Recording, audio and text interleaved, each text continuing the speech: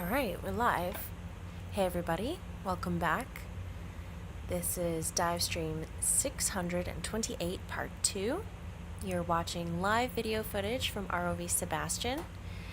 Today we are coming back to a site formerly called Unnamed Outcrop east of Caballito, which has changed its name to La Pulpería. And we will be focusing on sediment sampling for age dating. We're also going to be doing some imagery and specimen collections of the octopuses here. And we will end the dive today at marker Q to recover some experiments and do some biological sampling. So I hope you have an amazing time watching the stream with us today. And right now in the control room with me, I've got Odalisca Breedy from Costa Rica, and she will be our watch lead for this hour. And so, without further ado, I'm going to pass the mic over to Oda. All right, Oda, take it away. Thank you, Sophie. Buenos días a todos los que nos están escuchando en la segunda parte del buceo 628 en el sitio llamado La Pulpería. Aquí estamos en este momento estamos viendo unos octocorales y vamos a proceder a hacer a recoger algunas muestras.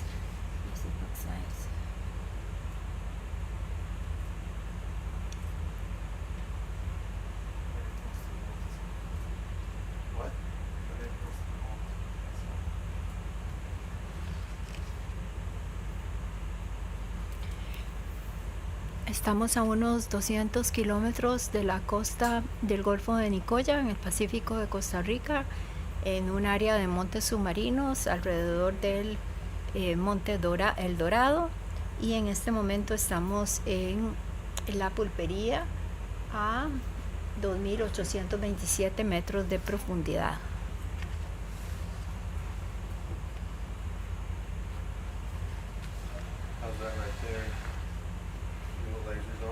Yes, please.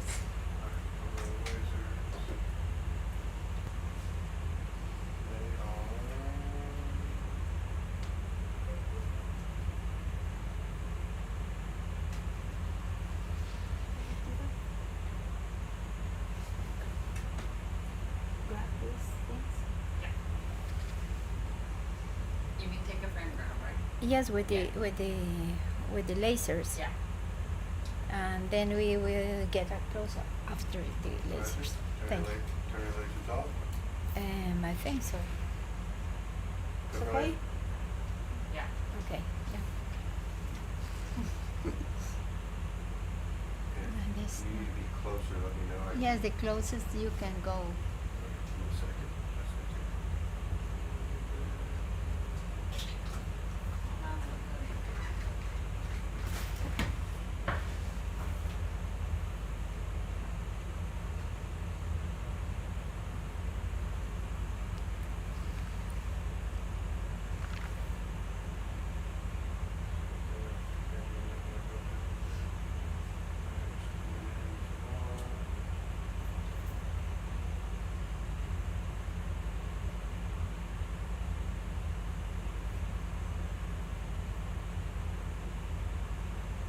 When you walk closer, you cannot put the laser, don't you? Yeah, super zoomed in. Super soon now. Okay.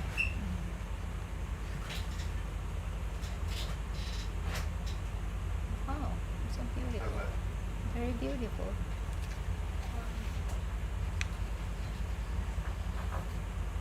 Yeah, okay. Nice. Probably gonna have to turn that arm more. Right at the spot. So you use the arm. They're still in the front. No, Or it's like one is like connected. yeah, there's something there, but it seems that there are instalaciones, la creación of it's interesting. We thought the first time it was Yeah, because it's like some are connected and some are on their own. It's confusing. Turn it back on.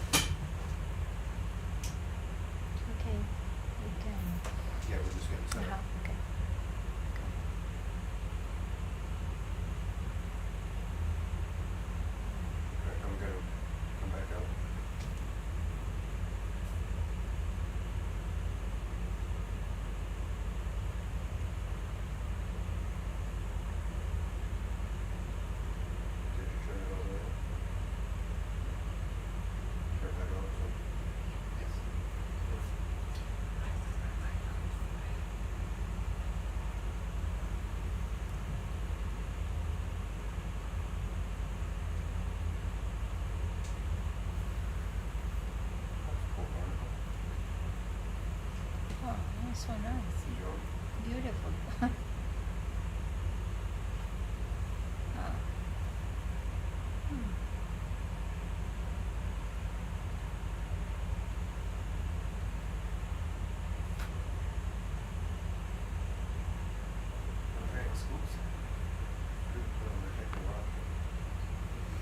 Ahí en ese acercamiento estábamos viendo unos percebes, es un tipo de cirripedios que son unos crustáceos, aunque no parezcan.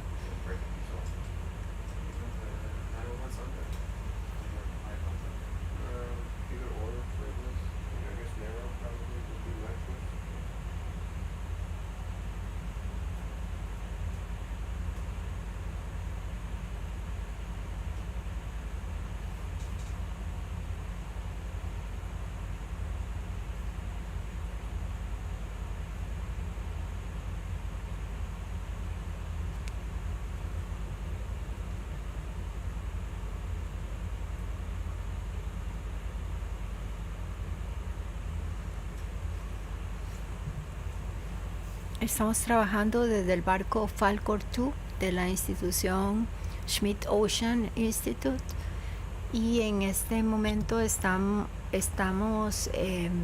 con la operación del submarino o ROV. Es un sistema remoto, un robot que se maneja desde la superficie, que se llama Sebastian, y esto que están viendo es uno de los brazos o manipuladores que tiene el robot, que se utilizan para manejar diferentes tipos de herramientas o para recolectar muestras. Este es uno que es como una tenaza y tenemos otro que es más bien como una pinza para recolectar cosas más pequeñas. En este caso la idea es recolectar una roca, porque este es un organismo muy pequeño que está muy pegado a las rocas y es más difícil como sacarlos uno por uno. Estos los vamos a estudiar porque es uno de los organismos más abundantes en este sitio. Como ustedes vieron antes, se ven muchísimo, se ven casi que cubriendo todas las rocas y sin embargo no sabemos qué son estos organismos.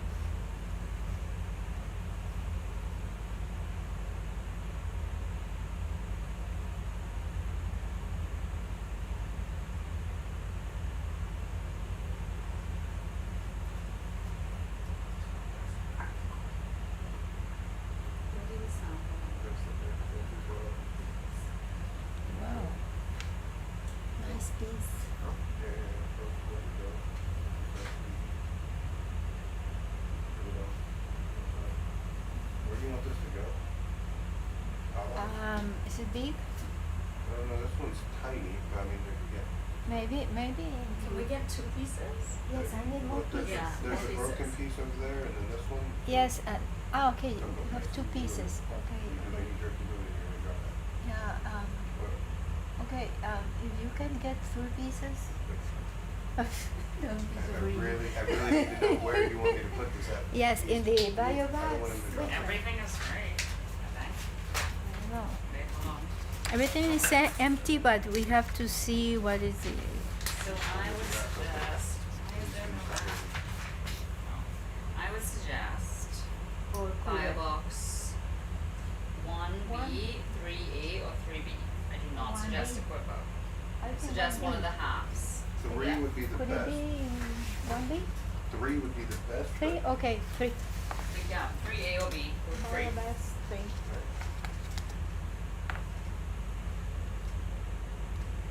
Can we, if possible, get a quick zoom of it before you stow it, each piece? I hope so. I need you to move your arm to the port.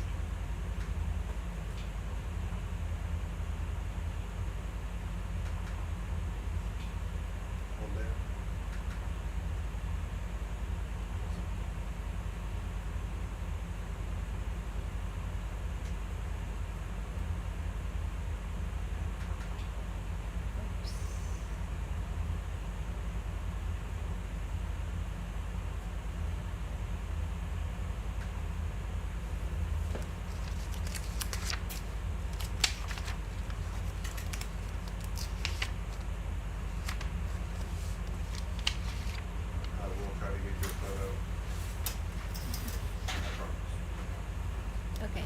problem. Kind of come over the top of it. Coming over using your stick. Coming over using your stick.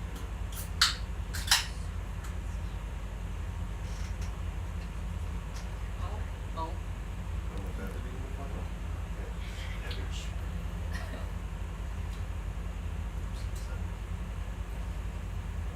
Is that okay? Yes. That's, yeah, that's great. Thank you. Hold on.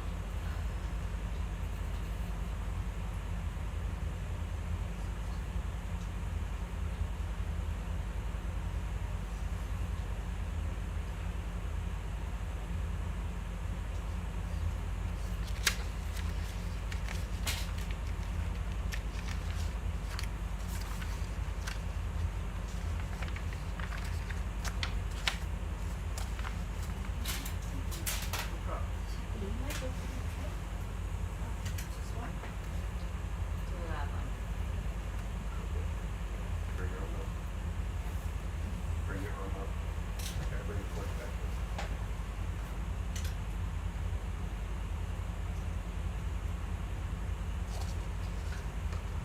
Shoulder left.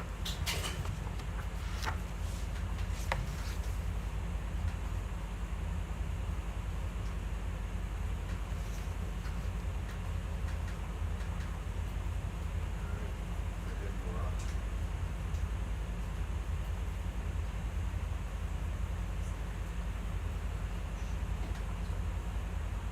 Then you another piece just like that.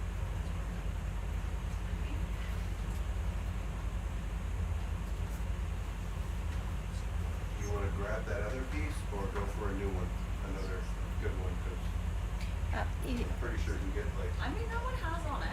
think has that you two can pieces get, of- okay, or- I will, but you want 3 pieces, right? yes. Okay.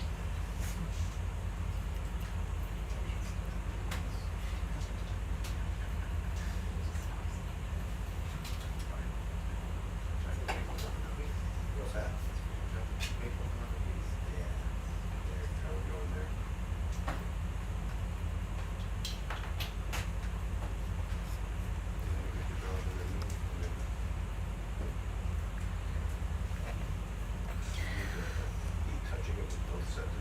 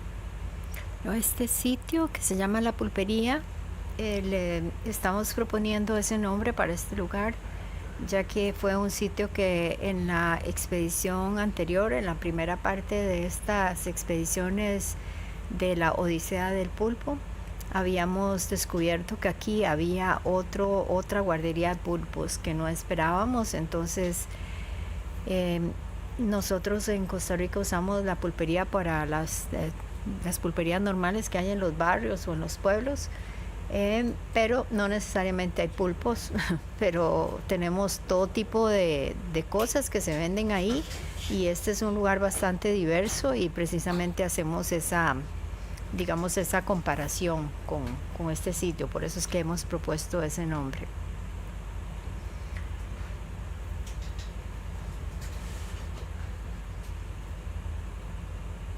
Hello everybody, thank you for joining us in this second part of the dive 628 of the ship Falkor 2 of the Schmidt Ocean Institute, and with the ROV Sebastian. It is working now at 2,900 meters deep. We are in a site of many rocks, and we are trying to collect some specimen of Octopus. This is a very abundant species, but we have no idea of the species, so that is why we collect some samples. As you can see, when we see the landscape, this is very, very abundant species in this site. This site is called La Pulpería. That means in Spanish is a small convenience store that are in the cities, in the towns, similar to a very small supermarket, but they have a little bit of everything. And here in La Pulpería we have a little bit of everything, but also pulpo means octopus, and La Pulpería means also that there are a lot of octopus. That's why we are proposing that name for this place. We will see.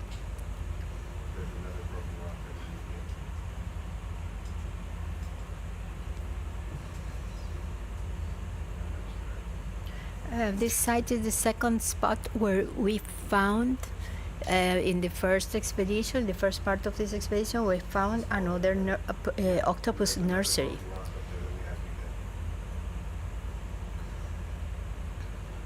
Bueno, finalmente logramos capturar la muestra, que la pueden ver ahí. Estamos sacando, como es un organismo muy pequeño, vamos a sacar por lo menos 3 pedacitos de roca donde podemos tener ahí a los organismos y para poderlos estudiar.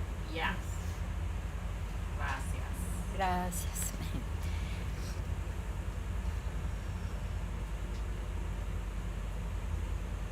Se necesita mucha práctica y mucha habilidad para poder hacer estas recolectas, y los pilotos que tenemos a bordo son personas muy experimentadas. Aquí hay un piloto y un copiloto que son los que se encargan de todos los movimientos que hace el ROV o robot con los brazos y con los instrumentos que además ellos manejan, porque no es solo para recolectar muestras, sino que también se recolecta agua, se recolectan sedimentos, se mide la temperatura. Como han visto, si nos han estado siguiendo, se hace una gran cantidad de experimentos. Ahí en esa roca pueden ver lo abundante que es este organismo.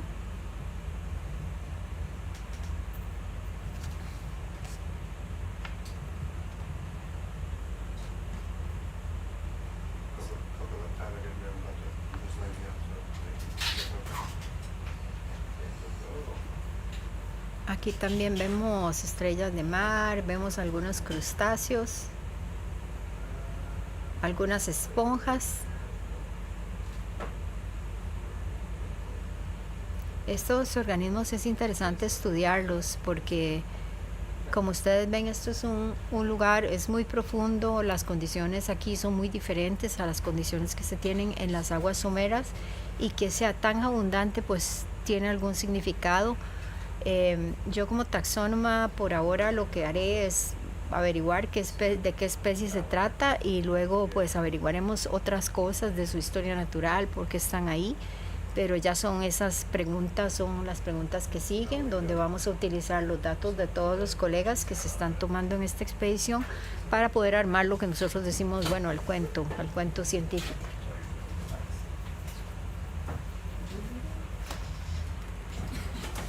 Hi, Claude. Good morning. Le damos la bienvenida a Claude y a Tyler, que son los que van a estar ahora con nosotros por la próxima hora.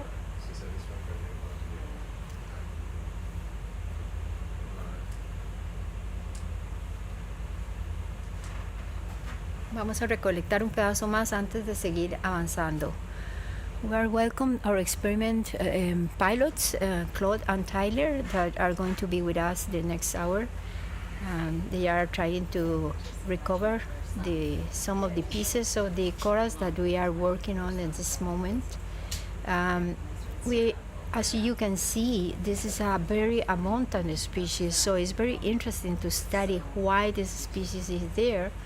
And the first part is to know what the species is, and this is what I do. I'm a taxonomist, so I will work with the identification of the sample, and then with the data of all the colleagues, we can put everything together and guess about, raise a hypothesis of why they are there and how they live there, and also the other organisms that are associated.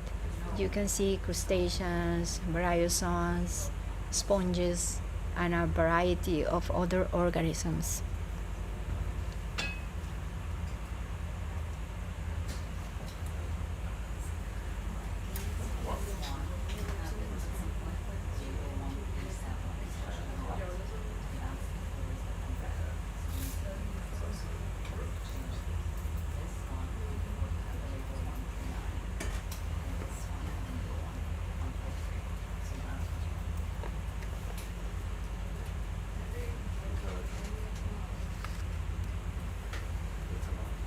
Yes, please.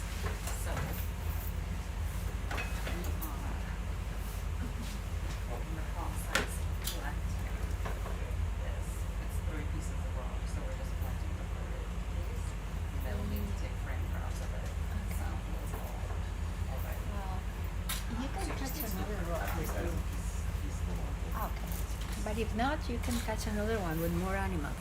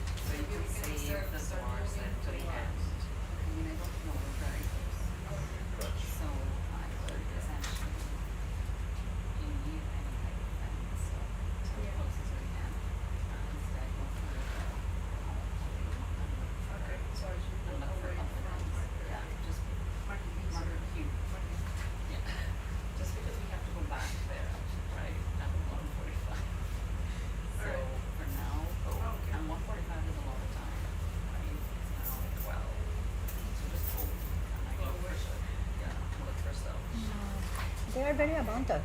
Isn't it easier to go back to the rock and take another piece than picking this piece up? Yeah, is that here? Here are many, and I think this was the part where that we broke, and then we can go like there. Yeah, because it was break before, but then and then I think that you can break around here. Yeah.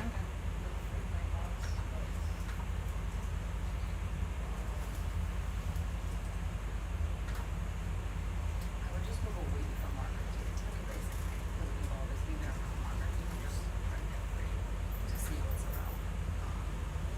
But it seems like it's gonna be all hard stuff. Okay. I'll be back.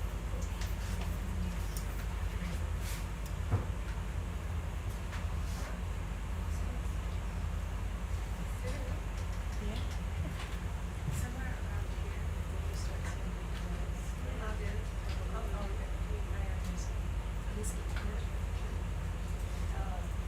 One of the big ones or the small ones? We have since 5 and small. Sorry? Alright, yeah. Yeah, they're not used, so we have two of the small ones and 4 of the big ones. I think we have to save some for the bigger one.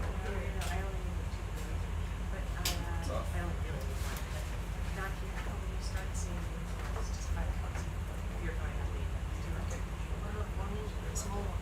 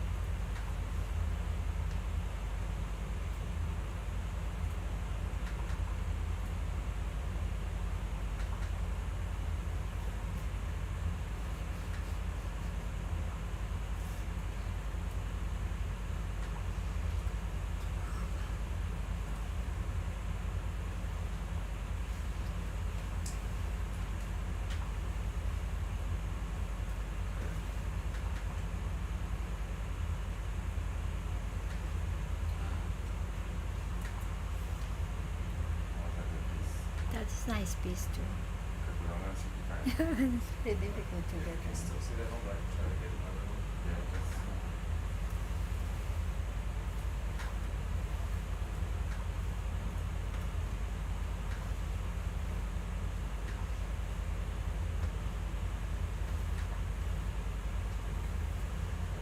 That's a good one.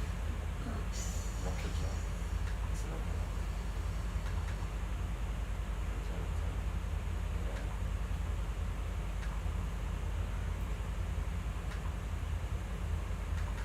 It's going down behind.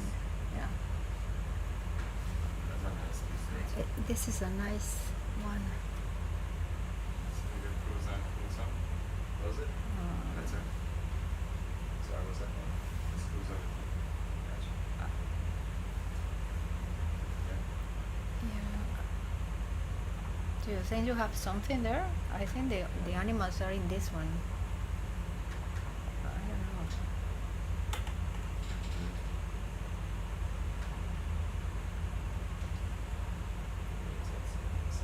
Is that what you're looking for? Ah, okay. You were thinking. Is that enough for you? Yes, this one. Yes. Yeah. Thank you. Yeah. So we get it in that box. In the same bio box. Why would you try and This firebox, one Yeah, what? because it could like this. Divestream? Just this orientation. Eight. Yeah. It's the one that we are using. Divestream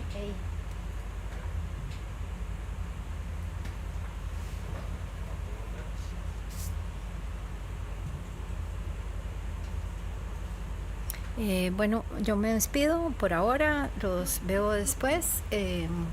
Yo soy Ariska Bridi de la Universidad de Costa Rica y espero que sigan sintonizándonos y explorando las maravillas de este fondo oceánico de nuestro país, tan desconocido para la mayoría.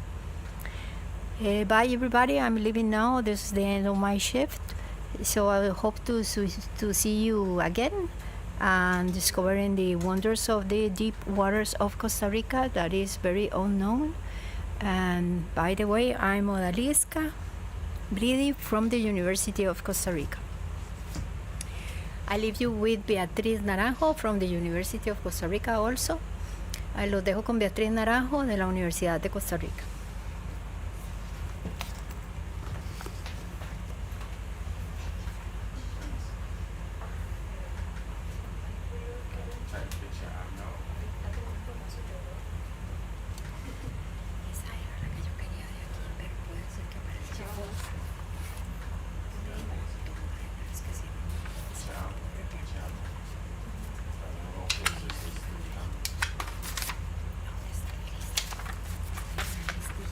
Ah, sí, la lista la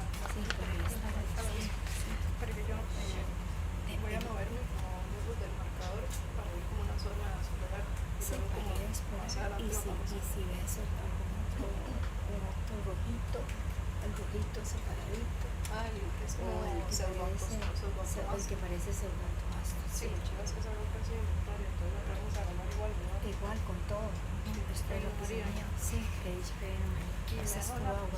oh, no, ya. Sí, ahí hay un. Sí, es que este es el mío. Nos vemos ahorita. Hey guys, how are you? Really good. Nice.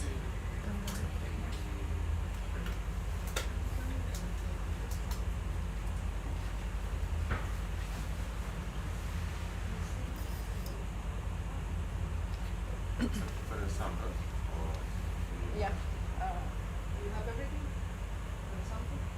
Yeah, so we have some time, so we want to move away from marker Q because we need to be, I think, prepared in that point, but while we will want to explore away from marker, just like, don't move to the marker Q, just go somewhere else and see if we can spot some animals that we might want. so where is exactly? So, where's marker Q? Let me see if we have it as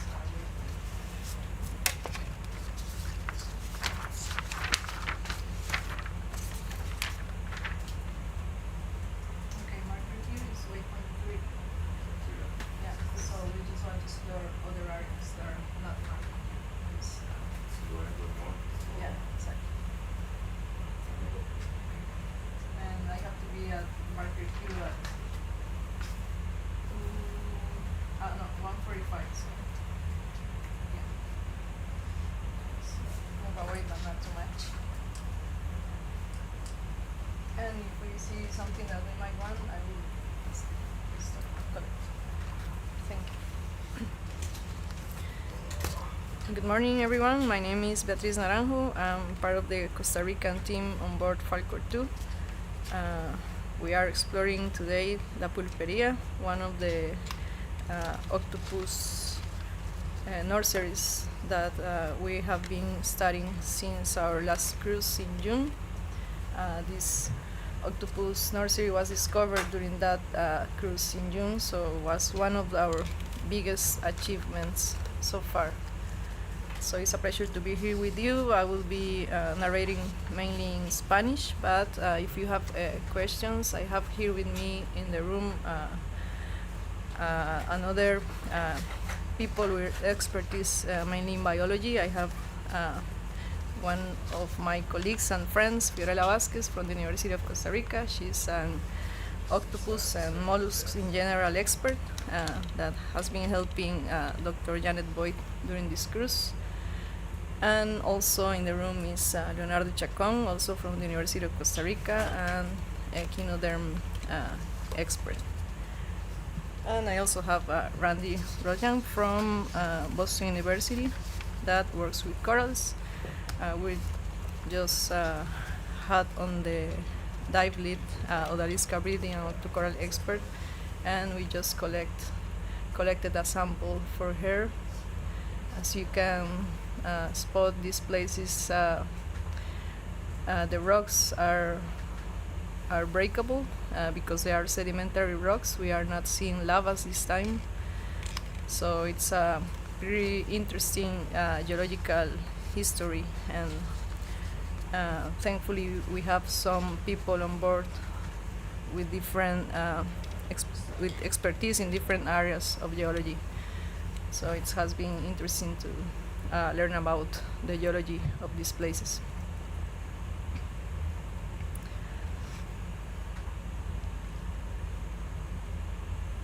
Buenos días, mi nombre es Beatriz Naranjo, es un placer estar aquí con ustedes. Soy parte del equipo costarricense a bordo del Falkor 2. En este momento estamos explorando la Pulpería, nuestro segundo buceo durante esta expedición de Octopus Odyssey en este sitio que estamos nombrando la Pulpería. Fue un sitio que exploramos el pasado mes de junio. En ese momento lo conocimos como un sitio sin nombre al suroeste al este de otra estructura que sí le teníamos un nombre, pero cuando llegamos a este sitio encontramos una guardería de pulpos, así que comenzamos a llamarlo la Pulpería, y de hecho es parte de todo un esfuerzo que estamos haciendo, principalmente el equipo costarricense a bordo, de encontrar palabras que permitan identificar estos sitios con los cuales pues toda la sociedad costarricense principalmente, pero también latinoamericana, pueda identificarse con los nombres que pongamos a estos sitios hasta ahora explorados. Así que es parte de un proceso que estamos llevando a cabo para poder poner en los mapas de forma oficial toda esta zona de estudio que estamos visitando.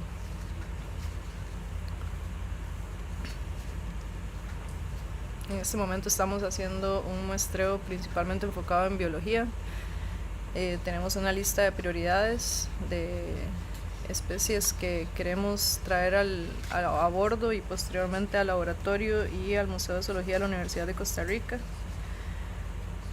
Así que vamos a estar explorando una zona de la Pulpería, alejándonos un poco de del sitio donde se concentran los pulpos que están protegiendo sus huevos. Recuerden que pueden dejar sus preguntas o comentarios en el chat de Facebook o de YouTube y haremos lo posible por responderlas. Aquí en la sala tengo otras personas que me pueden ayudar a responder preguntas. Tenemos a Fiorella Vázquez, una estudiante de la Universidad de Costa Rica, especialista en moluscos, y que ha estado siendo la mano derecha de la doctora Janet Boyd, que es la especialista en este grupo. Okay.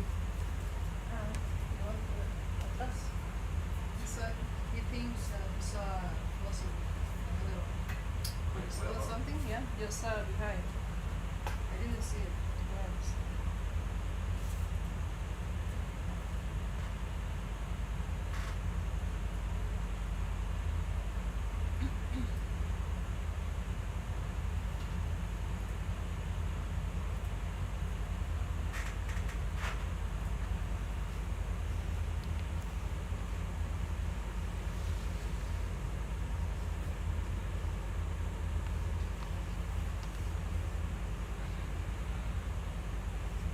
¿Estás seguro, Leo?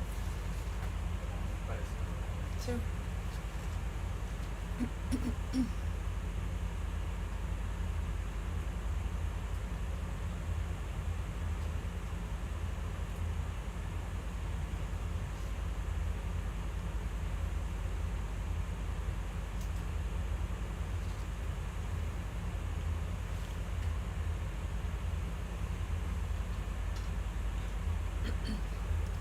En días anteriores encontramos 2 fósiles de ballenas picudas de unas especies extintas de ballenas y creemos haber visto otro, así que estamos retrocediendo para ver si realmente era uno.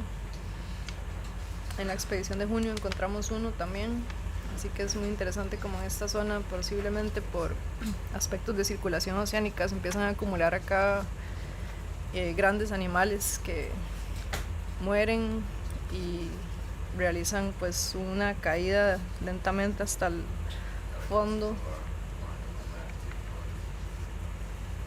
durante la cual pues aún después de su muerte permiten albergar una gran cantidad de animales y organismos en general que se alimentan de ella en descomposición.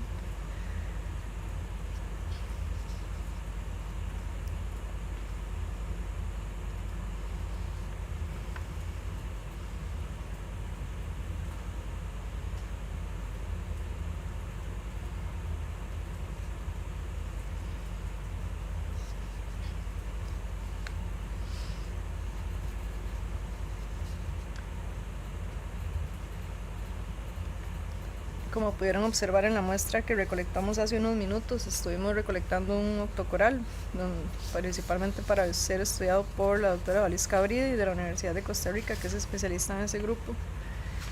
Y como vieron,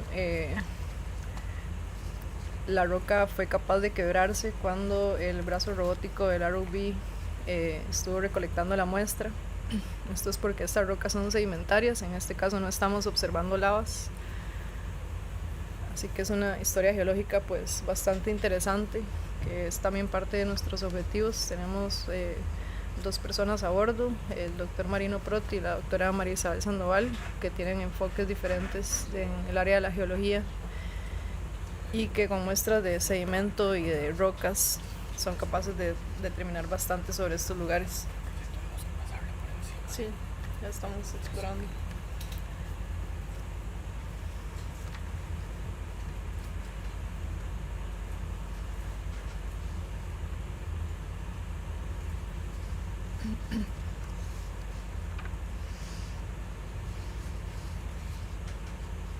Ahorita estamos pues buscando organismos que nos interesa tomar como muestras para traerlas a bordo. Tenemos una lista de prioridades que se discute pues previo a cada buceo, tomando en cuenta también las recolectas que hemos hecho en buceos anteriores y por supuesto en la expedición anterior de junio. Todas estas recolectas científicas se hacen con permisos debidos de tanto de Incopesca como del Sistema Nacional de Áreas de Conservación y la CONAGEBIO, que son las instituciones en Costa Rica encargadas de otorgar permisos de investigación. Y durante ellas intentamos intentamos recolectar realmente solo lo que necesitamos.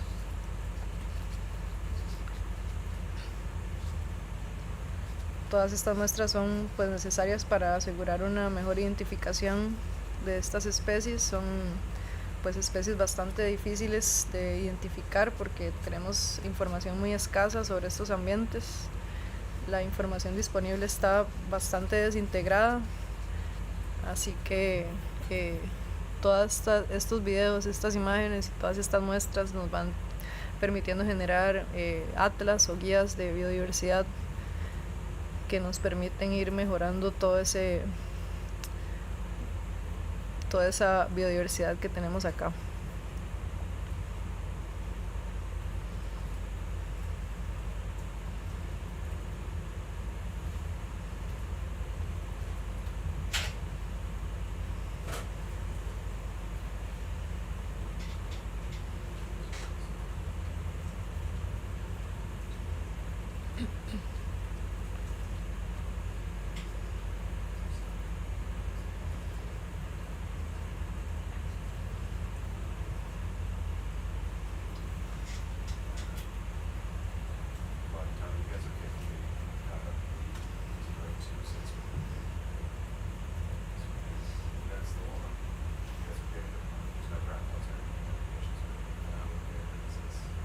What are the green markers? Somebody from us. Do you think we can maybe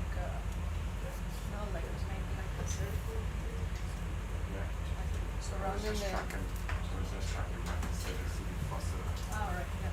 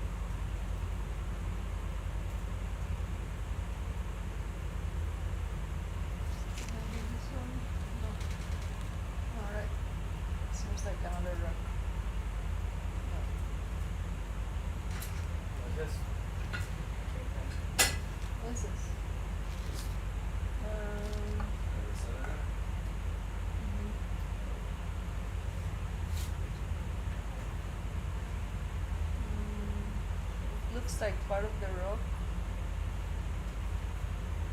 Sometimes the mountain has a formation because of the lava and the way it formed. It's the same spot because that the white ruin is behind it. What do you think that is? Seems like a rock.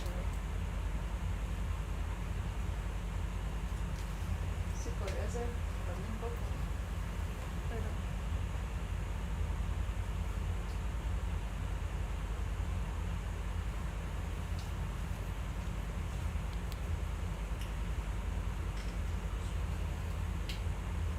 recogemos, a ver. Estamos en tiempo de biología. Voy a preguntarle a María.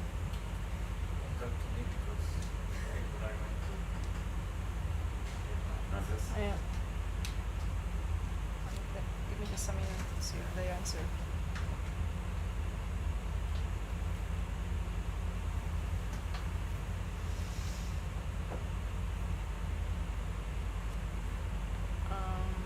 Should we pick it up? I don't know. Can we drop a waypoint maybe?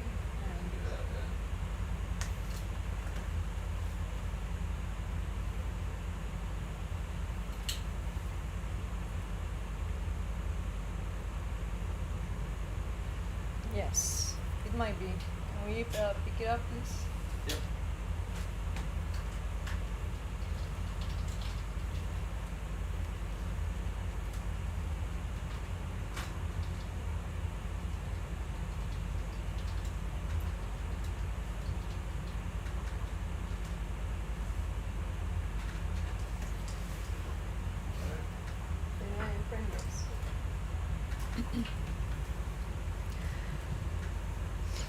Como les comentaba hace unos momentos, hemos estado encontrando fósiles en esta zona. Creemos que este tal vez sea otro más. Así que vamos a recolectar la muestra para saber de qué se trata. During the last days, there was a dive where we found 2 whale fossils. So we think this might be another one, so we are picking it up. It's an interesting history that these places are telling us. We found one on our June cruise and we were really excited because we got to the same place just a few kilometers away from where we are today, and we found a new one. 2 of them, so what's an interesting day, especially for our paleontologists on board.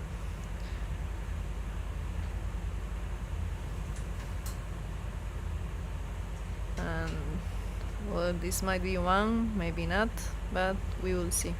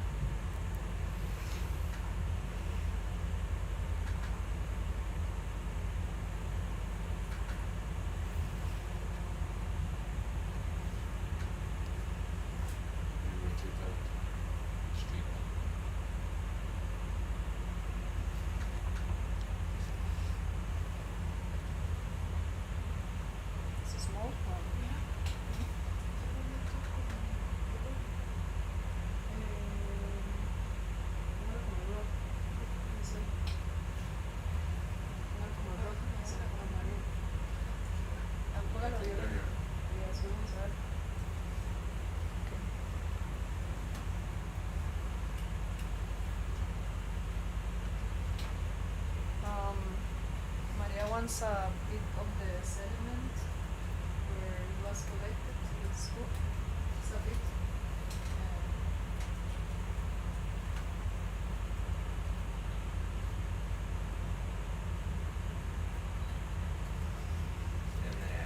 Yeah.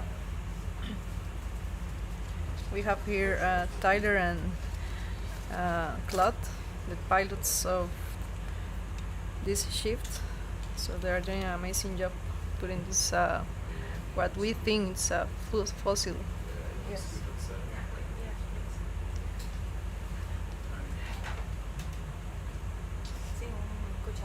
Mhm.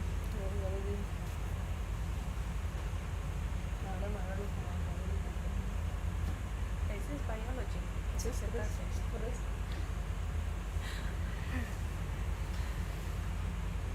Quiero explicarles de los fósiles que se encontraron.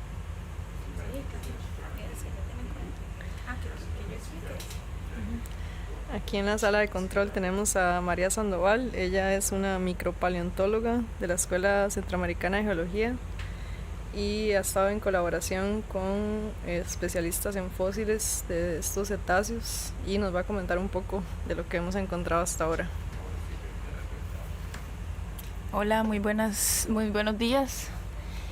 Bueno, aquí lo que estamos viendo es la colecta de un ¿cómo se llama eso? De la parte sí, pero la parte del cetáceo esta.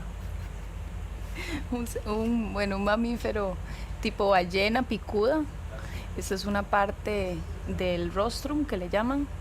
Y hemos encontrado en este sector justamente ya 4 fósiles de este tipo. Con el colaborador de la Universidad de Pisa, el doctor Giovanni Vanucci, estamos calculando las edades. Yo estoy trabajando principalmente en los sedimentos asociados o las rocas asociadas y él con el fósil como tal. Y esto pueden tener unas edades aproximadas de 5 o 7 millones de años. Pero este sector es muy interesante ya que se han encontrado prácticamente aquí todos como la agrupación se han encontrado en este sector en Caballito. Y siempre en el tope de lo que es el monte submarino. Sí, ahorita estamos en la Pulpería, pero es un sector cercano a Caballito, que es donde hemos estado encontrando los otros fósiles. Sí, la Pulpería está asociada al mismo complejo acuífero de Caballito. Exacto. Es una estructura un poco más pequeña que Caballito, pero están bastante cerca. De hecho, ayer el buceo que hicimos, por si alguno de los que estaba observando nos estaba viendo, fue un buceo en la planicie abisal que separa estas dos estructuras. Sí, están cerca como a unos pocos kilómetros. Uh-huh. Pero la concentración de estos fósiles se ha dado en este sector. Uh-huh. Sí, posiblemente algo de circulación. Estos son lavas, son sedimentarios. No, son polymetallic aggregates. Okay. Agregados polimetálicos. Uh-huh. Igual que la costra de la SOI. SOI. Uh-huh. Okay. Y de hecho estos fósiles también están preservados en un material polimetálico y cuando uno los toca, digamos, suena así como un metal. Uh-huh. Sí, cuando se hacen estas recolectas geológicas aquí a bordo, María y Marino Proti pues utilizan estructuras más macros a simple vista, como para ir determinando la composición de esas rocas y también pues algunos químicos, ¿verdad? Algunas pruebas. Sí, también con el microscopio. También bajo el microscopio, a bordo se pueden realizar algunos cortes, pero después en el laboratorio con mejor análisis pueden determinar mejor toda la composición de estas rocas. Yeah, where the fossil was.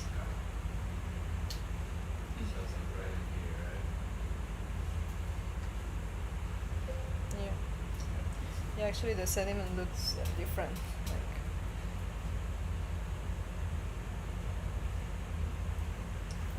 where do you want that? It's probably right inside, yeah. Where do you want that? We can put it in the bio box. In the same bio box. In the same bio Okay. box, yeah.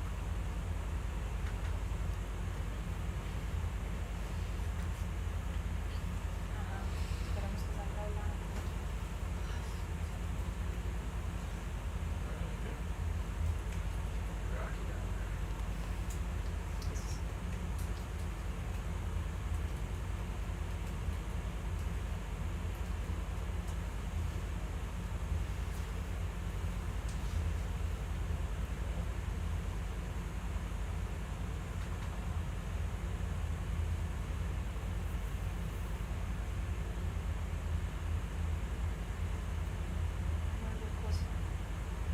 It's very rocky. Y con lo que ven encima no le sirve. Eso es lo que tiene que ser que está abajo. Ah, pero ahí viene. Sí, ahí sí, viene. sí, sí. Yeah. Is that what you're looking for? Is that- Yeah, Yeah. I think that's great. I Yeah. think we will not be able to collect more than that. No sé cómo se dice. No, no, no. Touch blood? Tanto estos, por ejemplo, Sure. fósiles, en caso That's que... good, or you want us to try it? I think it's good. This one too? Yeah. Okay. No, your idea is good. Todas estas recolectas científicas, tanto de geología como biología, permanecen en nuestro país. Sin embargo, pues tenemos muchas colaboraciones, tanto a nivel geológico como biológico. Así que el hecho de que permanezcan en el país no significa que no hay acceso a ellas, simplemente hay trámites debidos y colaboraciones que se pueden realizar. En el caso de estos fósiles, el especialista es de Italia, ¿cierto? Sí, es de la Universidad de Pisa. De la Universidad de Pisa. Is that a baked whale Yep, roast? yeah. Yeah. Yeah, so we collected what we think it's a big whale rostrum. We are collecting also a small sample of the sediment that was beneath the fossil. So our paleontologists on board and other collaborators can be able to date both the sediment as well as the whale. This is the fourth fossil that we have found here. Well, vertebrate fossil. Because Maria has been studying a lot of microfossils under the microscope that she found in the sediments.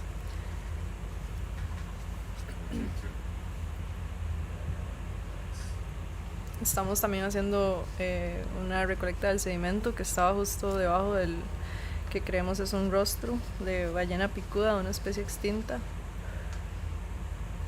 para poder datar mejor la edad de tanto del sedimento como de la deposición de este fósil. Thank you guys.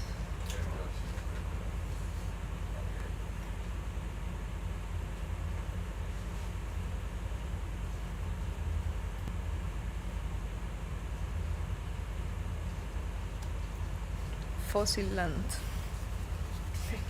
Yes.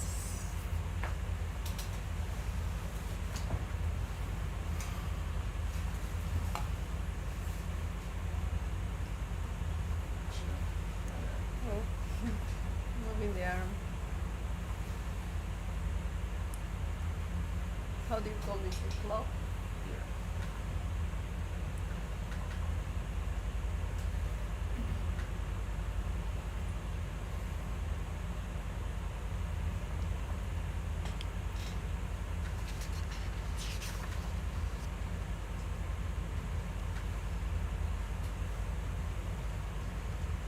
Yeah, maybe we can move slowly to waypoint 3 since there's a venting and we have some priorities there as well. And we don't have that much time, so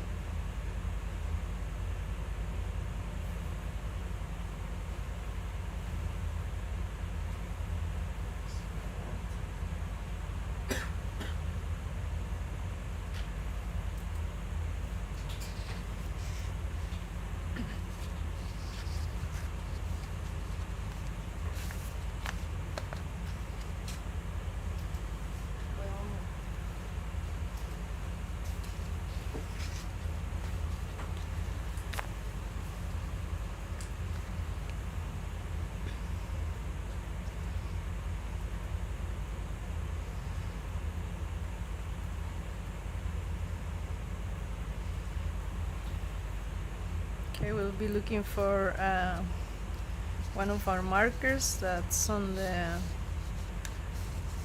a venting area where we will be seeing octopus. So we will be moving slowly to that area and try to collect some of our priorities.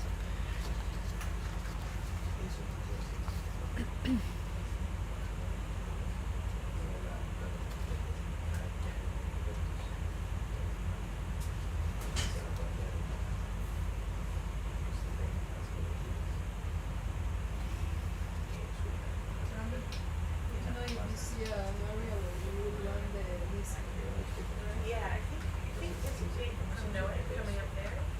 Maybe it's a sponge. I don't know. I think that's a sponge. It's hard to see. Yeah, if you get to the point where you start seeing corals, that's where I'm good. I thought I saw a couple. So maybe close to the marker here where we have the octopus, right? We're ready to see corals. I don't know if there's a lot of corals there. Yeah? Yeah. If it's possible, if you see a big Narella, it would be good to take a big white Narella. It would be good to take a couple pieces if we can. I don't know if we can.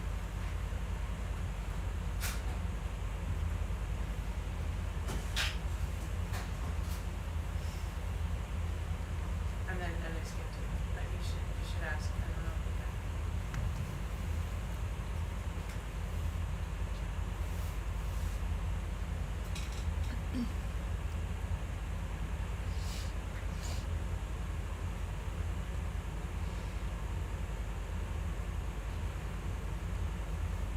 Estos sedimentos blancos que estamos observando han sido formados por miles y millones de años de deposición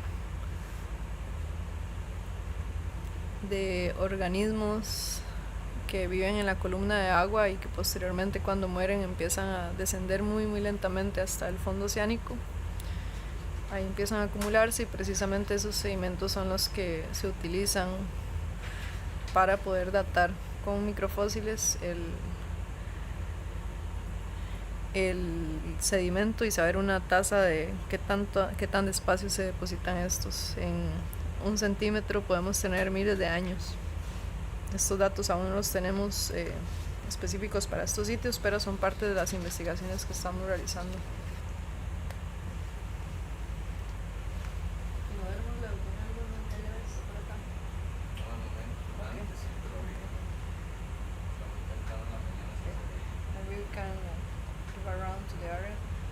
For a small fish, remember the white fish that we were seeing in the venting spots in the valley?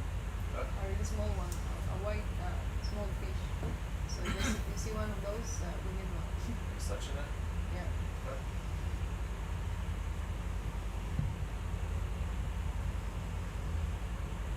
Is it gonna be right in the venting? It would be in the venting, yeah, but we can be in the real venting site at the end.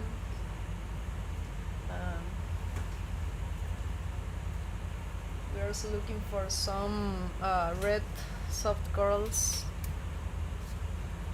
kind of pseudontomastus.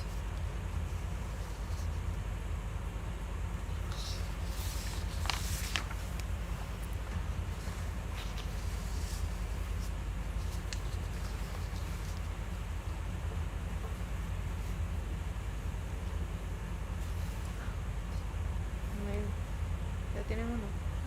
Ah, bueno. Sí, ¿verdad? Sí, no. Bien.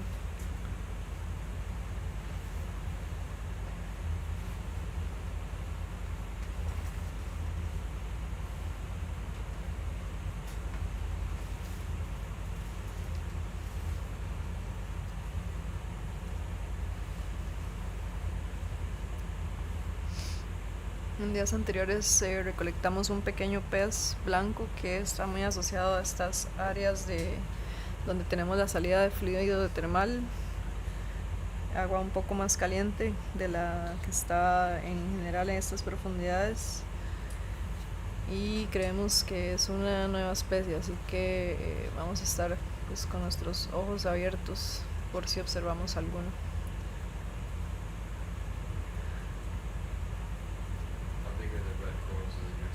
Are really small, yeah. And And if we see them, we can do the same as with the white one, because these rocks are breakable, so we will be collecting in the same way with the clock. Yeah.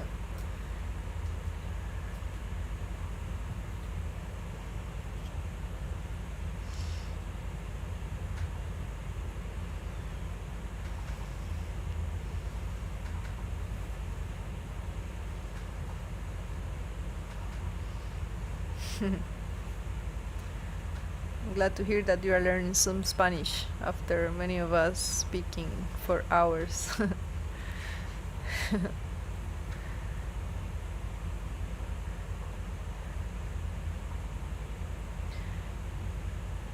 Yeah, I think there might be like these tiny things here, or maybe this is the one that you already collected, right? Yeah, those are the same.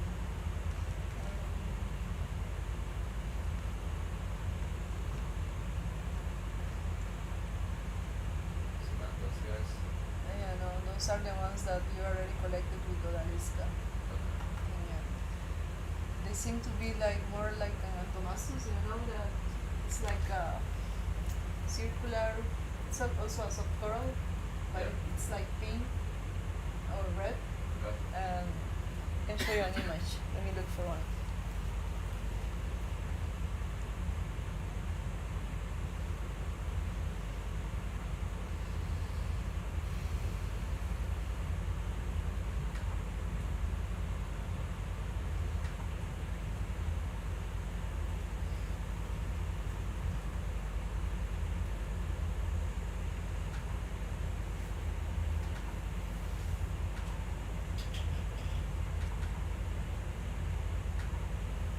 Esa estrella veo.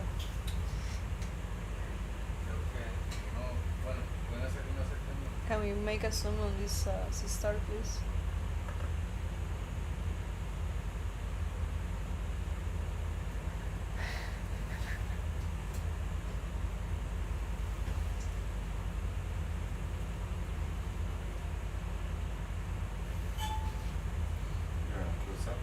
Yes, please, on the sea star, this one.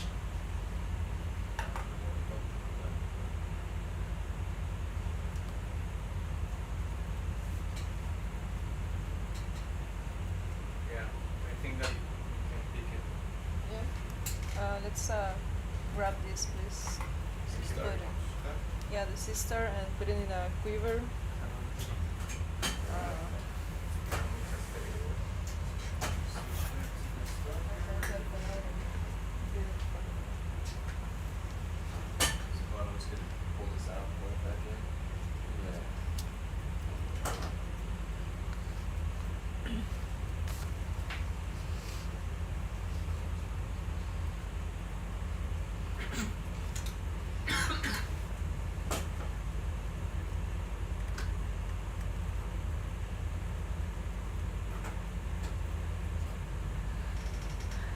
Vamos a estar recolectando esta estrella de mar que estamos observando.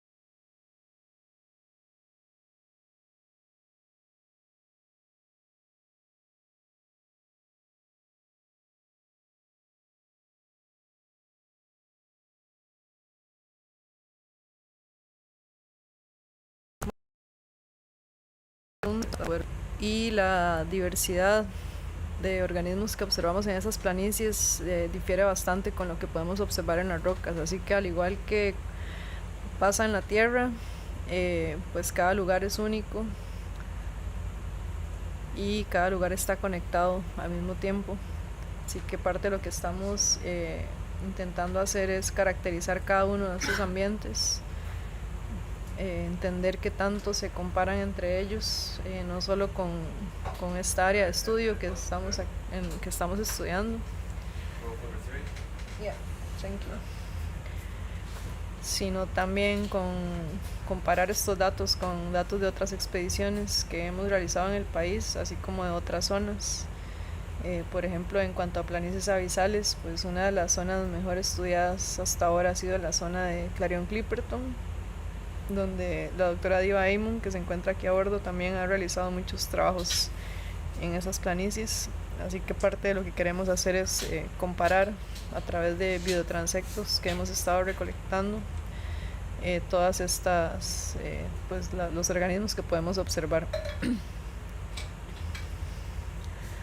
Algo que nos interesa mucho también es pues empezar a traducir todas estas imágenes, todos estos videos, todos estos datos que vamos obteniendo, sintetizarlos y ponerlos a disposición en un lenguaje sencillo para que pueda estar disponible principalmente para personas que tienen que tomar decisiones en cuanto a manejo y creación de áreas protegidas, manejo de pesquerías y demás. Ahora en el país pues tal vez no tenemos ese riesgo tan inminente de pesquería de aguas profundas y minería, pero son cosas que, pues temas que se van a empezar a hablar conforme seguimos aumentando en número de población humana y obteniendo herramientas tecnológicas que pues dejan que la humanidad pueda accesar a lugares que antes no podía.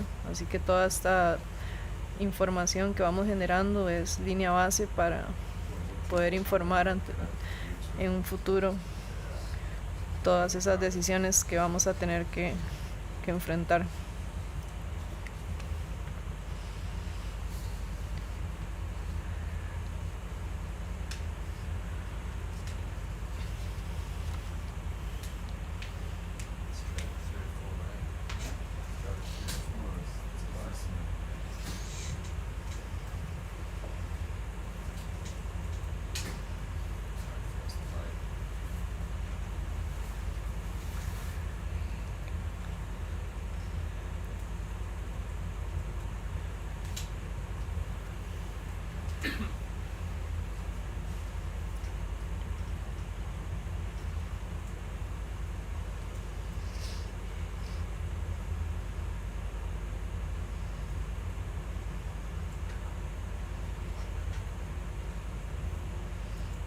Aquí Tyler está manipulando el brazo robótico. Es impresionante la habilidad que van obteniendo los pilotos conforme aumentan sus buceos. Estuvimos con Tyler en nuestra primera expedición en junio. Fue su primera como piloto y pues es muy grato volver y ver cómo sus habilidades han evolucionado completamente. Así que muchas horas de entrenamiento. Aquí siempre hay pues pilotos en entrenamiento y por supuesto tienen que cubrir periodos de inmersión de buceo muy largas. Así que tienen que por supuesto descansar bastante. Es equipo muy caro donde tanto ellos como el equipo científico pues tiene que haber descansado bien para tomar decisiones correctas, sobre todo los pilotos.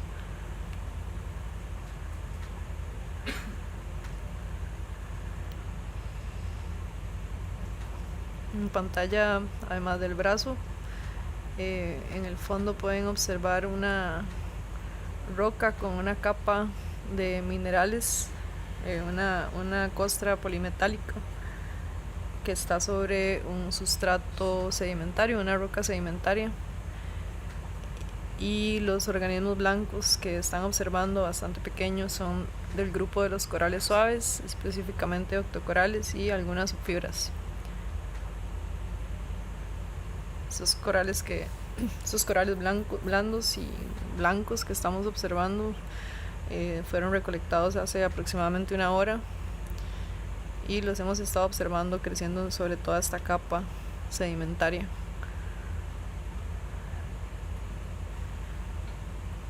Vienen algunas muestras hacia el barco, así que eso va a permitir un análisis más detallado.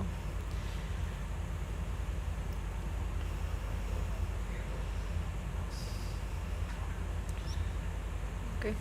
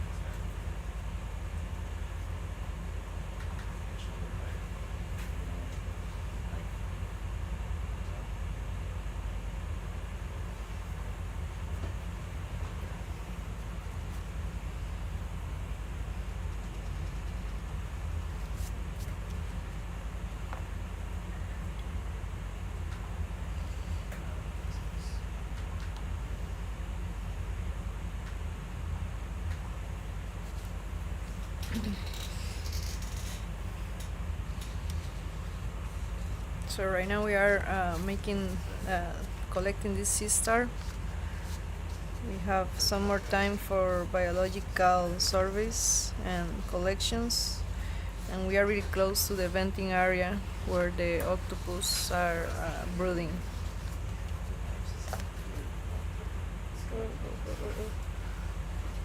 Yeah. Yeah.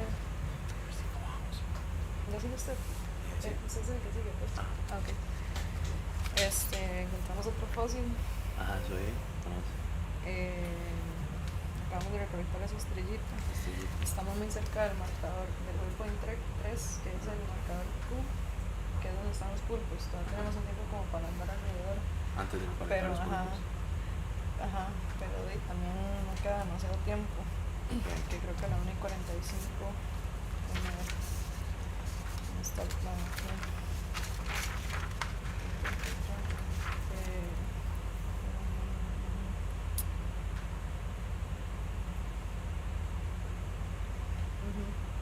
O sea, tenemos, digamos, hasta las 2, que es cuando hay que empezar a recoger el globo. Estamos súper cerca, estamos básicamente en el marcador. Pero pregunta, ¿aquí tiene que ser lo que conecte a pulpos también? ¿O va a ser hasta acá? No, tiene que ser aquí en el marcador Q. Lo raro es que diga tránsito. Solo que aquí lo que quiero son machos, porque es que hay muy pocas hembras. Son unas cosas muy pequeñas. Entonces, digamos, como... Es mejor inclusive para que se preserve el para que no se esté... Sí, entonces como explorar aquí alrededor y tal vez echar unos de ver si hay algún Ok. y ver si hay algunos corales, pero ya hasta ahora no he visto que ninguno de los corales lo ocupamos. Andamos buscando, sí, ya agarramos ese blanquito, andamos buscando uno que es muy parecido, pero es como un antomastus pequeñito, que es rojo, así como, ahí lo vamos a estar. Parecido a esto. Ajá, es parecido, pero es más parecido a un antomastus, solo que sí también es suave. Okay. Y ya ahí hay otra lista en las prioridades. Arce, de esponjas, aquí están los antomastus. Sí, eso ahí. Ok, Sí. de aquí llegamos, de aquí llegamos. Pero no hemos visto ninguno, ¿verdad? De aquí, digamos, de aquí no vemos solo la estrella. Por ahora se lo llaman la estrella, Ok, sí. bueno, claro. A ver, Ya está campos. Bueno, para mí fue un placer estar con ustedes hoy nuevamente. Nos quedan algunos pocos buceos, así que ya nos acercamos al final de la expedición. Pero estamos emocionados por lo que viene. Vamos a estar explorando pues sitios a los que ya visitamos. Esperamos a ir a Fuente, que fue un lugar que visitamos en la primera expedición. Hicimos solo un buceo.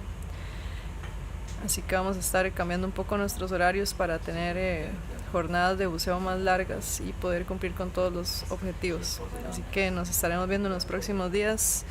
Aprovecho para dejarlos con Sergio Cambronero, mi gran colega y amigo de la Universidad Nacional y Colectivo Pelagos, biólogo marino y oceanógrafo.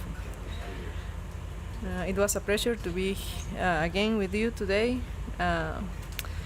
Really excited for what we have achieved so far and also for what is coming. I will leave you with my good friend and colleague Sergio Cambronero from the Universidad Nacional de Costa Rica and the Colectivo Pelagos. Have a good day.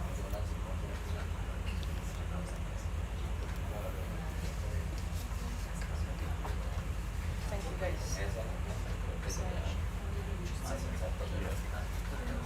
Y así no tenemos que apurarnos como para...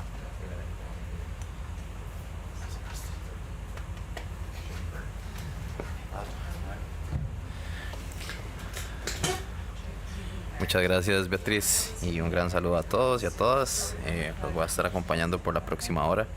Mi nombre es Sergio Cambronero, soy investigador de la Universidad Nacional y bueno, pues vamos a estar acá enfocados durante la próxima hora en muestreo biológico. Tenemos algunos objetivos, incluyendo esponjas, incluyendo moluscos y algunos corales, ojalá también algunos equinodermos. Entonces Manténganse atentos que vamos a ver varios animales en el transcurso de la próxima hora.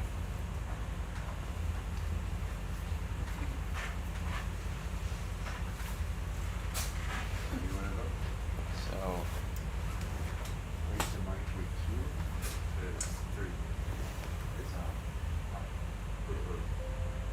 this one. Yeah, that's. I forgot how it went there. so yeah, let's just try to go around over the area. Yes.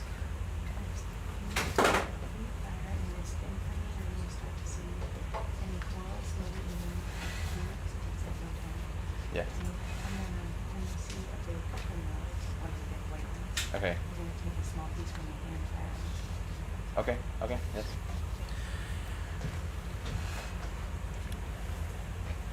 Hello, everyone. Thank you. Thanks to Beatriz. And my name is Sergio Cambronero. I'm a researcher at the National University in Costa Rica. And I will be joining you for the next hour. We will be flying around the next marker or waypoint and trying to do some additional biological sampling.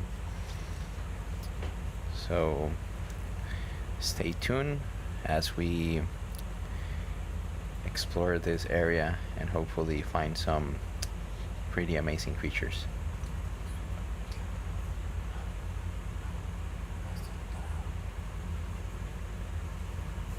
So it's looking for the small white fish and the soft pink coral. Is there anything else? Yes, pretty much those two. If we see any bivalves as well, sponges might be good actually. Yeah, let's just. How far are we? We're pretty much on the marker to your right. We're 5 meters away. Okay, yeah, let's just wander maybe, like keep in a radius so we can easily go back. Just exploring. Yeah, just exploring. Exploring. For the moment. Yeah.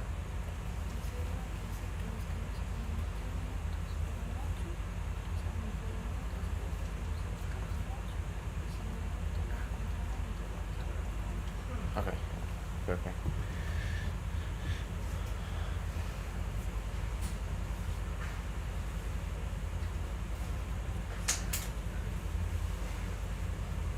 I will focus on that white coral here.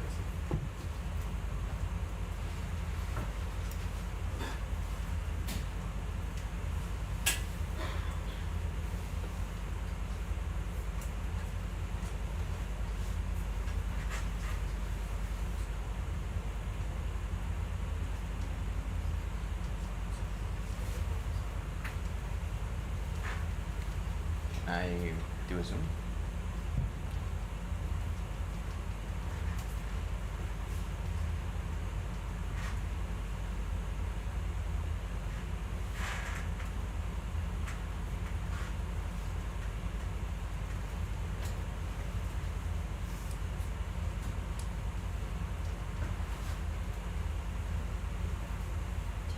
Sí.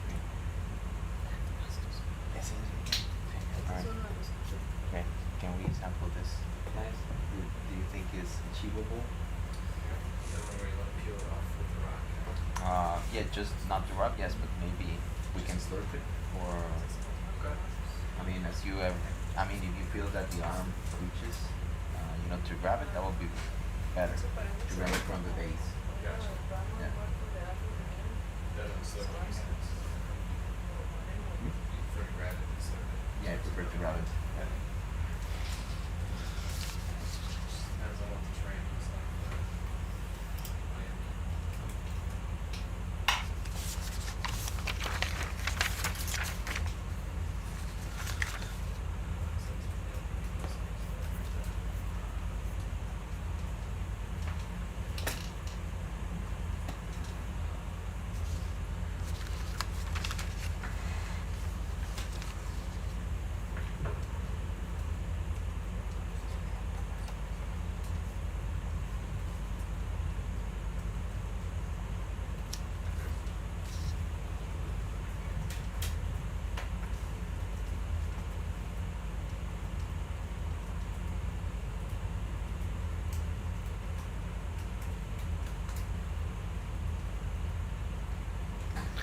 So we're gonna go ahead and try to sample this Anthomastus coral, the one that you see that is reddish, pinkish. Vamos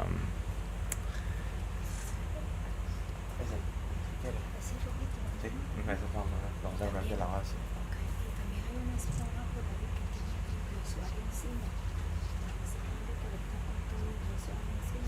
¿Cuál esponja? Una que era como blanca. Okay. Okay. Sí, si quiere. Si terminamos el Anthomastus y después le damos. Les dije que la agarráramos de la base mejor para Sí, de la base, porque si no se rompe todo. Y lo voy a poner en este quiver.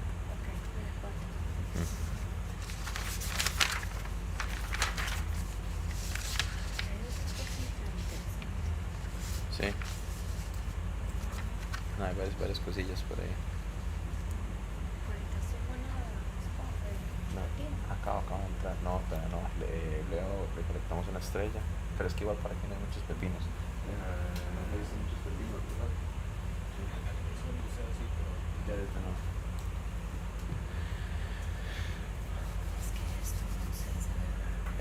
Justo ese fue el que me llamó la atención. Tenemos tiempo. Aprovechamos de una vez ya que estamos en el mismo sitio. Ok. Ok. Y si ves que era para aprovechar las dos cosas, la Ok. esponja y Sí. Ok, cualquier cosa que ese por aquí cerca me avisa. Era como este que está aquí, como una hora así. sí, eso. ¿Es ese? Con el pedazo que tiene eso encima. Eso, ok. Es que no quiero que Muy chiquito. Ok, so. Cualquier cosa si no me textea. Sí. O manda a decirme con algo. Se va a mandar mensaje. Igual, sí, y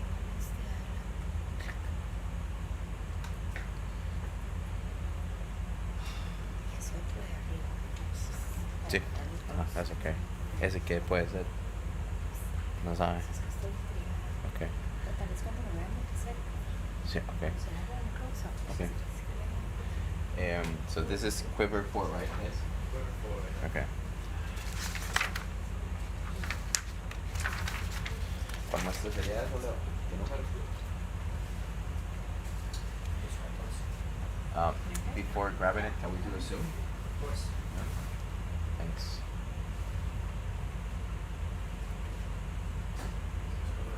Yeah, let's just wait for the sediment to settle. Good? Close?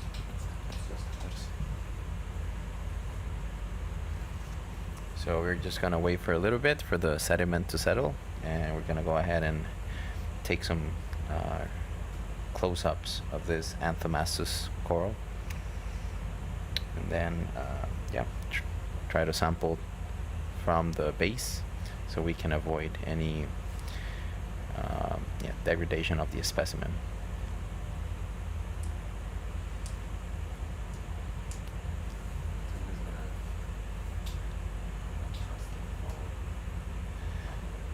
So while we wait for the, do you think the sediment will settle? No.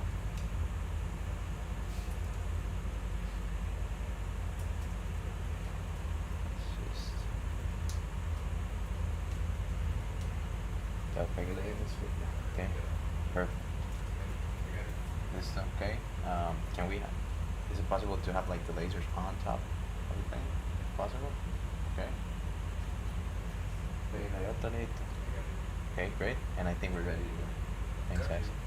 So if you see this Anthomastus has roughly about 10 centimeters in size, and we're gonna try and sample it from the base. And in the meantime, I see a question in the YouTube channel about the distribution of the white polyps. So from our specialist on board, Odalisca Bridi, apparently those could be stoloniferans, and there are some other octocorals around that look very similar. And indeed, there is a very particular distribution around this area, and it might be probably because also of the fluid that comes out of this area. We don't know that yet, remains to be confirmed, but we think that might be one of the of the reasons why they formed these lines, like gradients, in relation to the outflow of the waters. So again, this is not confirmed, but it's could be one of the reasons why.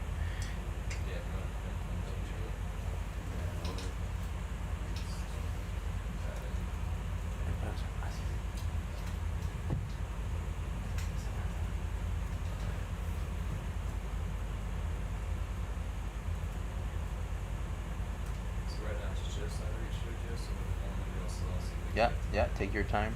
Thank you.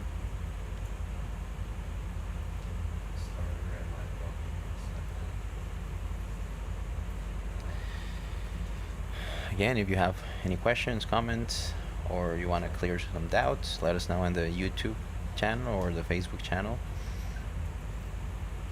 Y vamos a estar aquí, como ven en su pantalla, estamos muestreando este coral Antomastus. Algunos le llaman coral hongo, pero bueno, en nombre español hay muchísimos nombres comunes. Esto es uno de los objetos de estudio de la especialista Odalisca Brady de la Universidad de Costa Rica. Y bueno, como pueden ver, primero tratamos de tener buenas tomas, buenos acercamientos del organismo en su ambiente natural. Y luego pues se procede a hacer un acercamiento con los láseres, que estos láseres están separados entre sí por 10 centímetros. Así podemos tener una idea del tamaño de los especímenes que vemos en pantalla. Y justamente el paso que estamos ahorita es proceder a tomar la muestra de la manera más cuidadosa posible para evitar algún daño al espécimen y depositarlo en el recipiente que en inglés le llamamos quiver, que es uno de los recipientes cilíndricos que tiene el ROV.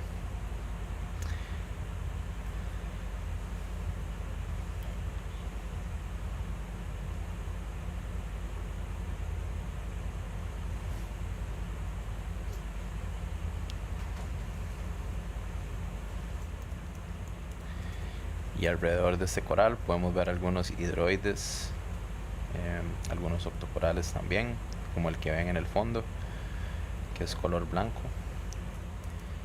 Y bueno, podemos ver de que inclusive ya algo que a primera vista parecería que solo es una roca sin vida, cuando le hacemos un acercamiento nos damos cuenta de que hay una gran diversidad creciendo encima de este sustrato.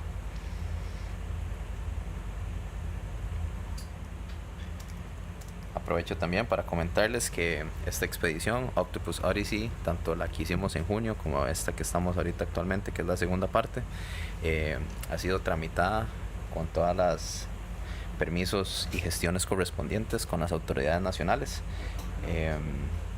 Y adicionalmente a eso, comentarles de que, bueno, aquí en el barco habemos más de 10 personas costarricenses, científicos y científicas, que no solamente estamos comprometidos y comprometidas de avanzar en la ciencia, sino que también de tratar de causar el menor impacto posible al ecosistema y a estos animales que, como pueden ver, son muy frágiles y que también sus ciclos de vida son muy extensos.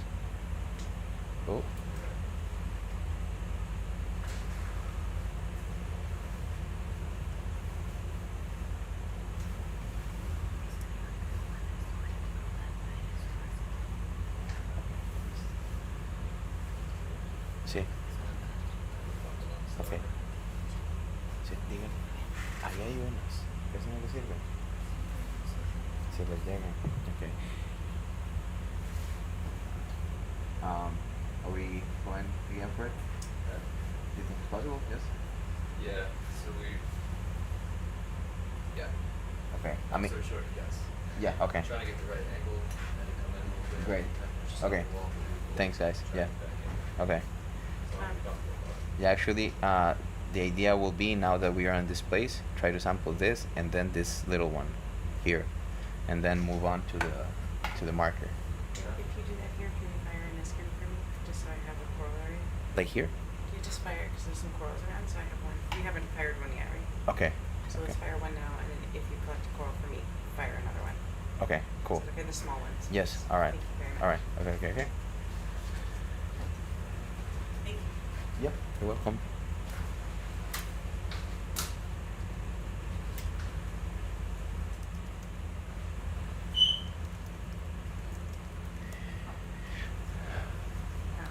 We are live streaming from the depths of the Pacific Ocean in Costa Rica, almost 200 kilometers away from the Pacific coast.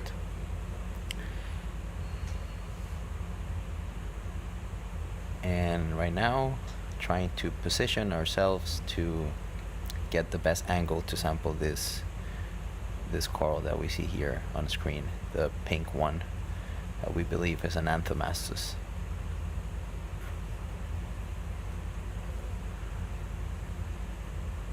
Are you gonna take pictures of the Anthomastus later, Samuel, or are you mostly taking pictures of other invertebrates?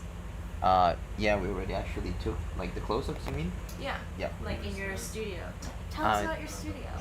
Yes. Thank you, Sophie. So yes, me along with Fiorella, Beatriz, and Diva Amon, and many others are in charge of what we like to call the SOI photo station, and this is pretty much one of the most crucial parts of the sampling process once we get the specimens back on board, because the first thing we need is to have a picture of the specimen as fresh as possible. And we have two type of cameras, one that is specifically aimed towards taking photographs of large and medium-sized animals, like for example octopus, or other big corals, for example. And then we have another camera that has a macro lens to do close-ups of the polyps. So probably this Anthomastus, it's gonna pass by the medium-sized camera to get a picture of the whole specimen, and probably then we will do some close-ups of the polyps. So yeah, Sophie, thank you very much, because this is definitely a really exciting role to have in this ship, because we are able to contribute towards some of the visual documentation of these animals.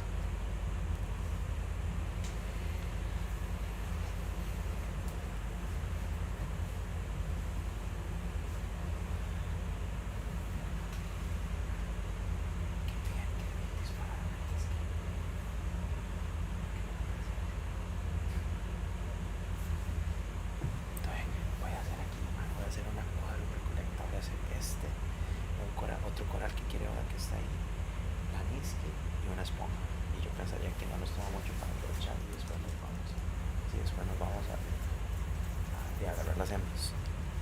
Sí, tenemos hasta las 45. Okay.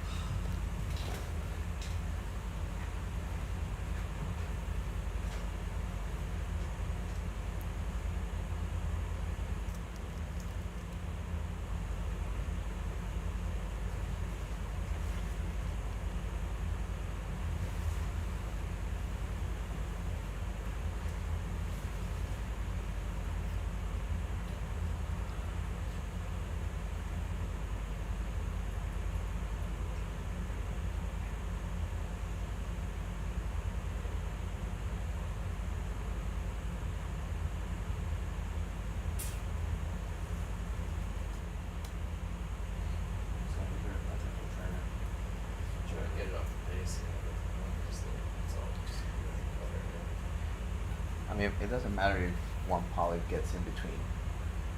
Yeah.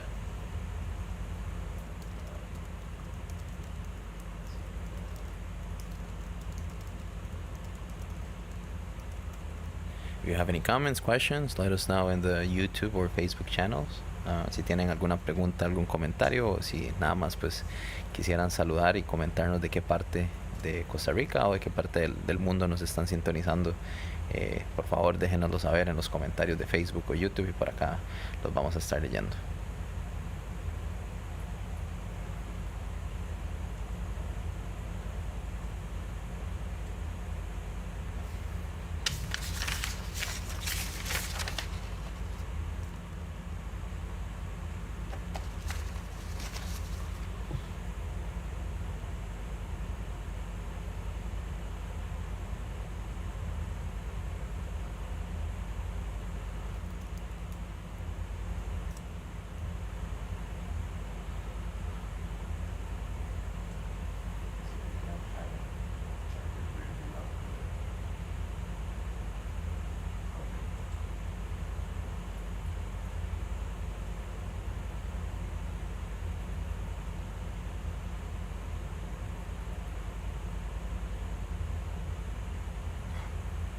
Great.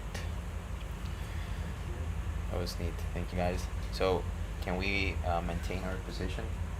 We're gonna, after you deposit this, we would like to take advantage and sample this. And quickly, if we have time, a piece of this sponge that you see here. Thanks.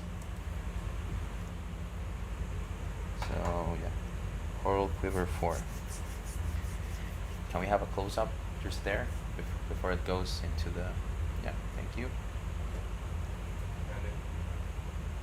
Okay. Is that the closest we can get? Uh-huh. Yeah. Jackpot, la feria. Okay. Perfect. Ahí le tomo ahorita. Okay, thank you. That's perfect. Thanks, Tyler. Thanks a lot.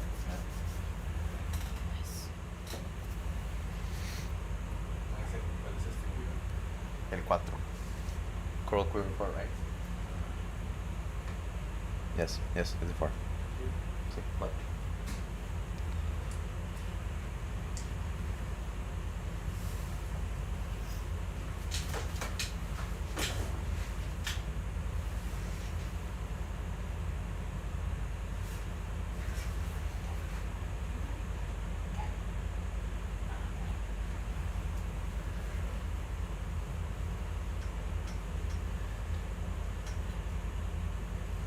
Again, sometimes if you see this on your screen, it might look easy, but definitely, let me tell you, it takes a lot of skills.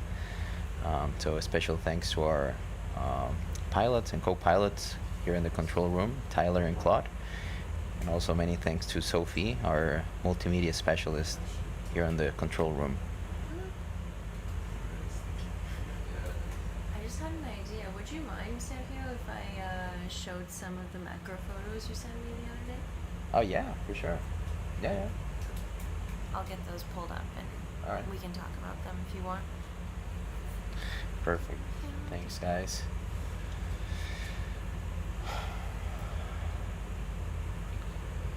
So when we keep on this position that we're able to grab the 2 specimens. We'll try, yeah. Yeah.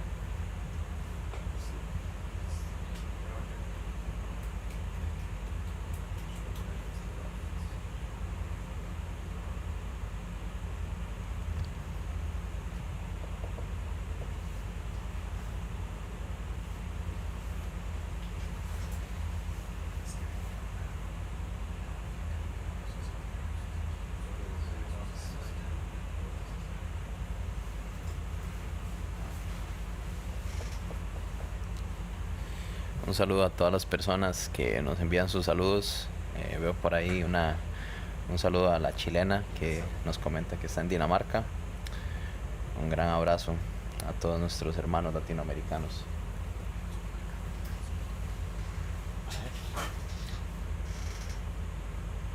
¿Cómo para qué?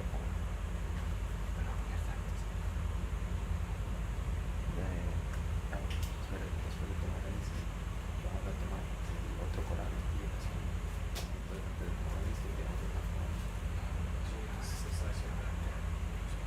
You want to put more? One again? Yeah, next sample. Okay. For us to know. Yeah, because it's so close. They're able to show the right. Estamos buceando en este sitio que se llama la Pulpería. Es un nombre de momento extraoficial, sin embargo estamos haciendo todas las gestiones para poder someterlo como un nombre oficial y que es un término pues que se utiliza ampliamente en Latinoamérica y bueno, particularmente en Costa Rica lo utilizamos para referirnos a los pequeños supermercados o mercaditos que están en los barrios, un poco en alusión a, ¿verdad?, a la gran cantidad de organismos que podemos encontrar en un lugar tan pequeño, en un área tan reducida.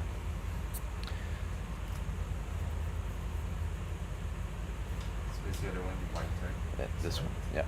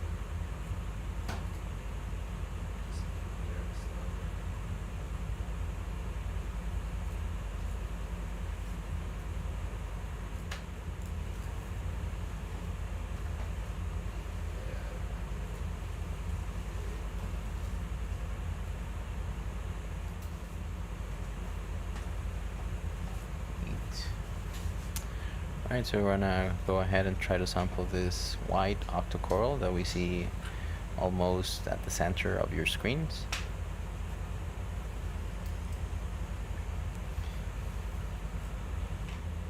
¿Qué número sería ese? 215.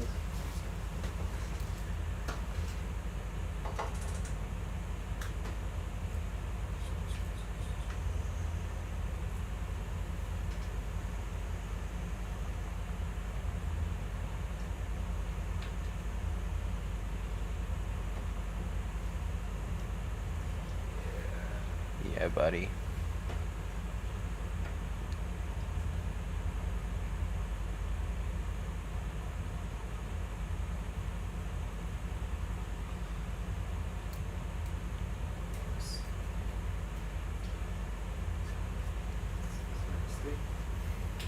Perfect. Okay, sí. No, el coral. Can we have a close-up, please? Thank you, guys. So this will be in Coral Quiver 5, right? Yeah, Yes. Okay. We're gonna ahead. Look at this beautiful octocoral here. So we see the branch on the left with the polyps extended, the branch on the right with the polyps contracted. That's perfect. Can we get the lasers on top of the specimen? Got it. Thanks, Leo. We see these branches might be roughly about 10 centimeters as well. Right. Con los láseres también. Con los láseres. Con los láseres. Okay, and I think we're ready to go, guys. Alright. Thank you. These are fairly brittle, right? So I think we can just grab one of the branches, the one that looks easier to you. Maybe the one on the right. That's up to you. I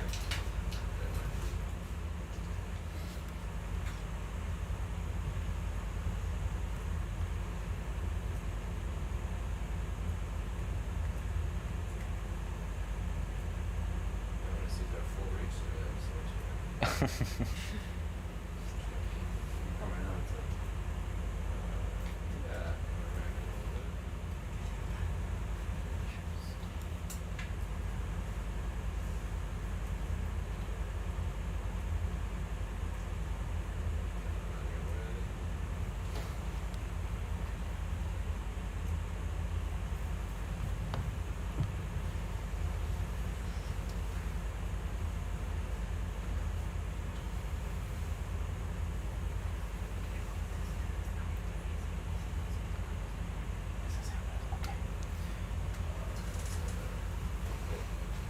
One question, guys. Sorry to interrupt.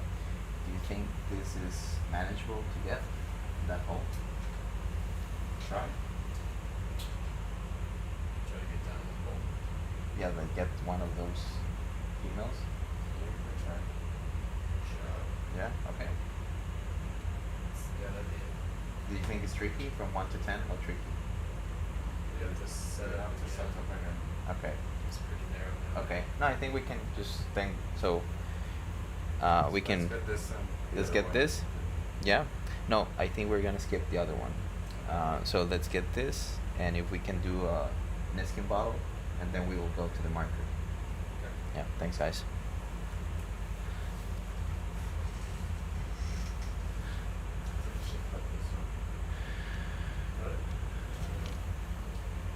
Yeah, is this brittle soft? Should we use the cutters, you think? Pinch it off? I mean, if you can pull it with, that's kind of calcareous. Like, Is it a problem? no, no. I think if you can pull it, that's fine. So we need something deep enough to get the cutters in there.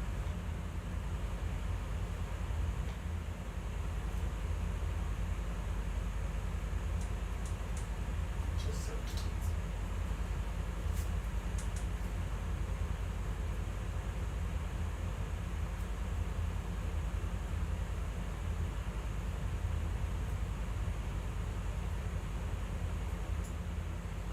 So I see a question here in the YouTube chat. Why is one branch with the polyps closed and the other not? Well, I guess probably because of the mechanical disturbance of because of the presence of the ROV. But yeah, who knows? Sometimes they have organisms living on top of them, and depending on the stimulus they receive, they might contract their polyps. So yeah, I guess we will not know, but this is a common thing to see in deep sea corals. Sometimes, even in one branch, you can see some polyps contracted and the others extended.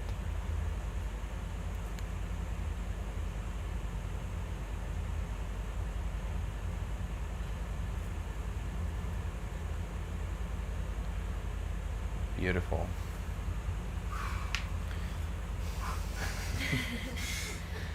Nicely done, guys. Thanks. Yay. So that's Coral Quiver 5.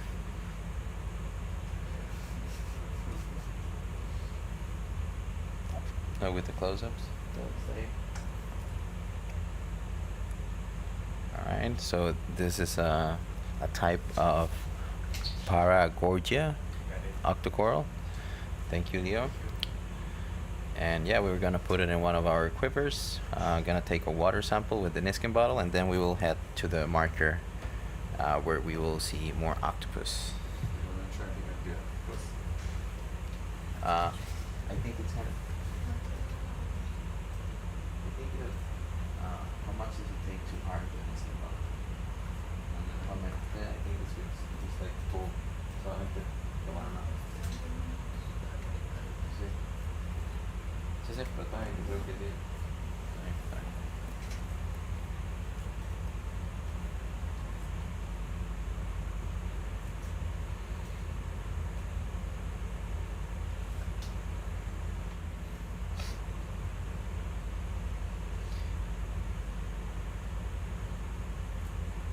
Here goes that Paragorgia coral.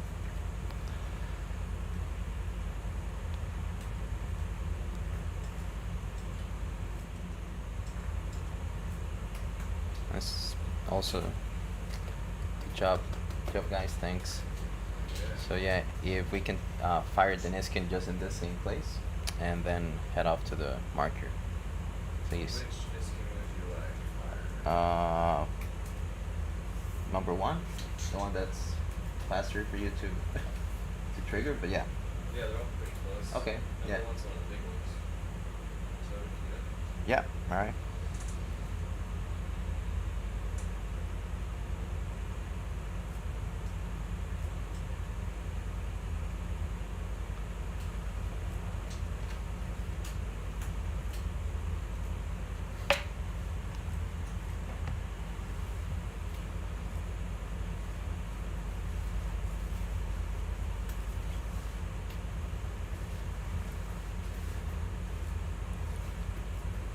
Perfect.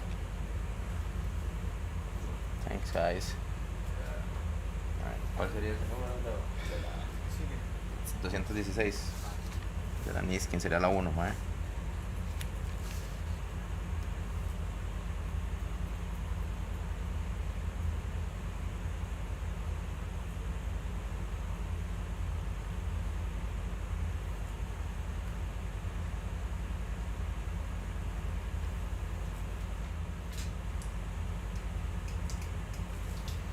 Bueno, acabamos de muestrear 2 especímenes, 2 tipos de corales, un Antomastus y un Paragorgia, ambos de alto interés para la especialista en este grupo de la Universidad de Costa Rica, Odalis Capriti. Y bueno, ahorita vamos a tomar una muestra de agua rápidamente con una botella especial que se llama botella de Niskin, y luego pues vamos a irnos rápidamente a ver si podemos encontrar un sitio especial para tomar una muestra de un espécimen de pulpo.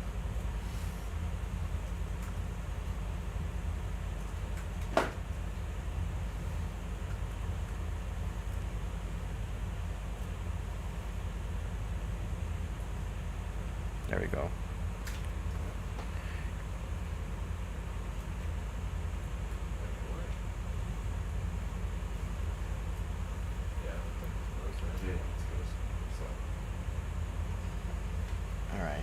guys. Yeah. So fun challenges there, yeah.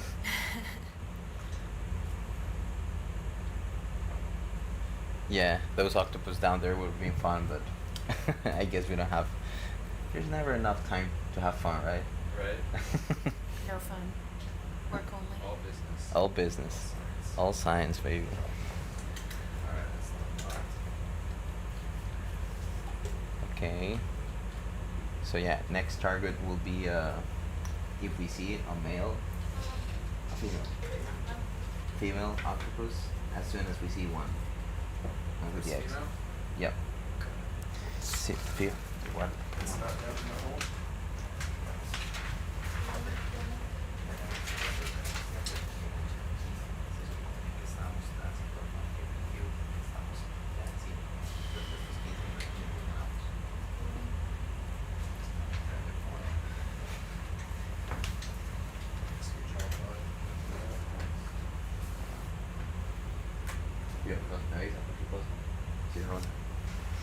Alright guys, let's keep our eyes wide open for female octopus.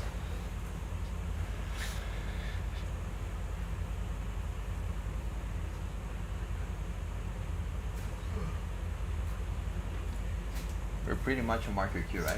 Like, Yeah, we're about 6-8 meters away from it. okay, perfect.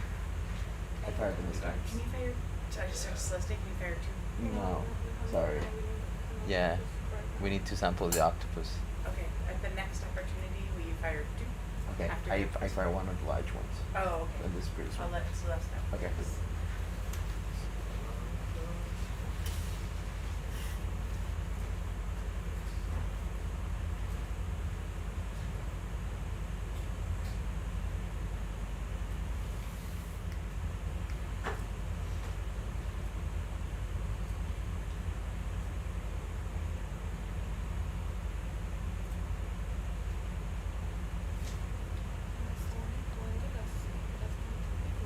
Huh?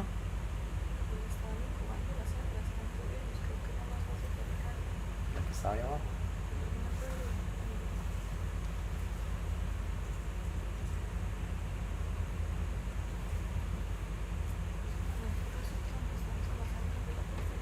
Ujú. Ese es el Q, creo. Ujú.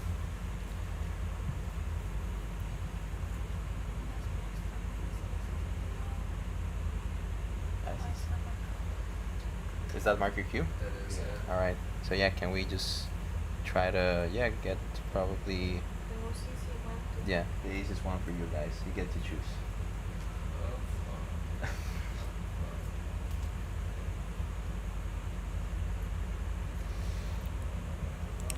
Comentarles que acabamos de terminar el muestreo de dos especímenes de octocorales y estamos, como ven en sus pantallas, acercándonos a este marcador que le llamamos marcador Q,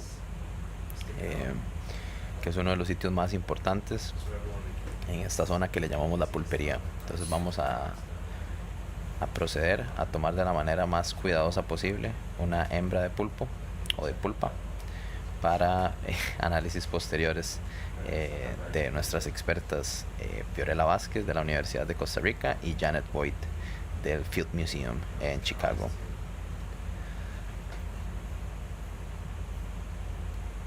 Si tienen alguna pregunta o algún comentario sobre cualquier cosa que estén viendo en pantalla, algo que hayan visto, alguna duda que tengan sobre cómo se vive la vida en el barco o de la expedición en general, pues con mucho gusto, si las ponen en el chat, por acá las estaremos respondiendo.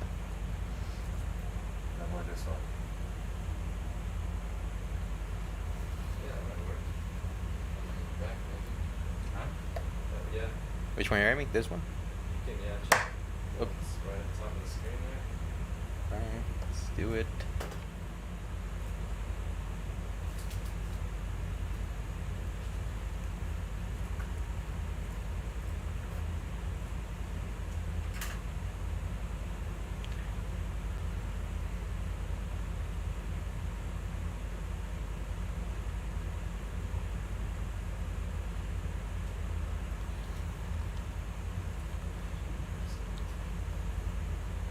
They've been using the net or just the net? I mean, I'll feel that the best thing will be the net, but if you feel that it's only reachable with the manipulator, let's go for it.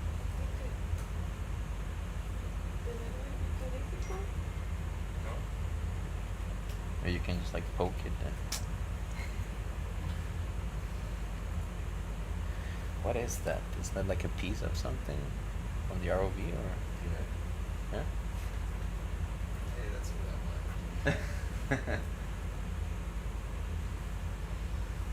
Solving mysteries. Yeah, if we have time, we can grab that too. Okay. This is pretty great. Material sampling. Just deep sea stress test.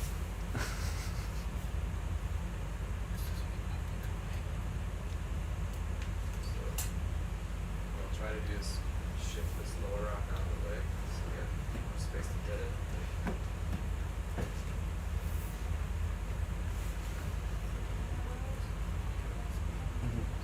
Okay.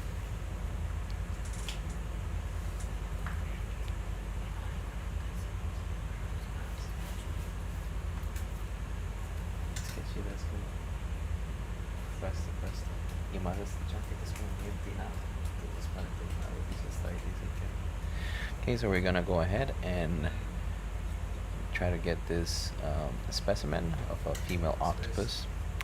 Our experts on board are very interested to know not only the species that the species of this octopus, but also to evaluate whether it's a different one from the one that we see in other nearby sites, such as El Dorado.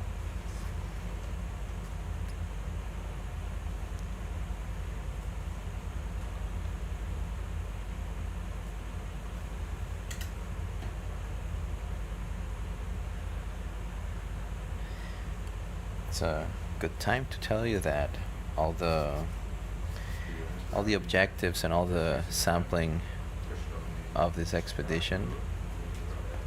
What is that? What's that crazy little guy? Is he fish? Is it warm? I don't know. Anyway, I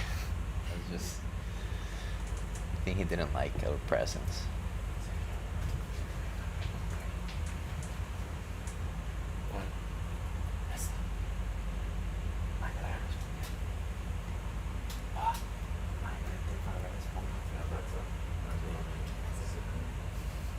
Buena teoría los dos. Entonces, mostremos el pulpo para ya salir de eso. Y ahí vemos. Por ahí un ácido que quería ver. So I was telling you that this expedition and the previous one, the Octopus Odysseys on board Falkor 2, have gone through all the permitting process with Costa Rican authorities. And one of the most important thing for us here on board is trying to have the minimum impact on the environment we see down here at these depths. As you can see, these are pretty remote environments, so it's really important for us to get these samples in order to have a baseline for future management and protection. But also we realize that it's important to only take what is necessary. So this is a constant in every dive that we have, and especially when it comes to doing research on such fragile environments.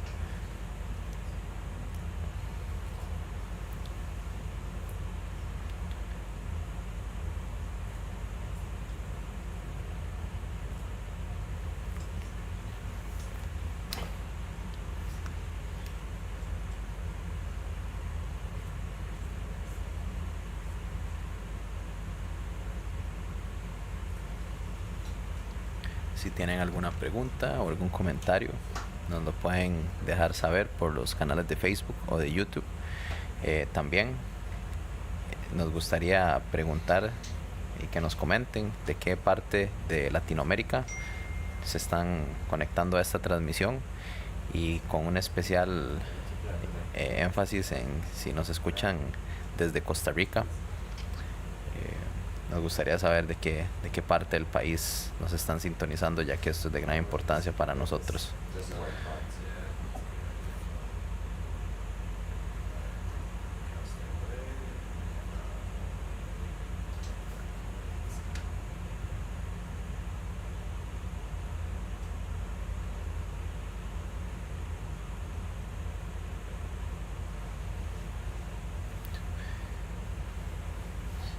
So as we do this, Sophie, do you have you're gonna show the pictures? Yeah, I Oh. can. Just let me know when. Yeah, I think we can. I'm yeah. just setting it up, that's Okay. all. Okay, perfect. but But I'm whenever live. you're ready, I think will be a perfect time to, while the guys do the sampling, we can Sure. showcase that.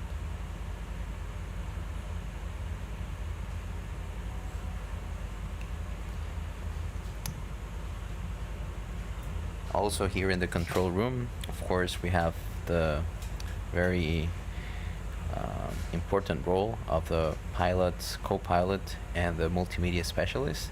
And also here in the control room, we have very important people that do the annotation of all the video and fill the sample log, which is one of the most crucial parts in order to avoid any confusions. So we have here in the control room my very good colleagues from Universidad de Costa Rica, Fiorella Vázquez, Odalis Cabriti, and Leonardo Chacon. All are associated with the Universidad of Costa Rica and with the Zoology Museum. And also here we have Jeff Wheat, which is one of the very, very first scientists to have any particular interest on this area. So it's for early careers scientists such as me and others, it's a great opportunity to be on this ship, not only to be able to to be part of the decisions that are being done in terms of biological and from a research perspective, but also to learn from all the senior scientists.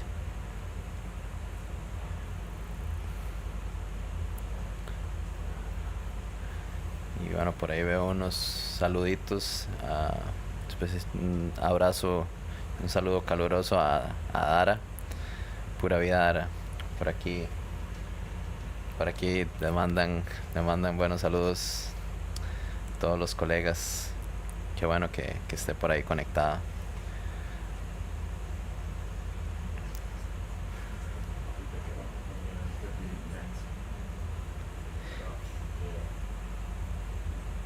Y definitivamente que esto es parte de las grandes bondades que nos brindan los avances tecnológicos hoy en día, que inclusive estando no necesariamente estando a bordo del barco, las personas pueden sintonizar en tiempo real y literalmente ver lo mismo que estamos viendo nosotros acá.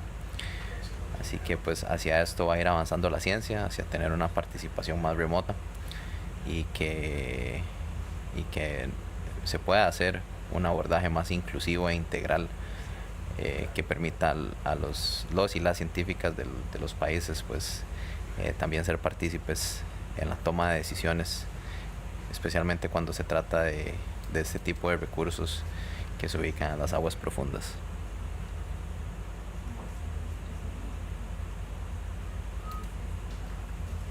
Sergio, I think I'm ready to display your photos. Okay, perfect. So whenever you're ready, Sophie. So in the meantime, while we're sampling, we're showing on your screen some of the pictures we have been able to take in the SOI photo station. So these pictures are a collective effort of many. So for example, we see here this Paragorgia specimen, which is very similar to the one we collected just a few minutes ago. And you can see here, of course, the polyps are contracted. And again, this photograph was taken as soon as the specimen was taken out of the ROV. Thank you very much, Sophie, for displaying this. We also, this is a very, very nice picture we had the opportunity to take. And it's of the baby octopus and their egg cases. Again, definitely for us, it is not only really important to do all the science around it, but also to make sure that we have enough quality material to support all the scientific articles and communication efforts that will come in the future months and years. So, yeah. This is purposeful, correct? Huh? These pictures are purposeful. Yeah. Just making sure. Then we have here this Calitro. What was that? Oh.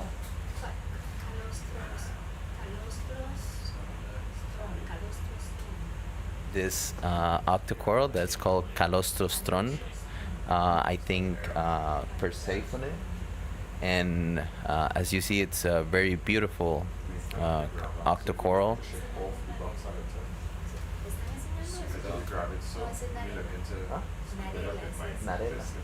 Narella, okay. It's a type of prepnoid octocoral. So yeah, these photos, as you see, this is a more closer look at the specimen. That this was taken specifically by the macro camera, and the other ones were taken by the middle to large size camera. And finally, we have this very beautiful worm with those iridescent scales. This is a very clip on there. I know it's blocking the worm. no problem. Very lovely picture that was taken by our colleague Fiorella on the macro station, and it's incredible because when you see her with the naked eye, you can barely tell there is any parts, of these little organisms. But when you take a closer look, you see all the incredible structures and morphology of these very simple yet fascinating animals. So thank you very much, Sophie. You're welcome. Appreciate it. Send me more. Yeah, I'll definitely do. All right, back to Thanks. And just to, associate it with those pictures that we were seeing, it's important to tell you also that there is a whole setup going around and taking these pictures. So we try to have them always on a black background, and we usually take a first set of photos with the labels and with the rulers to have an idea afterwards the size of the specimen and the specific identification with the labels, and then we take the photos in a more mainly aimed towards communication and scientific technically scientific efforts.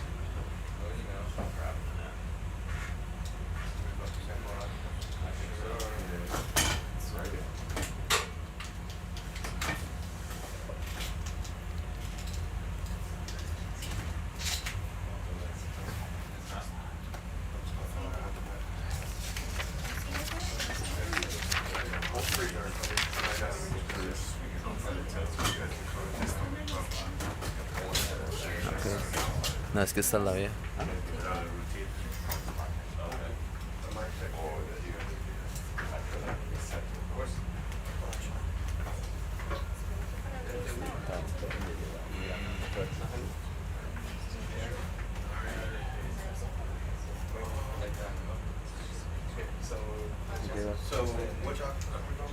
So that one on the upper.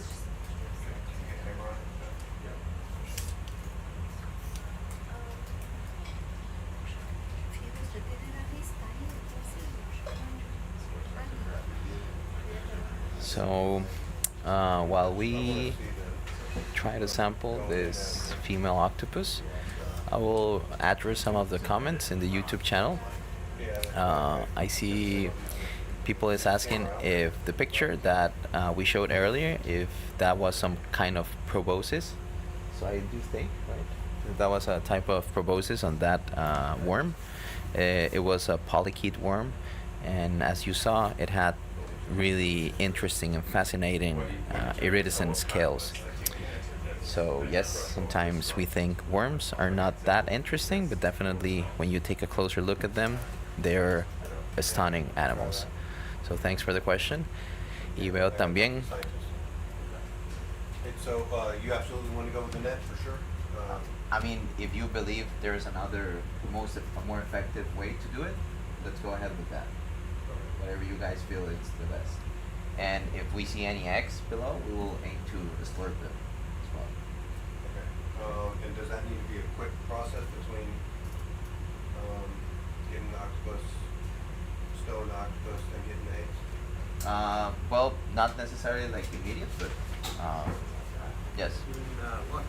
We can take 2 minutes between the two samples.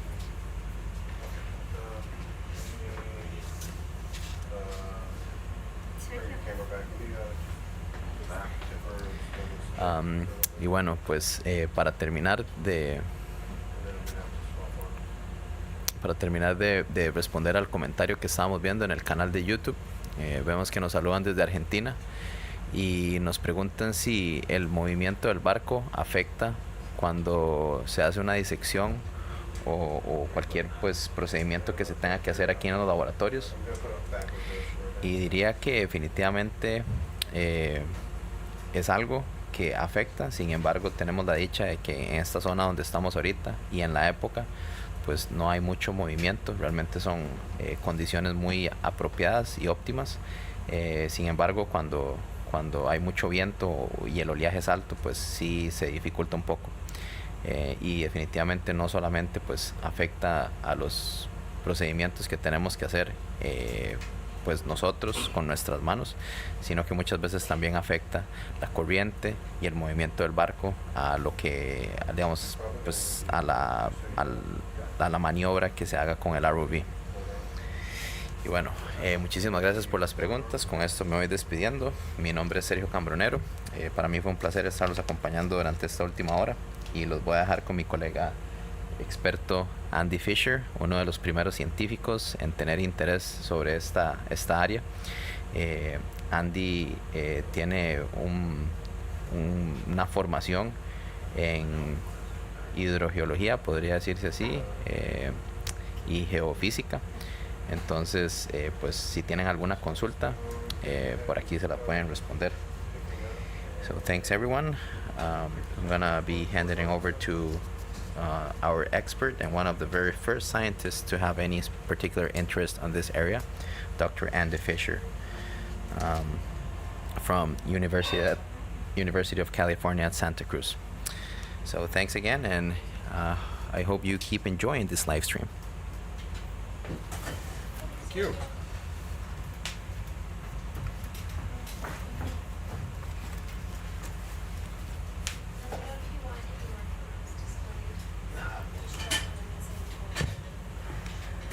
Hello, live streamers. This is Andy Fisher. It is around 2 o'clock local time, and we are in the midst of a survey to make observations and collect some biological samples from La Pulpería outcrop. This is a small pile of basalt and basaltic rubble. You can see some nice flows in front of us. You can also see a squat lobster, and it looks like an octopus brooding her eggs. There's another octopus at the top of the frame.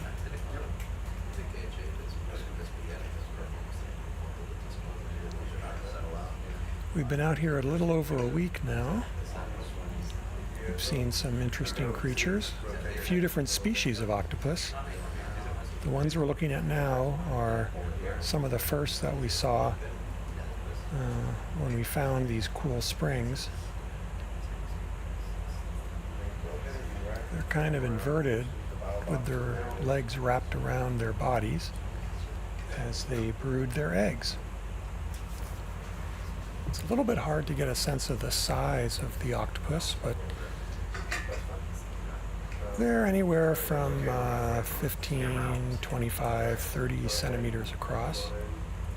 Not particularly large.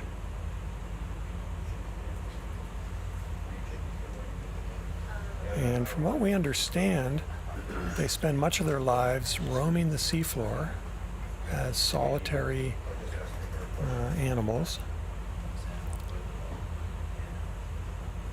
But they gather together on these rocky outcrops where they can lay their eggs and brood their eggs to help make sure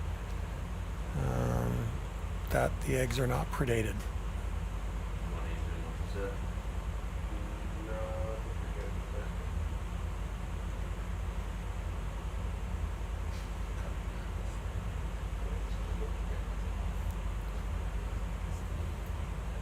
From what I understand, these octopus are different species from what's found in freshwater.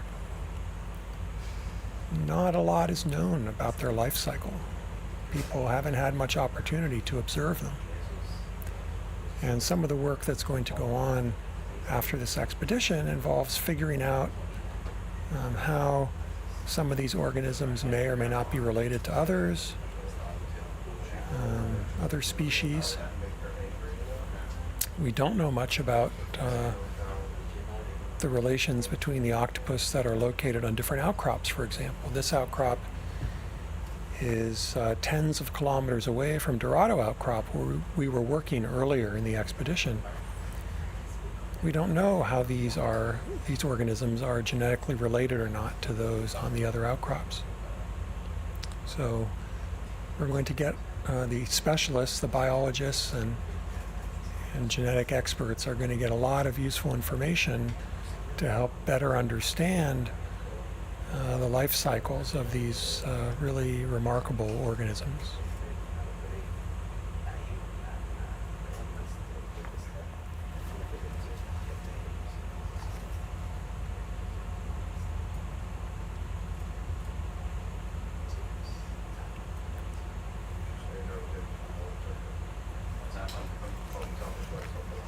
This area where we're working was first identified as a potential location for study back in 2001 and 2002. There was a series of surveys out here to collect geophysical information to map the seafloor, collect profiles with sound waves that looked below the seafloor, and collect cores, gravity cores and piston cores with a traditional oceanographic vessel, and make geothermal measurements to figure out how much energy was coming out of the seafloor around this area. That work was originally done in order to figure out if and why there were warmer and cooler parts of the ocean crust that were being subducted below Central America. It had been noted that some of the volcanoes on Costa Rica were more or less likely to impart chemical signatures related to the ocean crust being subducted along the margin. And it was hypothesized at that time, again, this is about 20 years ago, it was hypothesized that differences in the thermal state of the plate could influence seismicity, the alteration of the rocks and sediment as they were subducted, and ultimately then the chemistry and nature of volcanic activity in the overlying plate. When the surveys first came out here, there were very coarse maps of the seafloor that had been generated with satellite data based mainly on gravity. So it turns out you can use very sensitive gravity measurements from space to make maps of seafloor bathymetry, that is, variations in the water depth. many of those global maps that folks may have seen that show the distribution of mid-ocean ridges, trenches, fracture zones, seamounts, and other features were made with gravity data from satellites. So tiny differences in gravity can be interpreted in terms of differences in the elevation at the bottom of the ocean. Those maps are really great when you look at them on a global scale, but it turns out the resolution is pretty coarse. The pixel size for those maps is about 3.5 or 4 kilometers. So anything smaller than that doesn't really show up very well on the maps. And when the first surveys were run out here, that's what we were working with, was just the satellite maps. There was no other ship-based swath map data for the seafloor in this area. Just the folks had worked along the margin, they'd worked in the subduction zone.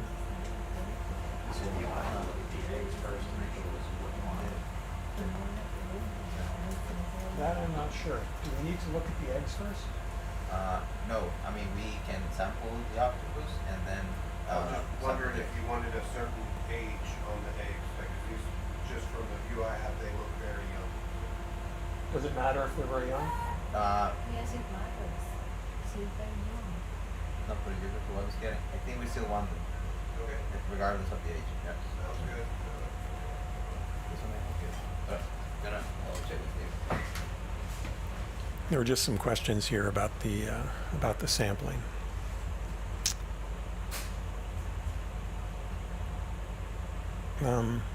Getting back to the story, the history of the early work here.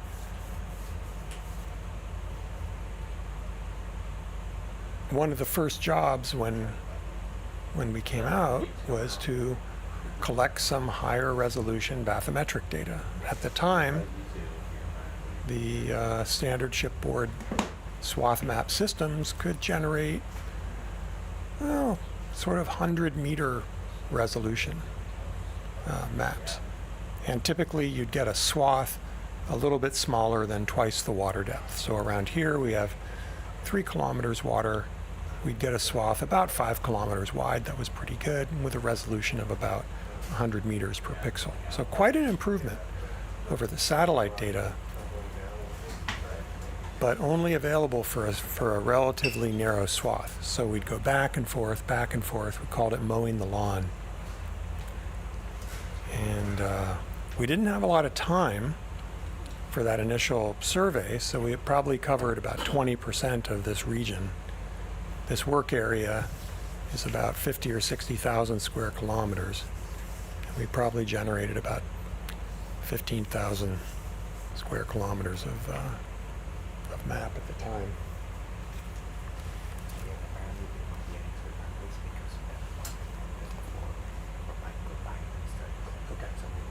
Okay.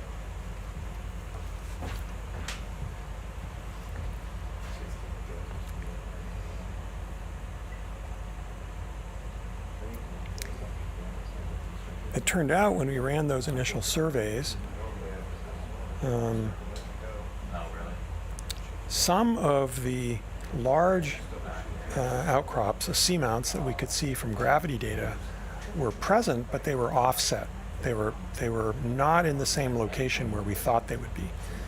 So in a lot of cases, when we ran those first surveys, we just had sort of the glancing edge of a seamount. We couldn't see it clearly. We didn't go right over the middle of it. It was actually quite difficult to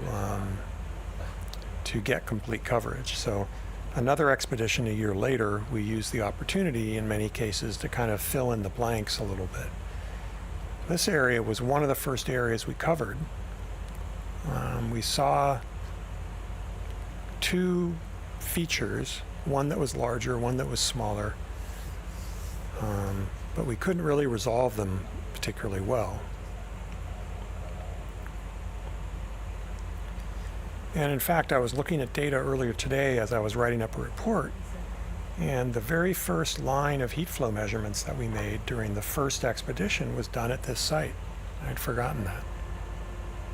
This was back in 2001. what we found in this area was that there were some differences in the heat flow, some higher values, some lower values, but overall conditions were a little bit cool, not as cool as we found in other locations on the plate. Right over the feature that we're on right now, which is we now call La Pulpería outcrop, we found some elevated heat flux, a little bit higher than the surrounding area. But in general, this area was what later became known as part of the cool section of the Cocos Plate. We ended up through those surveys identifying about a 14,000 square kilometer area of relatively low heat flow. That's an area about the size of Connecticut, the state of Connecticut in the United States. And one hypothesis we had coming out was that regions of higher or lower heat flow might be separated by one or another of the tectonic boundaries in the area. There's a fracture zone, an old fracture zone that runs through this part of the Cocos Plate, what's called a triple junction trace, where some ridge segments come together, a scar that's left over from a ridge jump that occurred in the past, and then a zone we call the plate suture, which is where seafloor generated at the East Pacific Rise to the west and at the Cocos-Nazca Spreading Center to the south are joined. So there's all these tectonic boundaries, and without having a bunch of data, we hypothesized before we came out that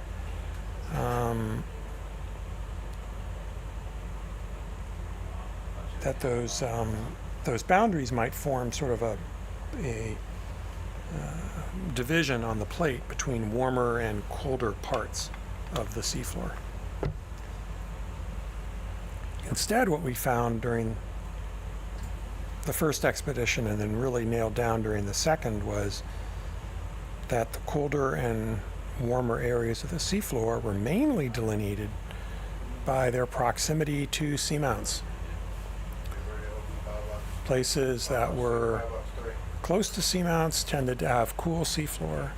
Places that were far from seamounts tended to have warmer seafloor.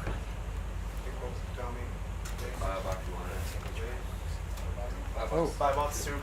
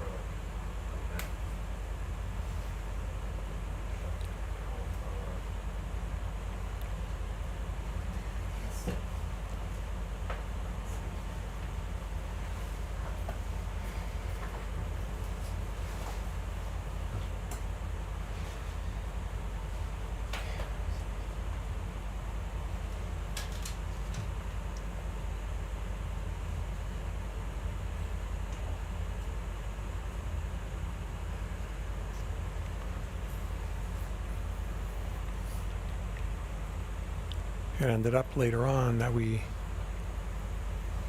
found some of the seamounts were warmer and some of the seamounts were cooler based on heat flow measurements. And that ended up being related to where cold water was going into the seafloor, making the heat flux low, or were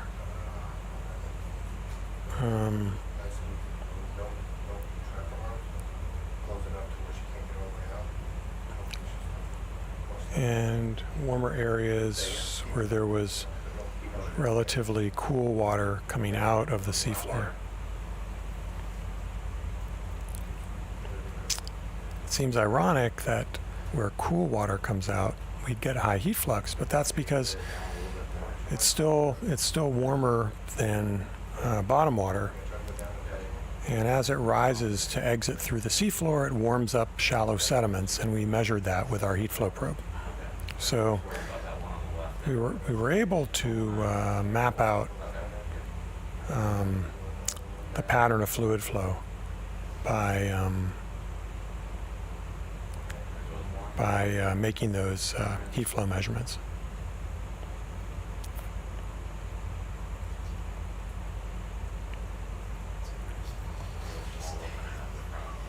We had a day of heat flow measurements yesterday, and we worked between Caballito and La Pulpería seamounts, or outcrops, and found generally low heat flux through the seafloor between the two. That generally indicates that we're near an area of recharge. The pattern isn't super clear, but it does appear that the seafloor is cooler closer to Caballito, which is where we infer recharge of cool bottom water occurs. La Pulpería is clearly a place where some of that fluid comes back out again. It's warmed a little bit. It's slightly altered chemically, and it supports this ecosystem where we see the worms and the shrimp, the crabs, and the octopus.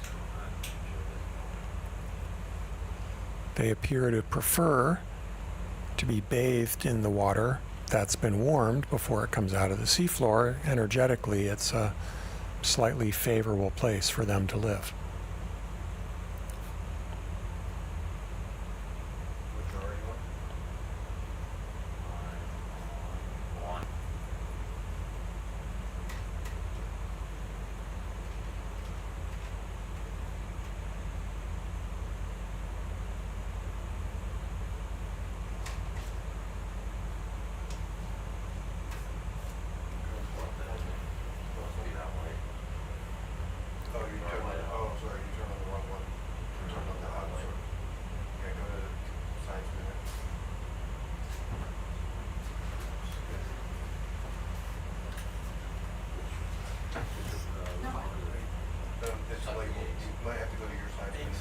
Excellent.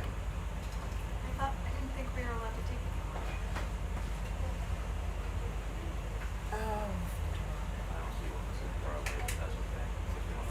Got it. Relay 5. This one. Oh, no. Which one is it? It's all Relay 6. My stuff takes forever. You awake, bud? Yeah? We'll dance? Go outside and walk in the sun a little bit? Cue your body to wake up.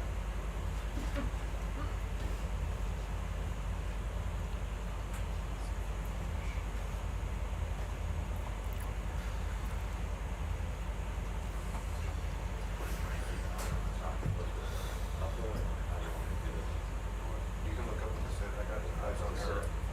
I'll let you know if I see her arms going. We're now in the process of collecting a few of the eggs.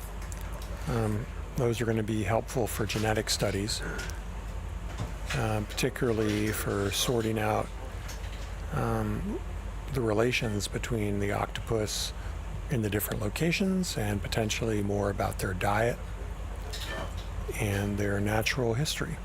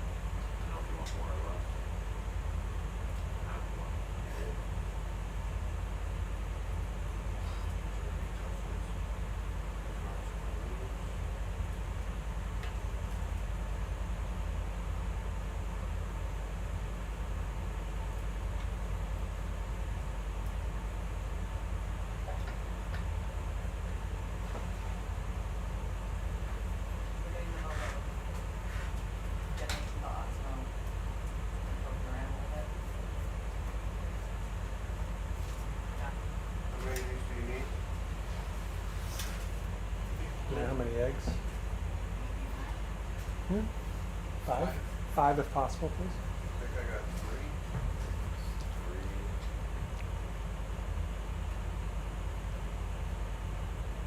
3. Oh, there you go. Is that in? I think we're good. Looks good, thank you. Which tube was that? It's canister one, yeah. Okay, so do you want me to do next before I shut it off? No, shut it off. Yeah. And then Off. Next.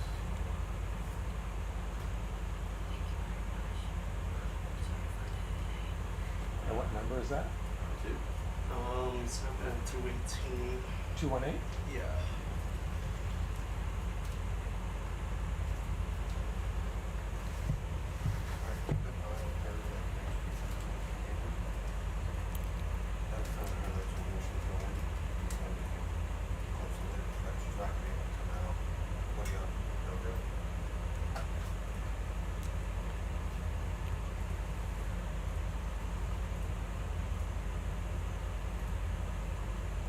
What are we doing next?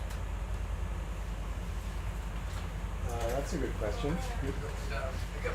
Oh, we're getting your, do you want to take the, want to guide this? I mean, or you can tell me, I'm not sure where we're going. We're going down to pick up the osmo basket and Okay, let me see. It's probably, let me see if it's here. Oh, it's this, recover the yellow fast fluid flow? Yep. Oh, and the hobo Yep. DO probe. they're Okay. right together. Okay, and do they have they got locations for these? They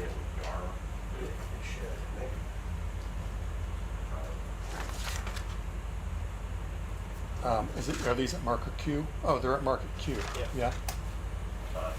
Error, not, Okay. drawing. Looks like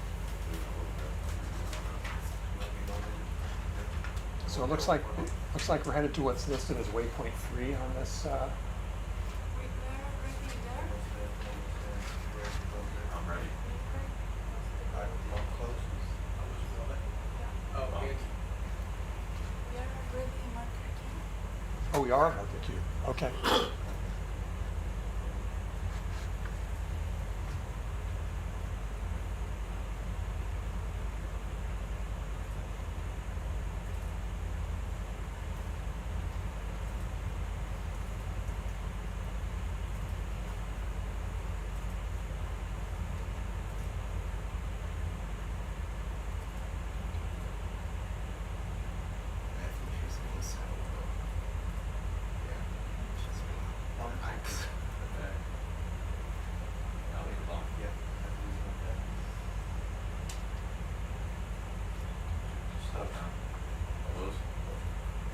That's me fully closed. Okay, looking at.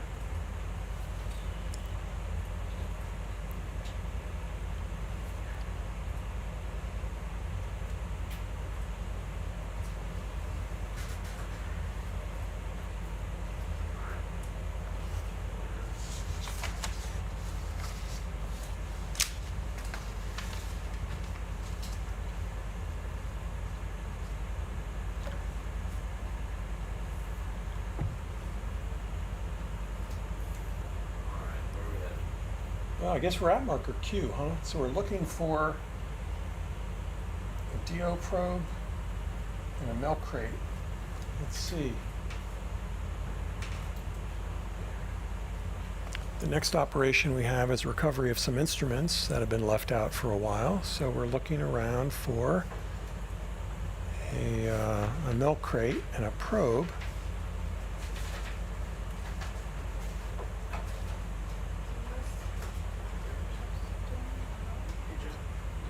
I have no idea. Okay. So, Looking for a milk crate? yeah, I'm told that it's behind us. Yeah, waypoint 3, yeah, so you're gonna have to go back into your.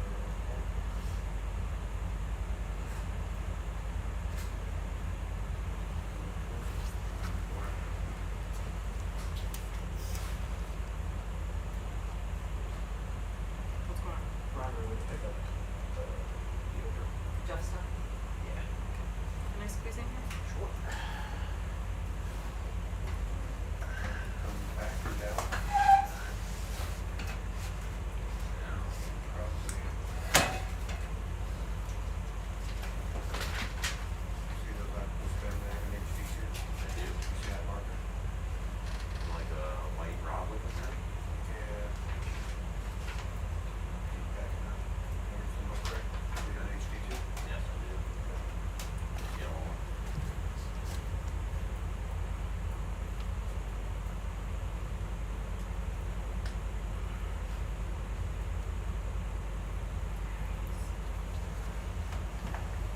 Okay, so it says we're going to recover it.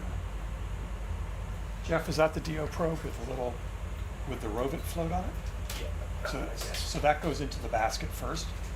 However they want to do it. Okay, but then, But both those things come back. right.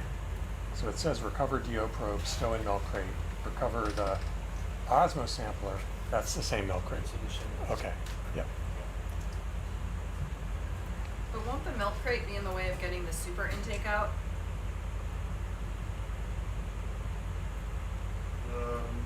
Yeah, I mean, I could potentially get the, where are you wanting to do the super at?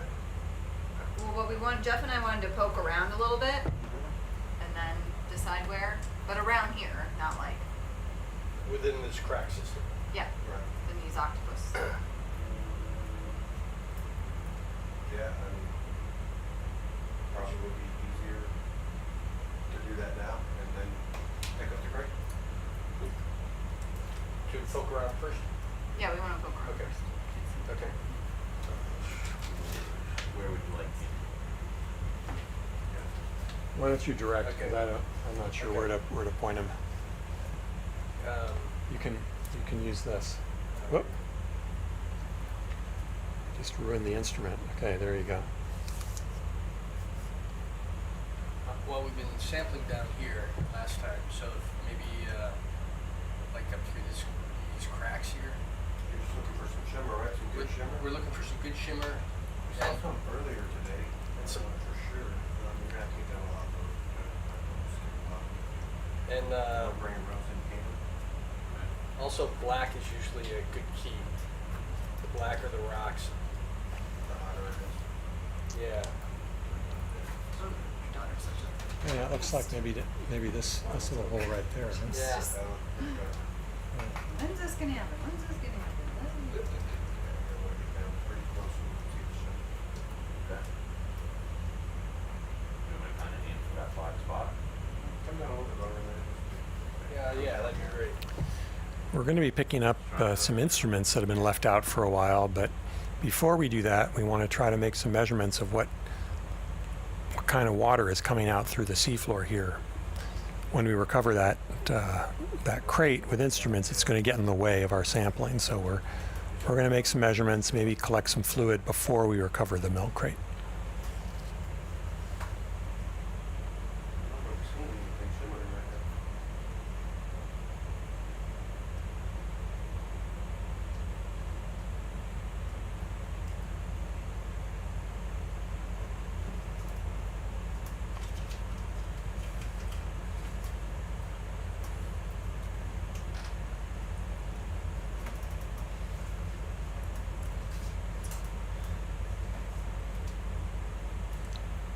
Shrimp are sometimes an indicator too. Maybe this thing. And we're gonna want to get it with the oxygen probe that's on the port side. Sure, go for it.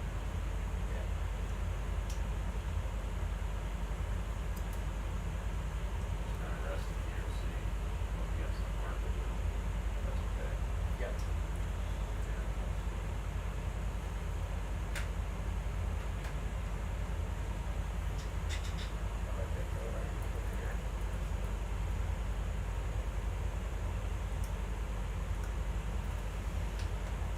There? Yeah, I've seen it in that black crack. Yeah,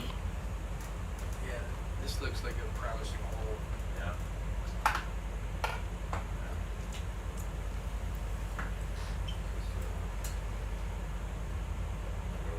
No, it's not. What's that? If they're okay with it, Yeah, let's give it a try.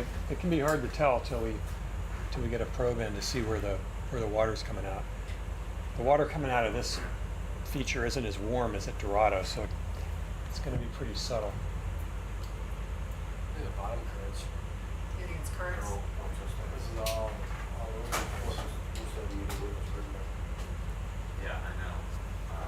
I got alert. Okay. So out here.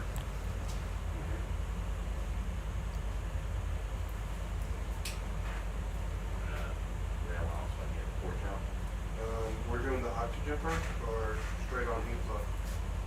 Let's shove the oxygen probe in. It's on that side. You gotta push it a little bit. Yeah. Yep. Ready. What do you need?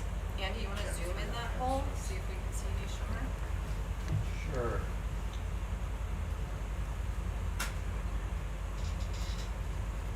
Well, of course, you're copy there. In here. Oh yeah, maybe a little bit. Can you give me a view of the 4K? Yeah, can you grab this camera again? Sure, you bet. Please do. There? Yeah. Ready?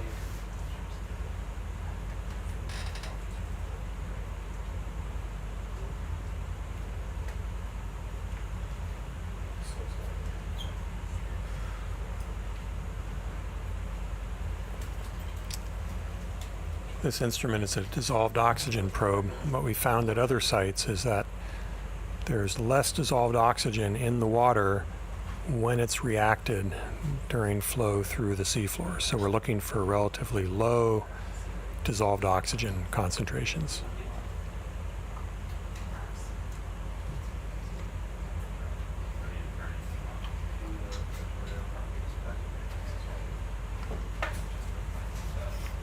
Can we get that oxygen and temperature on the overlay done?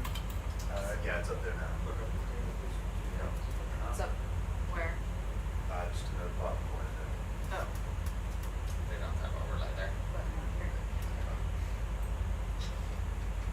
Where am I going in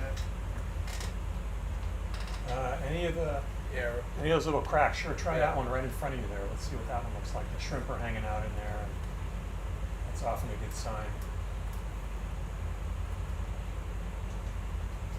You want it to be like down current of it? If you can just jam it right in there. Yeah. Can you rail out?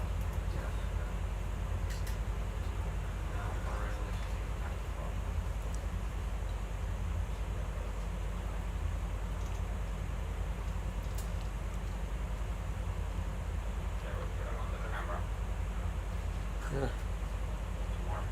Not much different. Yeah, can you shove it into the rocks? I see it. Thank you. Yes.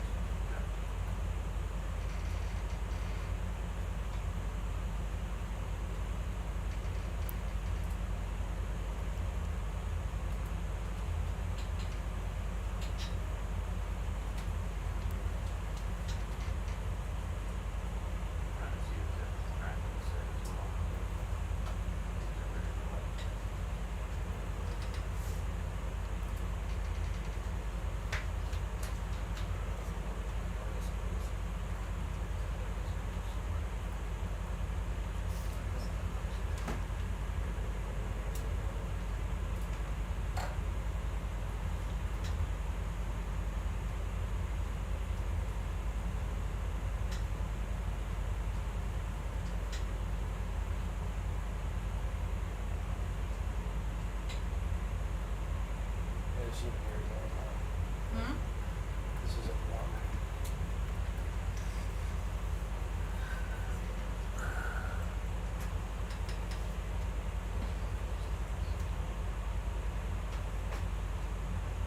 Anybody going deeper than that, or hold there for a second? If you could get in deeper, that'd be great. Yeah, we're not seeing too much of a signal right here. Yeah, maybe we need to look around a little more. That slot down below.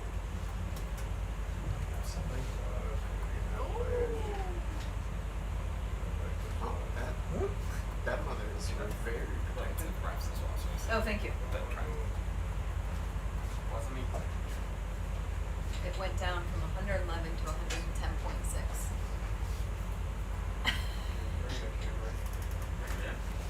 Subtle. Rich flame fluids are nothing but subtle. But you still want to keep trying to go in there? I mean, it looks like it's pretty much. No, I feel like we should look for a place a little more obvious. Yeah. Okay. I mean, like, it looks like this. There's nothing else in there that comes in the back wall. Yeah. I thought there was something below, but now I don't see that area. But there are lots of shrimp around here. There are. Yeah. They tend to Seems like they're pretty happy in the flow. Can you zoom out a little bit, Andy? Just Sure. see where we are. All the way out. Okay.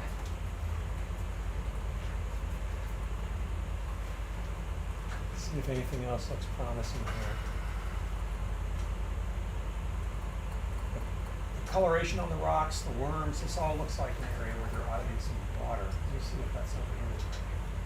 Side.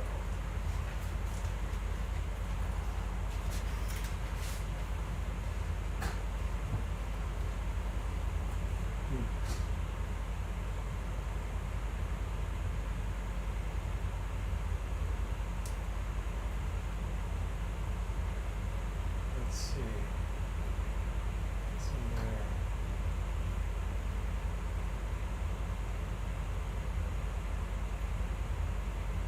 Yeah, what about above that squat lobster?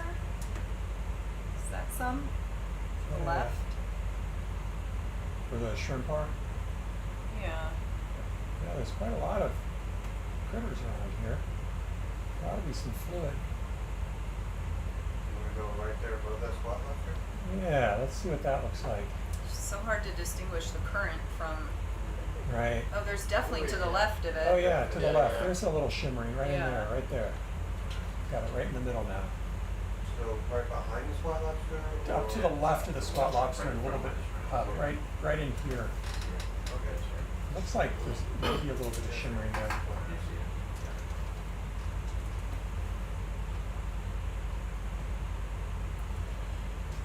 It's a tiny little crack. Can't tell how big it is from.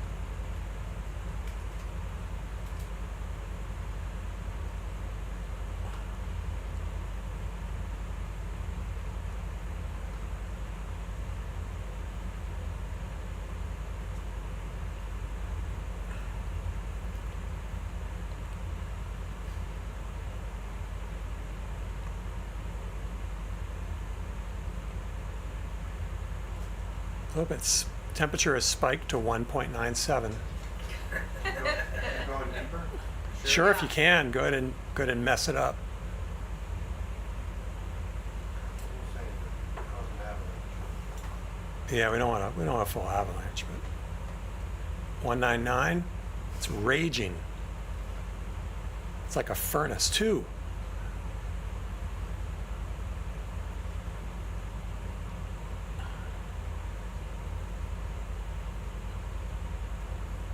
Might be a spot, you can come to the right. There, this way. Yeah, maybe hold there for a second. Let's see. It is getting a tiny bit warmer. It's not, the oxygen's not changing very much, but it's a balmy 2.05 degrees.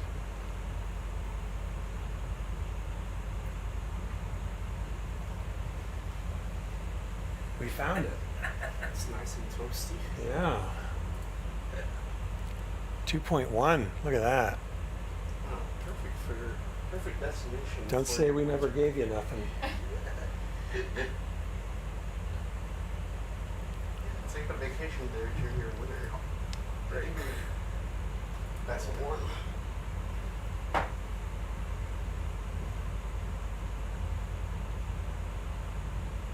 Yeah, it's a little warmer.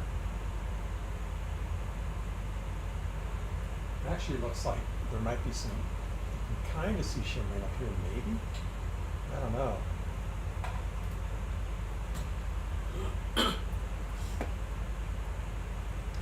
But there's plenty of shrimp. They always seem to hang out where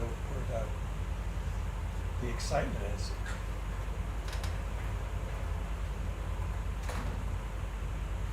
Is marker Q above us? Below us. Below us? We're at the top reaches of the dark spot. Okay. Still, temperatures climbing, 2.21. Do we want to go down a little, or what do you want to do? Yeah, let's go down. Okay. So you want to go down the Yeah, face? like back up and Back, go down a we'll little go, bit. okay.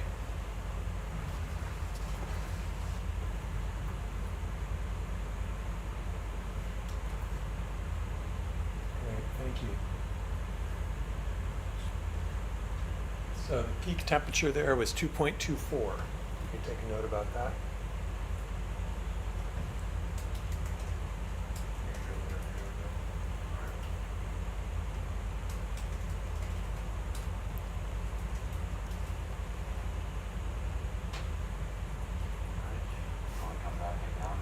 Yes, please.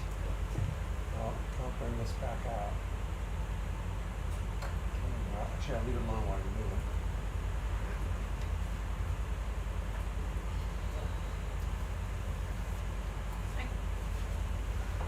Oh, we're trying to find a place to sample. I'm using Jeff's DO probe.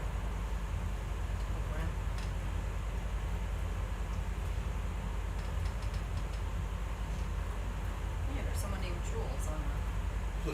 It's not me.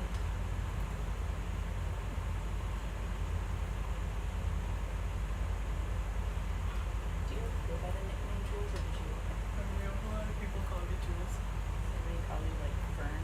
No. No. That's good. Yeah, it is good. Okay. It's funny. For a couple of Maybe years, two we Jules. sit down and here and we'll see what else we can we were find all born in the rocks here. It was like the Julie Andrews Like era. that dark area. That area there? Okay. Because then once we get down here, there's a milk crate. We know there's water No, coming out I'm of just that. guessing. Okay. but it was That area that you just pointed, So almost right where we just. Oh, that's where you just were? Oh, jeez. Oh, okay. All right. Sorry. Yeah, okay. Never mind. distinguished from the other way. Well, it might have changed. Now that we're gone. Yeah.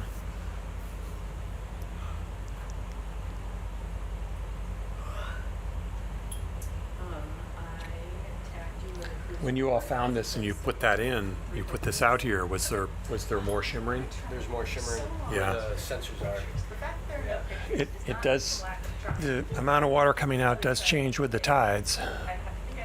So we know it's not always the same. About like over here. Yeah, there's quite a few worms there. I have so many. One of those holes. I Oh, have oh, like I know. so many pictures. I would just select the three on your phone.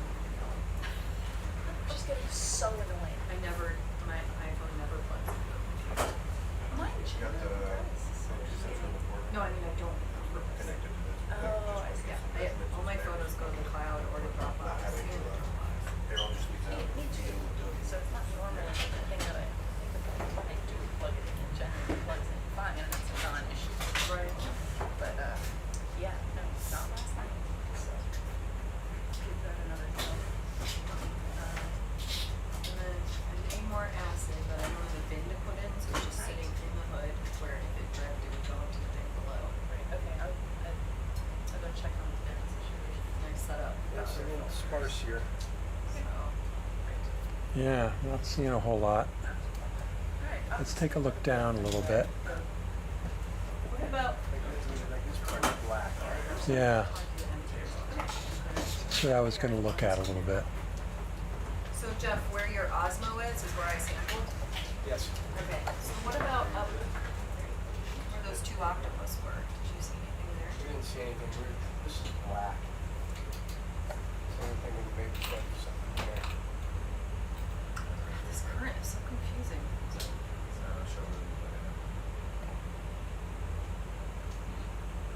It could just be off right now.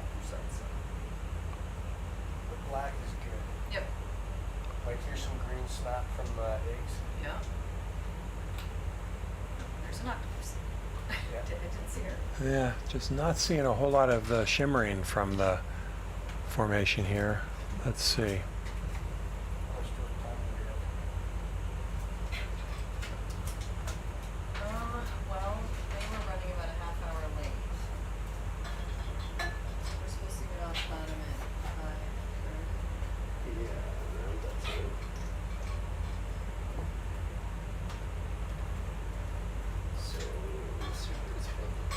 Yeah, there's more green goo. Maybe like what about shoving it in one of these, like these cracks? Yeah, sure. Give that a try. Oh, hello. We switched out. Yeah. Yeah. So you want to try to shove the tip of that oxygen probe in one of these cracks here? Let's see if it's warm. Yeah, we can see now. I can see over there. Sure.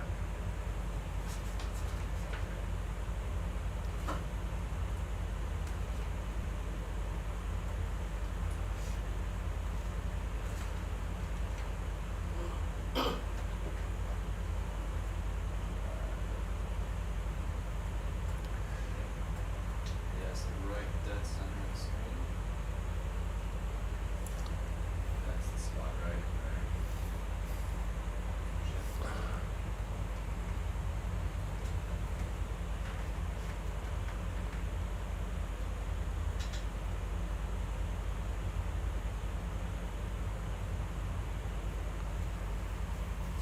great. Let's just hold it there for a sec, see what we pick up. Doesn't look like much there, Jeff. No, I know. That one doesn't look so great. It's going down. All right, let's see what else we got here. Any other spots we can look at?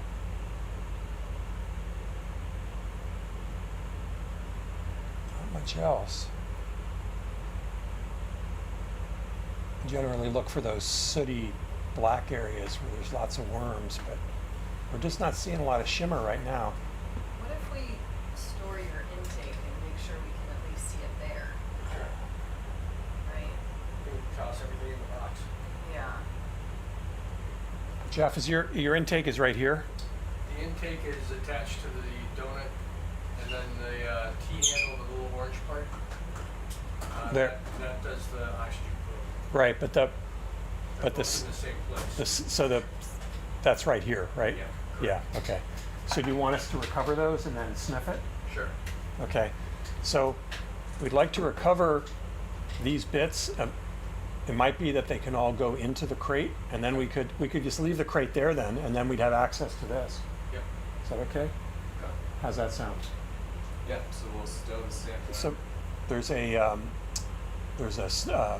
DO sniffer here that can go in here, and then this is a temperature logger, and that can go in there too. Thank you. Stow it or just switch over to the what's been plugged in. What did you get here last time? Leo? Temperature was like, Which I will define now. DO was halfway between, so 50, maybe 80. Oh, Okay. Substantially different than we're seeing Alright, today. ready? Push. yeah. Okay. Tides. Yeah. I don't know though. There was like lots of gunk on my filter from here compared to Dorado. I could like see stuff on my filters from here, but I couldn't from Dorado both times. Yeah, you said it. So, and I, Plug into there's this a lot of one. animals When the here. unplugged arm's not getting high. Scale worms you don't see in Dorado. Okay. Yeah, that makes more sense.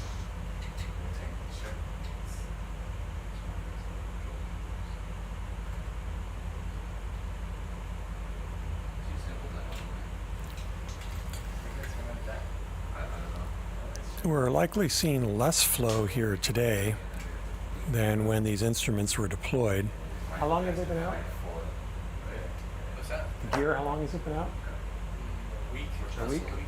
Yeah, the instruments have been out a little less than a week. But it seems there's less flow coming out of the seafloor here than we saw earlier. And we've noticed previously that the flow does vary with the tides. The system is pretty open, and the tides can be a meter or more. So that seems to have an influence on the flow rate and even whether flow occurs at all.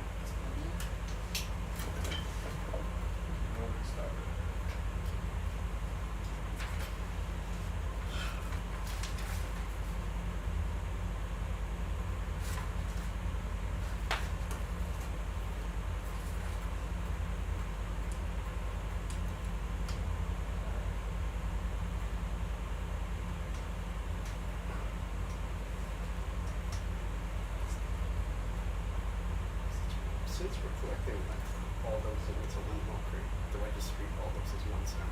Like Well, we're not putting them in the vehicle quite yet, Yeah. so. So we put in this in the basket, right? Yes, please. We're going to put them in the crate. Yeah, in the yellow milk crate. Right, so they're not gonna go in the vehicle yet? Yeah. Sorry, baby.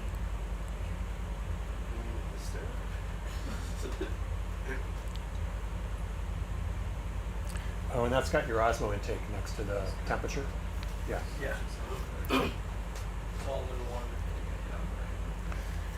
So that T-handle device has an autonomous temperature probe that's just been logging data every 30 minutes, telling us the temperature, and it also has the intake for a long-term fluid sampler that we're going to be recovering.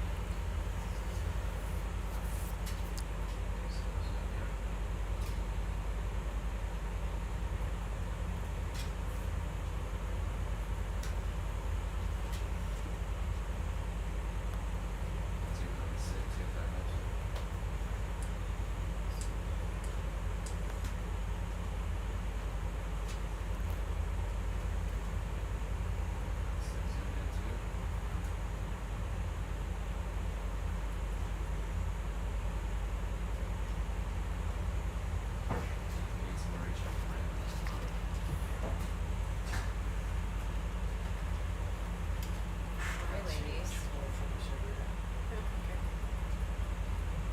Beth. The animal folks went over by like a half hour or so. Okay. Stowing this so you can poke around more. Yeah. I don't know if you guys saw earlier in the dive, but just upslope from us is that cliff. And there's like water coming out of the cliff, and that's a spot that we've never been able to really measure it before. Huh. We didn't see that. I didn't see that. Okay. When was it? During the filming when we were on streaming. Oh, okay. So it's above where we are now? Yeah, if you just go upslope, Yep. there's like a rock wall, Okay. and there's like little spots where like you can see discoloration from probably a lot of octopus having laid their eggs there, Oh. and there's sugar coming out.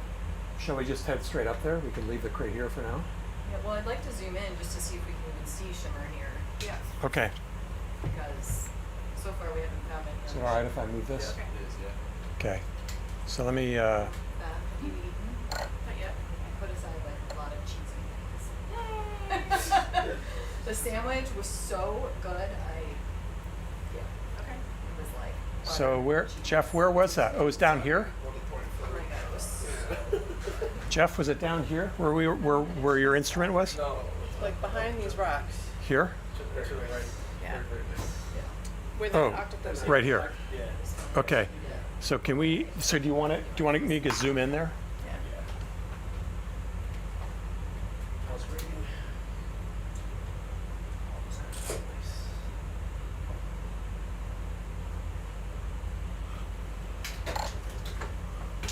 There's a little sugar there. There's still shimmer. Okay. There's a little bit. Yep. So if the cliff is a bust, we'll come back here. Okay. So let's leave the milk crate where it is, please. And we're going to back off a little bit so we can see a little more, and then we're going to work our way up the slope. And according to our fearless leader, Yeah. there's a magical cliff, Magic clip. and there's leprechauns on the cliff. Are they big, kind of small? I don't know. I wasn't here. I didn't see. Alright. So they're weird leprechauns because they're shaped like octopus. Yeah. That's very true. So we're just gonna Instead of gold, it's we're just gonna back up, and we're gonna go kind of work our way up. Pivot to the port and then work your way up. Okay. instead of a rainbow, it's sugary.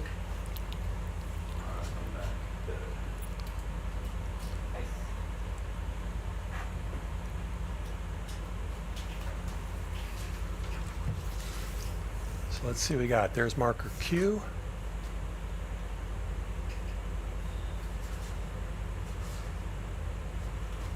That's so weird.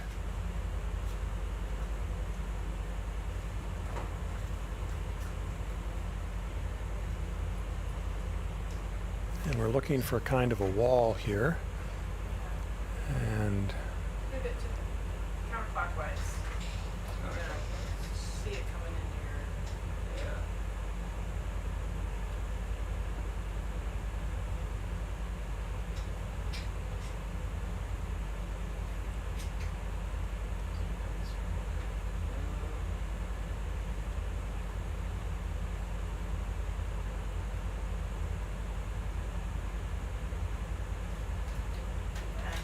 Go to your port side. Maybe over there.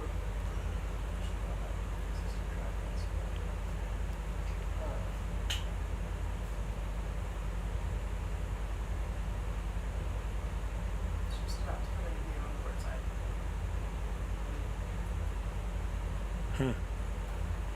oh, So that area. is that it there to the left? Yeah, keep going around. Yeah, so you see that light colored area, an octopus?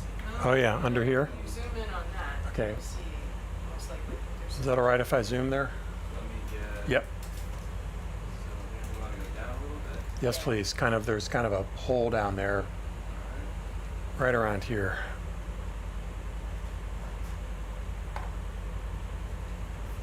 San Temple? No. Druids. You want that? Particular area. Sorry. Ureas.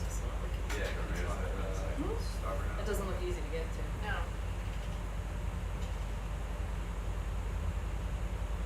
Looks like a good place to be an octopus, though.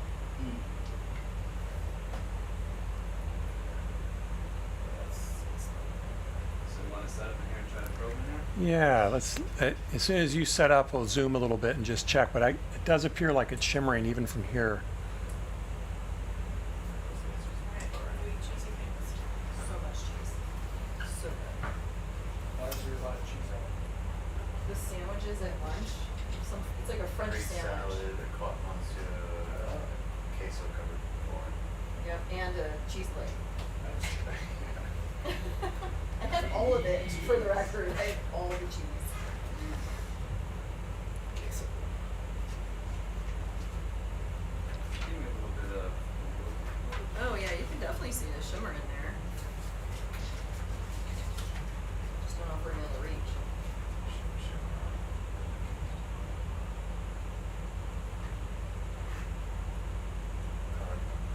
Card comes on the corner.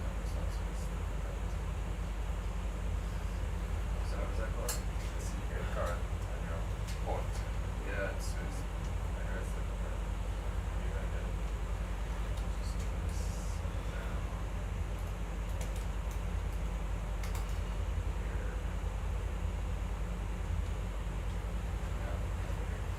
Is this where we're at? Waiting for you to start your Sort of. We started, yellow fast flow +%. we haven't put anything on the vehicle, that's in a fire. But we started a little like. We just left marker two. We're in that vicinity. Yeah.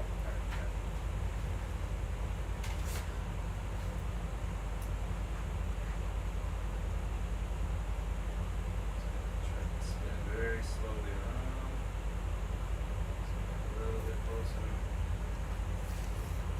It's a tricky spot. This tricky spot.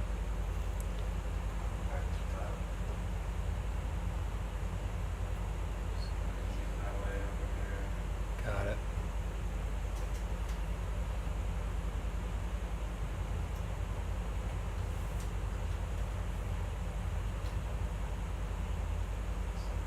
Clear on the starboard.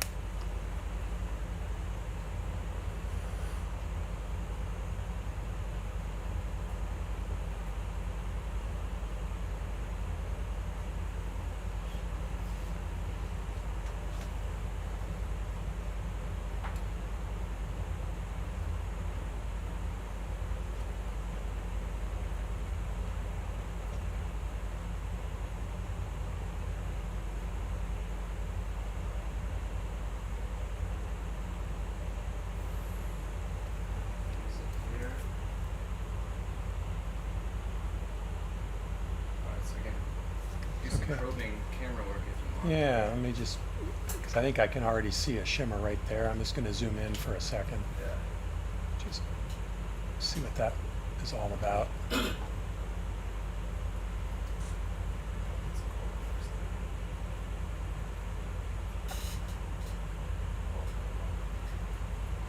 Oh, yeah. Yeah, I think you can see there's some shimmering down here a little bit.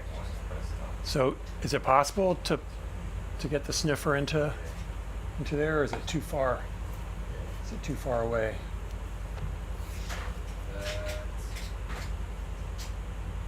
That's all the way down in there.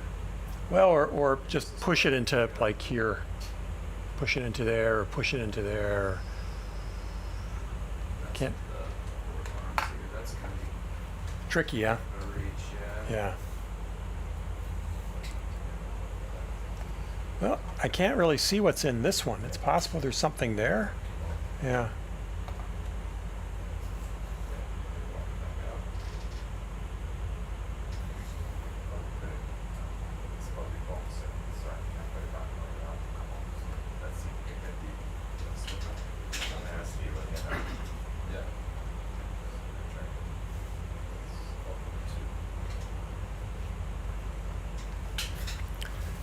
So straight ahead of us, we can see what appears to be a little shimmering water, but it's pretty far ahead of the sub, so we're not sure we can get a measurement in there. We're gonna see what's possible.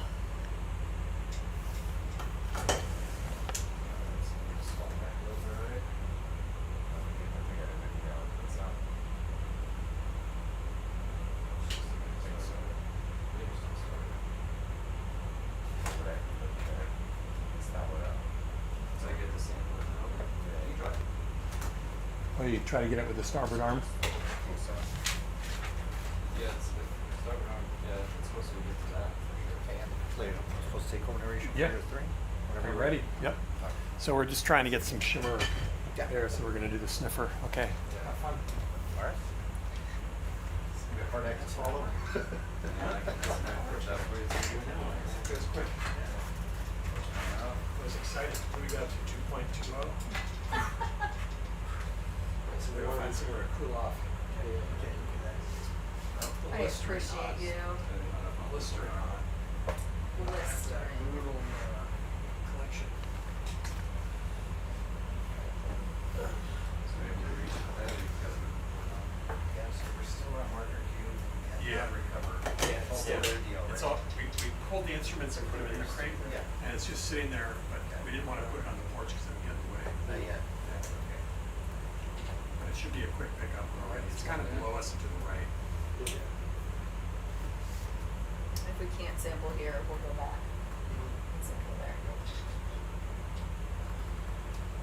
It does look like a spring, like Barton Springs in Austin or something like that. I don't know what that means. Oh, that's like this. This is public spring. Pardon?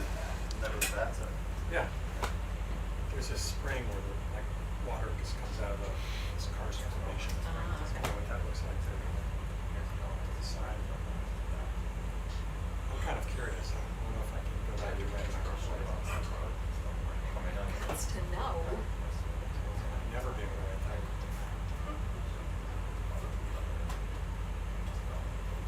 That is gonna be lucky camera stores, just saying. That type thing.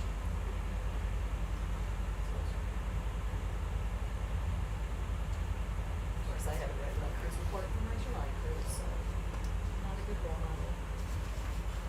Am I looking at that thing over there? I think it's like an ultrasound. Oh, yeah. Good afternoon, everyone. My name is Gustavo Ramirez. I'm an assistant professor at the California State University in Los Angeles, and I have just taken over the narrator seat from Professor Andy Fisher from UC Santa Cruz, and he is a hard act to follow.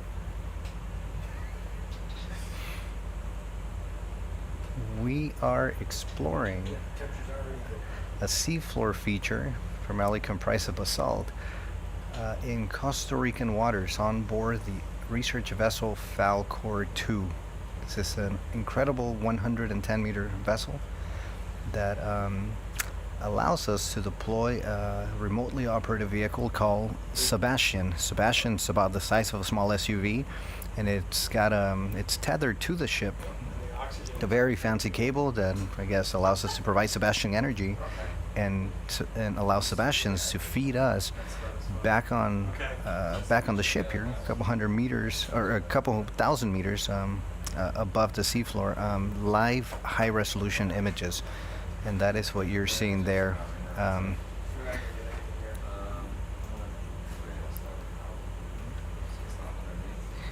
Many moons ago, over 20 years ago now, Andy Fisher and another scientist in the van here with us now,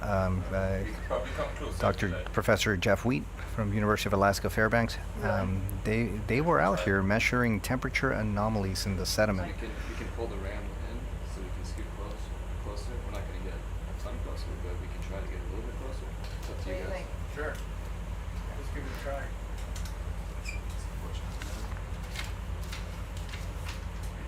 Oxygen or temperature? Both. Okay. 15.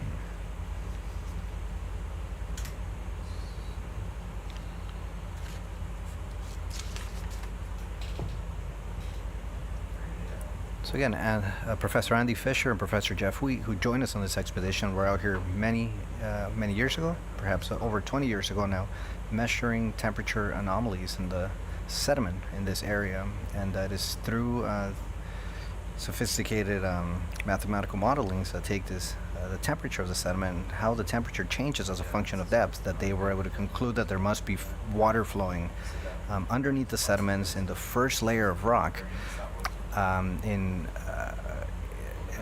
That's why this place became scientifically extremely interesting for initially. There was a follow-up cruise after that initial temperature observation, again mostly driven by geophysics. There was a follow-up cruise 10 years ago that was able to get cameras on the seafloor and actually get a couple of these scientists on the seafloor too. They dove down there in the human-occupied vehicle Alvin. Nope. And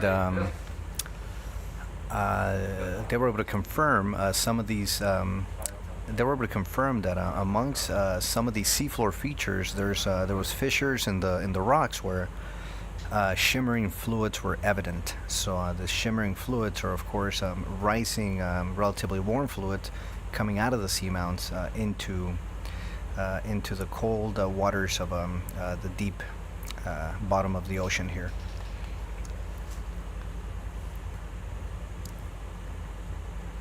Another major observation from this two cruises that occurred 10 years ago, I guess follow-ups from the original measurements of temperature in this area, perhaps 20 years before that or 20 years ago now. Anyway, so 10 years ago they were able to see that wherever there was warm fluids venting out of the fluids, there appeared to be brooding octopus at those exact locations. So that's how our cruise now in 2023. We've been here twice. We were here in the summer, and we're here now in December. This is how our cruise got its name. So now we've called ourselves the Octopus Odyssey. So there's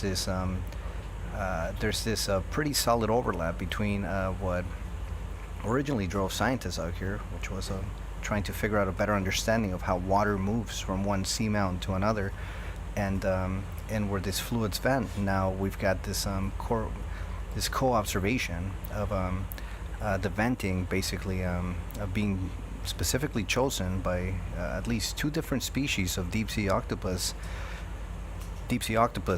as special sites to brood their eggs.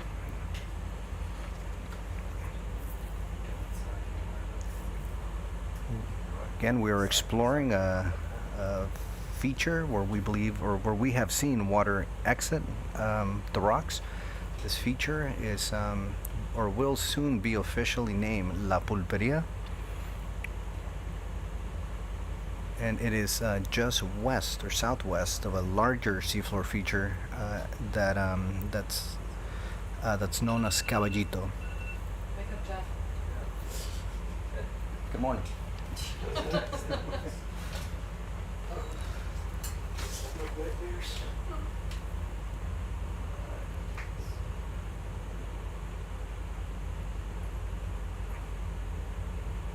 Again, our goal now is to do a little bit of exploration around this this site that we actually visited 5 months ago, where we know that there's venting spots. What we want to do when we see venting, and again, the venting will be evident if we can see octopus. They more or less go together. Wherever there is venting happening, before we can see it, by zooming in and confirming that there's shimmering water coming out of the rock, before we can see that, we usually see brooding octopus mothers.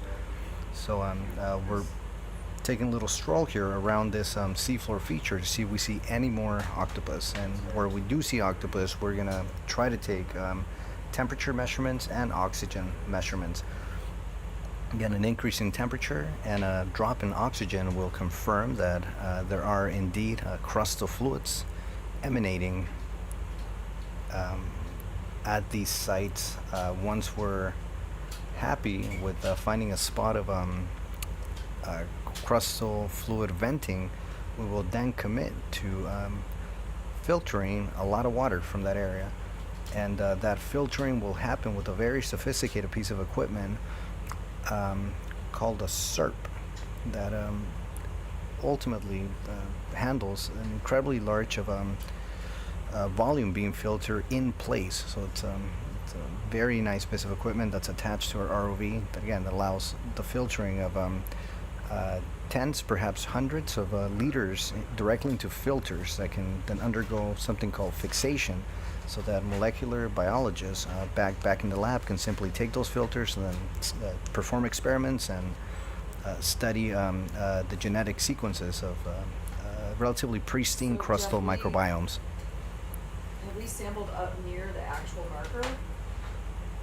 We sampled where those 4 octopuses are right next to the filtering. And we were just probing about and didn't see anything right around you. Right. We started up here. Okay. We were in that hole. Then we moved down. Then we moved down. Okay. And this is where you sampled yesterday, as well as where all the intakes, we shoved them all in the same place. Right. So this seems to be right now the only game in town. Yeah. That we can reach. Yeah. And it's not bubbling over. It's So you not guys what? want us to set up by the creek? No creek? Well, we want to be able. Gus, can we do some zooming in Yeah. to figure out where the shimmer is? I think it's in this crack here. Yeah. Point to the crack? Here. Yeah. Where the shrimp is hanging right above it. We want to be able to get the super intake in there. But first, Jeff's DO thing. Like, yeah, like in that crack straight ahead. Right there? Yeah, where you can see the shrimp Mm-hmm. hanging out. Yeah. Yeah. Where the laser light is. Yeah. Yeah. I'm gonna go use the Sorry, guys. restroom, Jeff. Oh, Okay. sorry. On you. Star Fox. Yeah, if maybe we can shove the There it is. temperature probe or the oxygen probe down there. Looks like a nice place to hang. Indeed. Sorry, guys. Am I moving too fast? I'll slow down. It's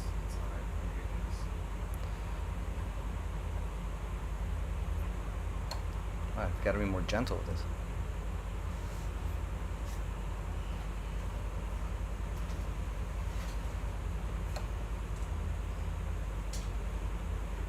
If we don't get a good reading here, Jeff, do you think that there's time to look around elsewhere, or do we have to commit? Yeah, there's only, these are the only places where there's flow. Okay.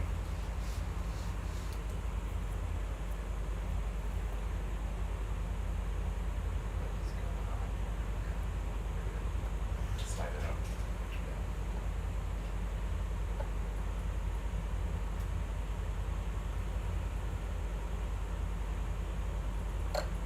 Yeah, I mean, it's shimmering in there. Yeah. Yeah, that female looks cozy. Oh, yeah. Mm-hmm.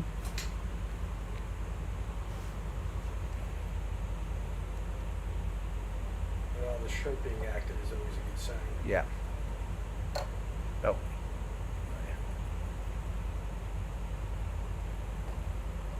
There it is.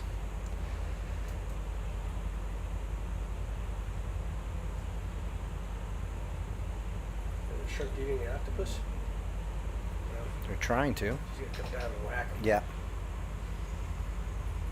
They'll be like horse flies. Yeah. so- Exactly. Yeah. Suck up. You guys wanna? Yeah, right down in that crack. Just above the lasers. Yeah, you got it.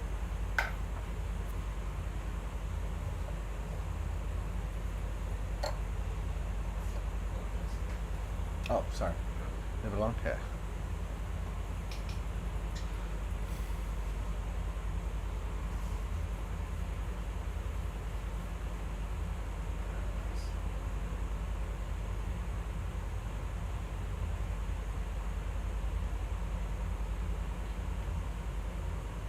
All right, to those of you watching back home, we're attempting to take temperature and oxygen measurements that would confirm this crevice in the rock as a hydrothermal fluid outflow site or discharge site. So again, we can hypothesize that there's hydrothermal fluid emanating from this particular fissure in the rock because we're seeing the brooding octopus females there, and we know that they're quite finicky about only brooding their eggs where there's venting fluids. So that's our first indication here.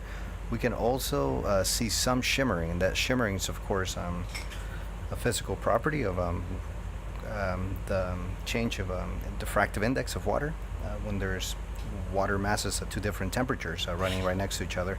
So we're confirming that now with the thermometer, and we're also measuring oxygen here. There should be less oxygen in the venting fluids relative to the oxygen levels that are found in the background seawater.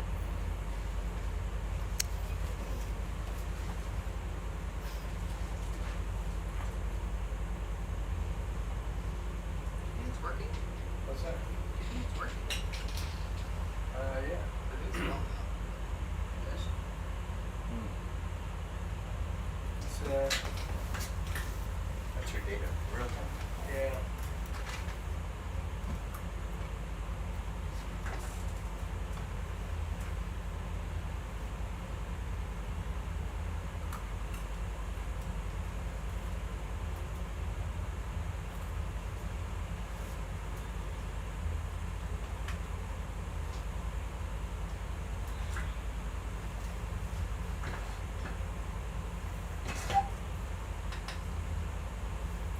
Hey, can you guys power on the Supra, please? Yep.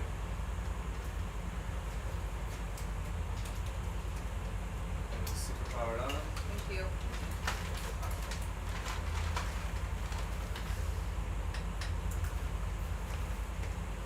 You got like 6 here last time. Right? What's that? 6 or 7 degrees? Yeah, there's a lot more. I mean, there's no way this is gonna make 6 or 7 degrees. Right. I think we're just not in it.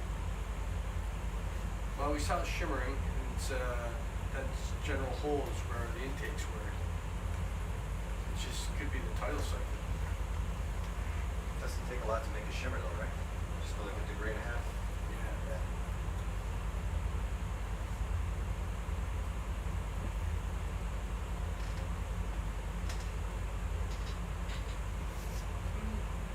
Just Yeah. look above it a little bit. Yeah.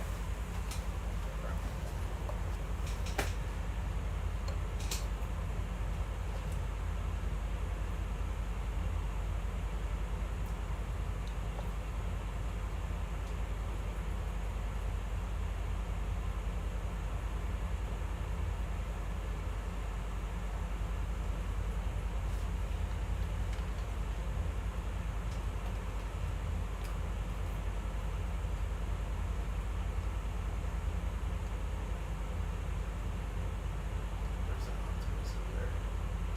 Where? Right there. That's hot tentacle. Is this where you're talking? That was a tentacle right here. Yeah, I see it. Oh, really wedged in there. Yep. It's a hydrothermal.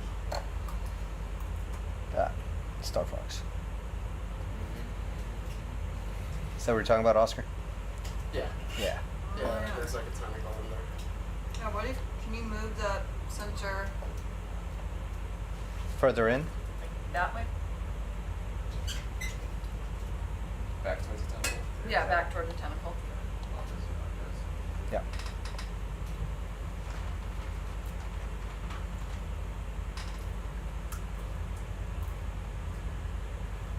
Oh, oh. Oh, there's more. Oh my god. Sorry, Mama. Didn't see you there. SOI open.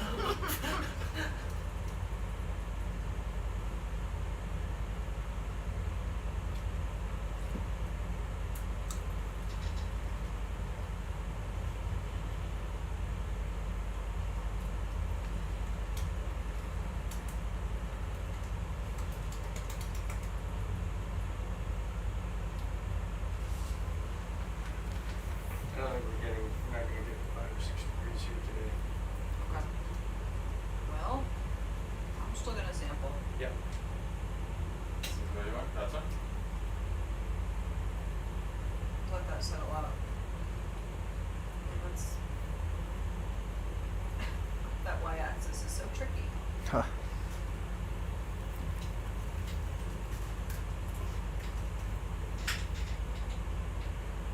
So again, we're trying to confirm hydrothermal venting at these sites. We know that there are some slightly warmer fluids emanating from here, and there's a couple of sources of independent sources of evidence to that lead us to conclude that. One of those is the most evident one is that there's a female breeding octopus here. So these females again lay their egg clutches and commit to brooding, which by the way will be the last thing that they will do in their life. They will brood till senescence. It takes years for the clutch to reach maturity, from what I hear. So anyway, long story short, there's indications that there are venting fluids here because of the macrobiology of the octopus that we're seeing here. There's a little bit of venting there. You can see it. Yeah, another indication that there's venting here is the slight shimmering that's happening with the fluid. So that's a change in a diffractive index between columns of water at slightly different temperatures.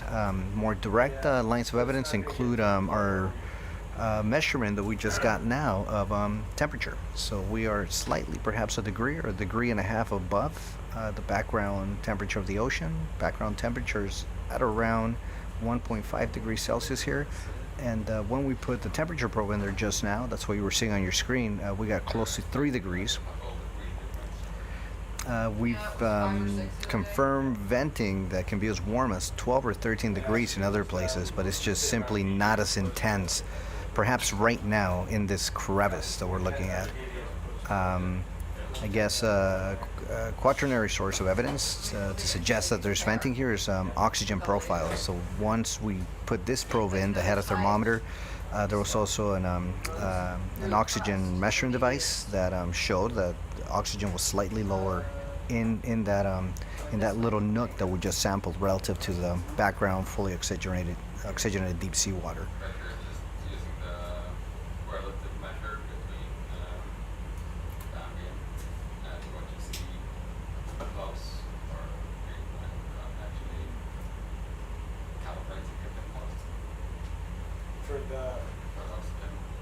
For the oxygen?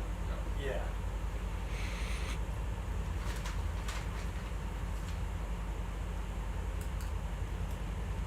I'm sure you can use a post calibration,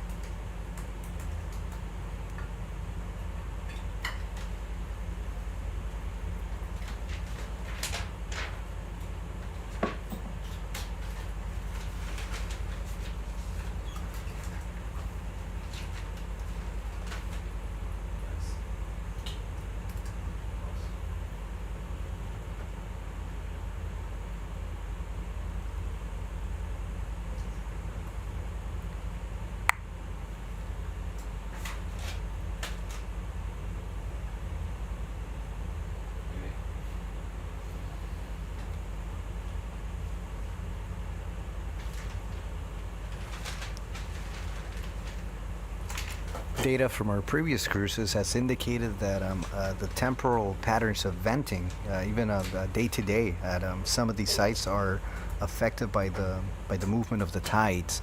So that's quite a wild thing to think about, right? Tidal movement definitely affects the rate of venting at least at the Dorado site.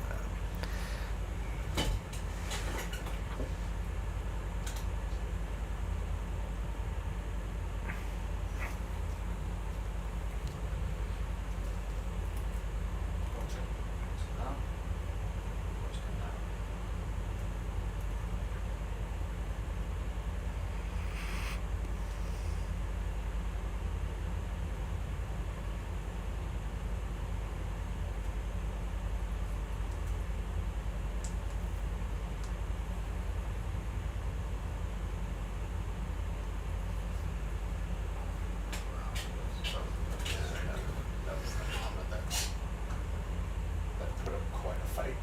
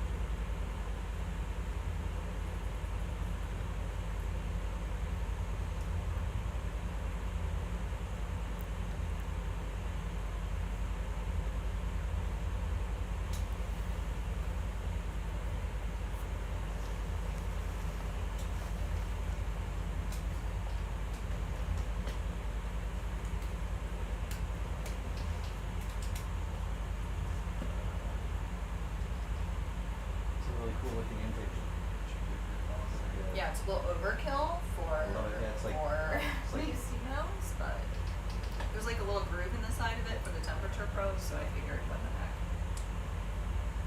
The super stick. Yeah, right. Looks like a weapon from the Terminator movie. Right. Futuristic. Yeah.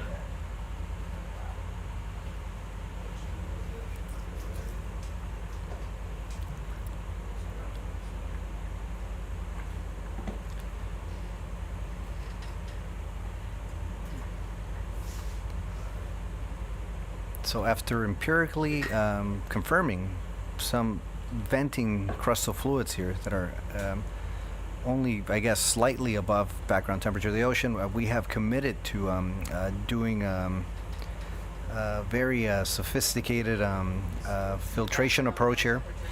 So we will commit to filtering a large volume of water that's emanating here. So again, this is a little colder than what we would have liked, but yeah, we'll be able to this cylinder that you're seeing here is basically the intake to again a very complex pumping device that allows investigators here on the ship, specifically the Huber group. This is work that's led by Julie Huber, a senior research scientist over at the Woods Hole Oceanographic Institute in Woods Hole, Massachusetts. So she's got this very nice apparatus that again can do many wonderful things to study the microbiology within these very special venting fluids. Again, even though these fluids come to the surface, what we're ultimately trying to do is understand the unique microbiome that exists underneath the seamount itself. And this small spots where fluids are venting are windows into what's happening tens or hundreds, perhaps kilometers underneath the seamount.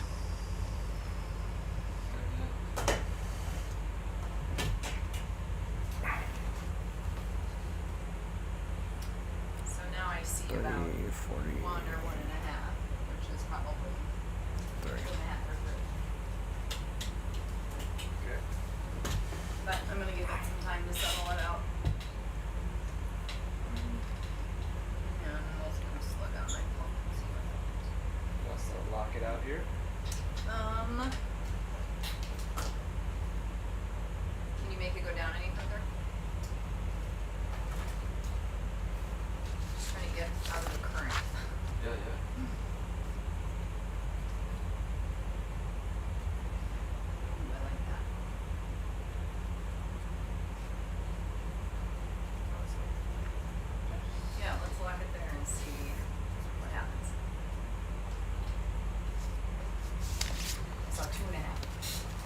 out at 4. 2.5 minutes would be 2. What? 2.5 minus a half is 2. No, I think I'm off. I think Okay, yeah. I'm off by a degree. Okay. I need to calibrate it. Okay. Where's your phone? What? Where's your temperature? It's this right here. Yeah, where are you reading the temperature? Oh, sorry, on my computer. Directly in the Yep. Oop, I just saw 3.5. Whoa. Whoa. It's toasty. That's 3 degrees? Well, my temperature sensor I think is off by about a degree and a half. Well, we're Because in shooting bottom around water the it's reading basically 0.5. Okay. So, but it should be reading almost 2. All right. Good job. It's a good little hole. Yeah, that's some toasty. Very nice. Let's see what happens if I speed my pump up.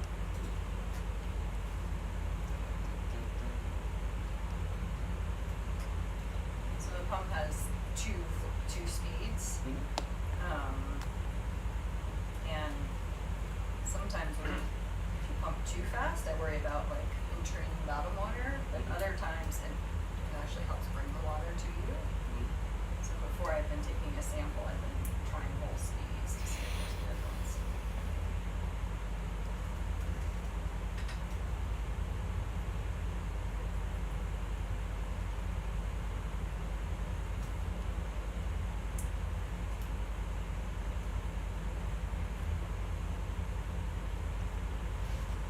So we're just about to begin about an hour long, perhaps more, pump driven, 2 hour long pump driven fluid collection event. Yep, 2 hours. Yeah.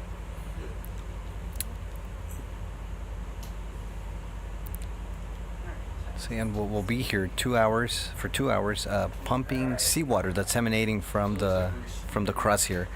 We're here, my friend.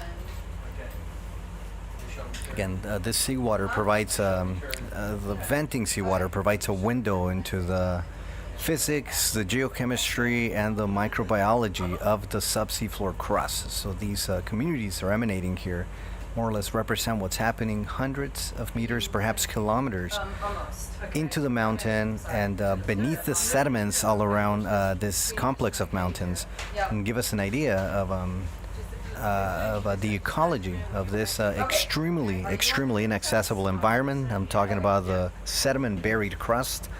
That's number one, the largest continuous environment on the Earth, since it covers most of the planet.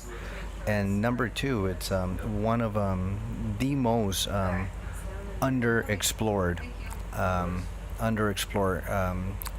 habitats on Earth too. I like to think of the microbiology of the sub-seafloor crust as the last biological frontier.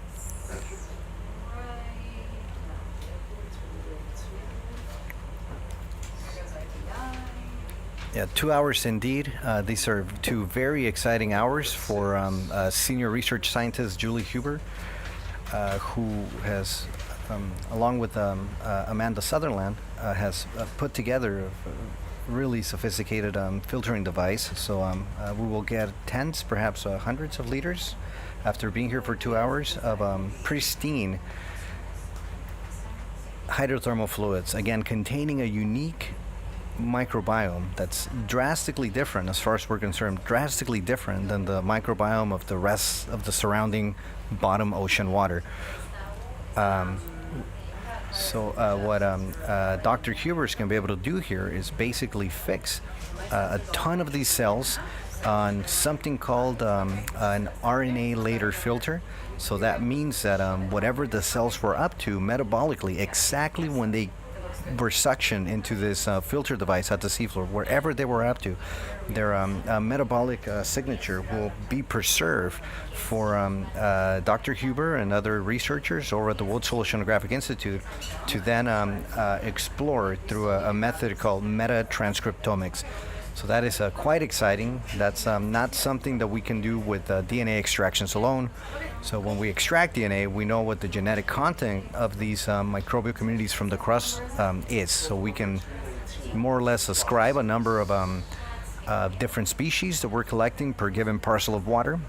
we can know something about the genetic potential of all the species that live in this otherwise inaccessible environment, but we can't really tell, if we're looking at DNA alone, what activities, out of all the potential activities that any one of these microbial species can do, what activities that we're actually engaging in. So again, with this special pumping device, and having this RNA preservation mechanism occurring in place or in situ, right at the seafloor, we will be able to say something about what activities these microbes are involved in, and whether or not they match the activities that the background microbial communities living in the bottom water of the ocean, whether or not they overlap at all, or if they're perhaps completely different. This is extremely important in order to begin to wrap our mind around what potential larger ecosystem services a lot of these subseafloor crustal microbes may serve, that ultimately affect the overall ecological health of the entire seamount ecosystem.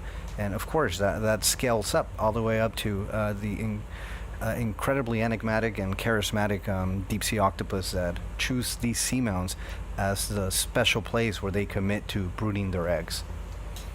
What role do the microbes play? That is still to be determined, but both Julie and I are extremely excited to be here and explore what could be happening here. If you care to read about microbes more, we just published a blog.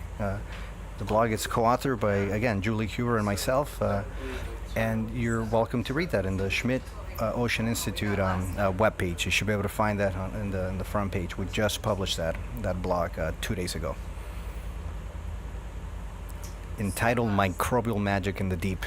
Yeah. There's a question about how a couple of dives ago that someone mentioned we know where some of the water is coming in and coming out. Yeah. Can you talk about how we know that?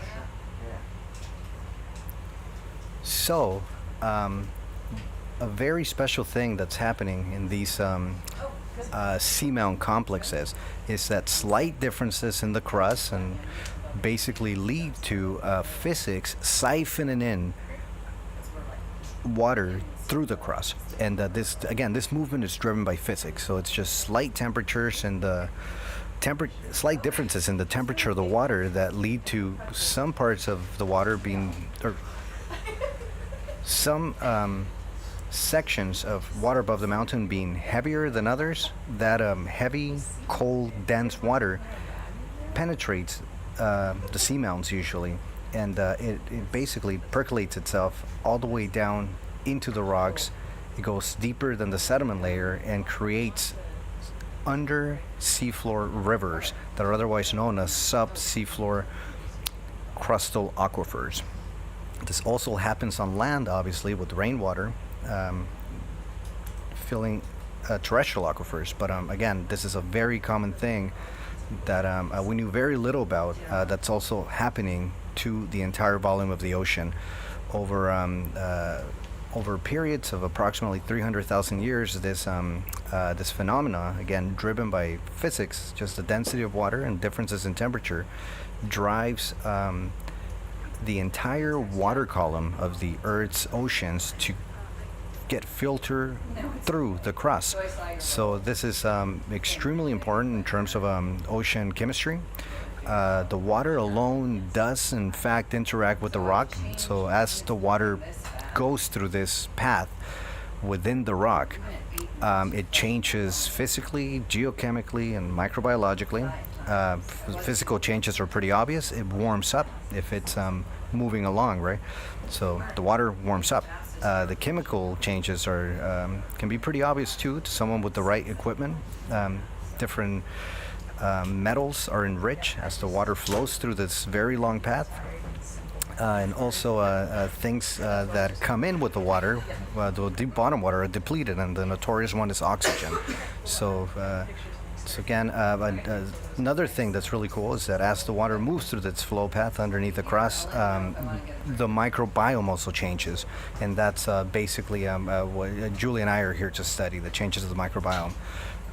Anyway, ultimately, slightly warmer water after it's been running around or moving around in the in the subseafloor crustal aquifers will try to find a place to escape, and wherever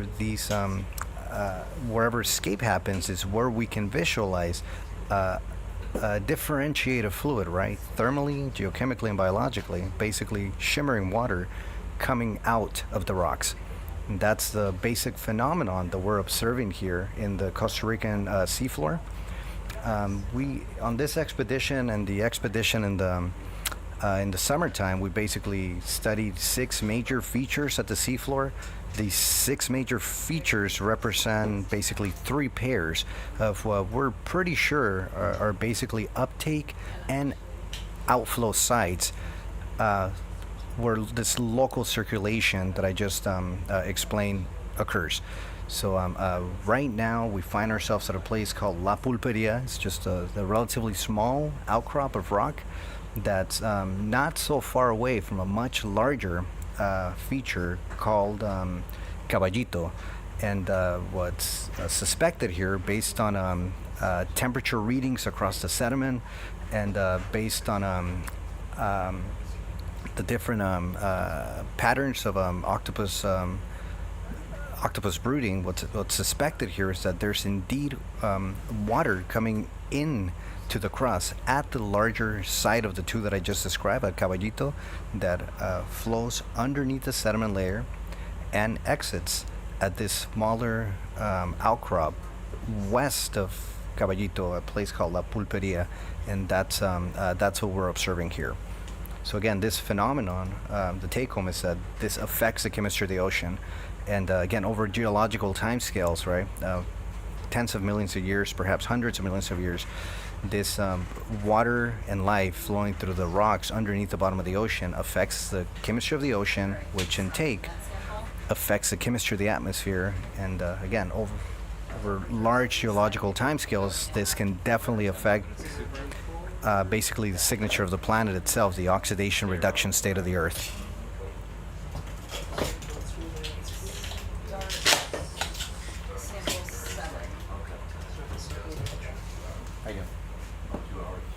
You there? You there? You happy? I'm very happy. You want to move over to that table? Oh, you want me to Still go? keep going? Yeah. You're taking over the narration? Here, Gus. Yeah. Just all around this area. Right here? Yeah. Okay. They're gonna take control of the campus.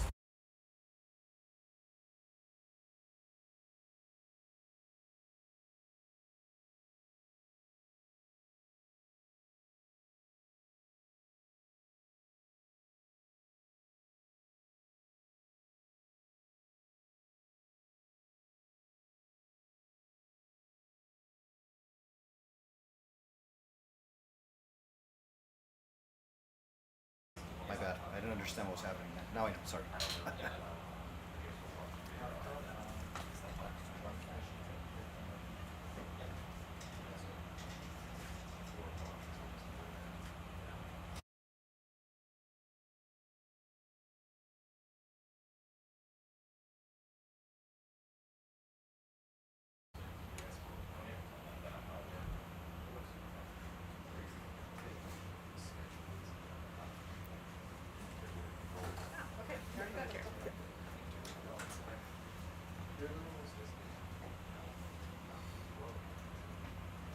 Awesome.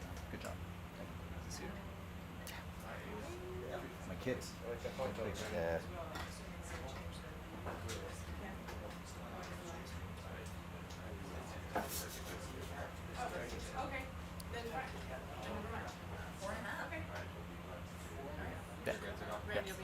Awesome. Yeah. Okay.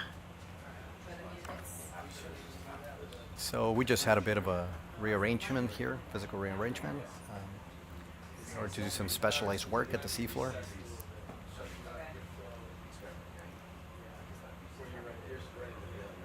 And again, we're about 15 minutes into this 2 hours allocated to filtering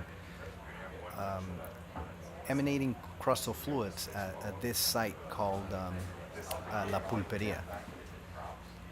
These crustal fluids, again, as I've reiterated before, are windows into the microbiology of the crust that lies tens, hundreds, perhaps kilometers, thousands of meters beneath where we're at now. So yeah, the entire first layer of the lithosphere is made up of these basaltic rocks, and we're 100% sure now that a lot of parts of this crust is just teeming with life. We don't know what life is doing down there, but we're pretty strongly suspecting that it's doing something important.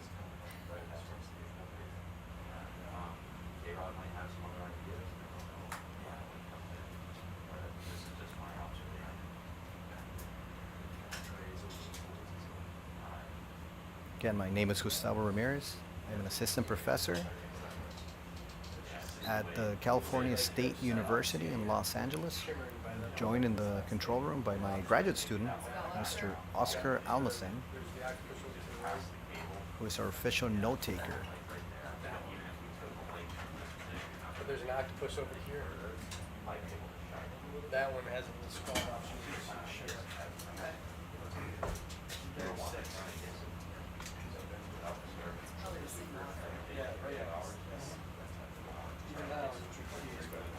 Whenever you're ready.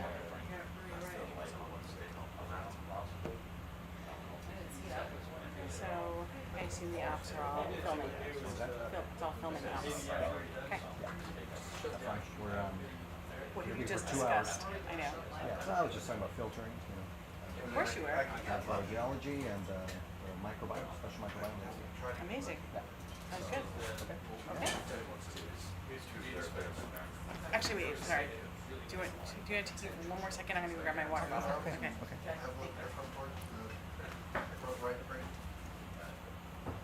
I'm getting ready to pass on the baton here and as a lead narrator to Dr. Randy Rodgen from Boston University.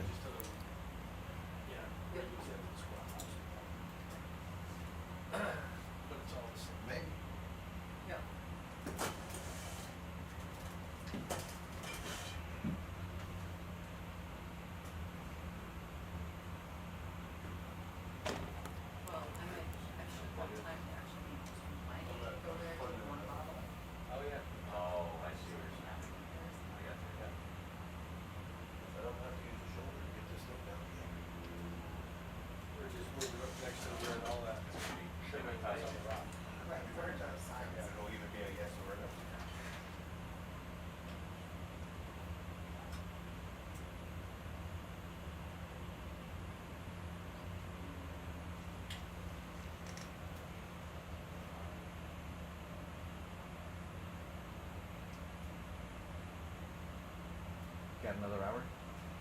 Who's coming for you? Real? Maybe it is. We're working guys today.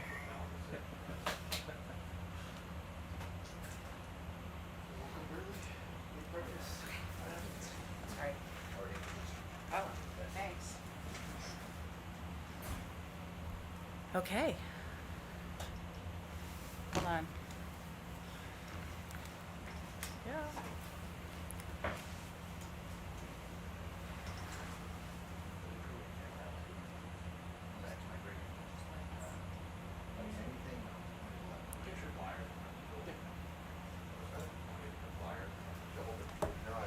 Okay, hello everyone.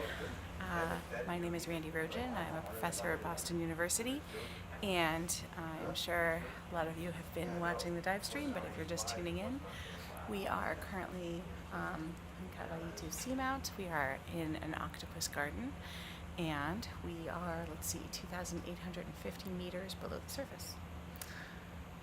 I am in a room of some pretty amazing people. Let's see, at the helm here, we've got J-Rod on arms, I think. Well, nope, I just can't tell because I'm behind you and you have a hat and you no longer have a beard, so it's hard to see who. And I feel like I shouldn't distract you because what you're looking at is very delicate. So I'll hold off for a sec. We are prepping for some filming, which is going to happen. And we are going to set up some lights while we take a look at this crustal ocean biosphere, which is what you're looking at right now. That is the official fancy name for all these incredible rocks teeming with life.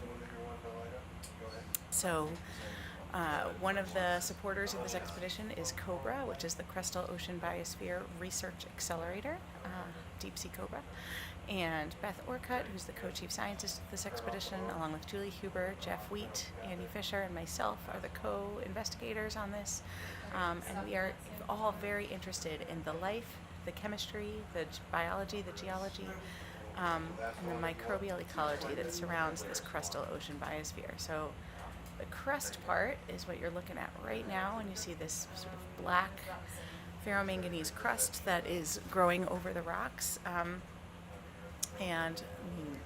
So that's what you're looking at. And it is home to a whole lot of life, which you can see right now. So you see all these worm tubes. Of course, you can see one of our muso octopus. You can start to see a whole lot of other stuff, right? There's little bryozoans, there's little corals, there's little worms, there's some shrimp, right? So you have a whole, and then of course there's massive amounts of bacteria, and here in particular, that are taking advantage of the warm water. So you can really get a sense of the fact that this is not just a bed of rocks. This is alive, which is really exciting. Where am I trying to light? So let's see. We have Oscar taking data next to me. Hello. He is a grad student at Cal State with Gustavo Ramirez, who was just narrating before me. And he is the one who is going to be notating all of the animals that we see, as well as the crustal rocks, of course. Sitting next to him is Julie Huber, who is a senior scientist at the Woods Hole Oceanographic Institution, who is very interested in water chemistry and has been using her super sampler to sample the fluids, the surrounding ambient seawater fluids, as well as the fluids directly in this warm water, to try to understand what the water chemistry and the microbial life looks like in these fluids, because we think that these fluids have something to do with why the octopus like to incubate their eggs right here. We've got Jeff Wheat in the room. Jeff, are you running an op right now? What's that? Are you running an operation right now? Starting about 9. Not really. He's here from World. So Jeff has been running ops in and out. He's had experiments on the seafloor that he's picking up and dropping off. And he is also doing a lot with Andy Fisher to try to understand what the seawater chemistry looks like as it runs along the seafloor. It's like plumbing ins and outs and trying to understand where the water is going, where it's warm, where it's cool, and what the mechanism of transport looks like under the seafloor.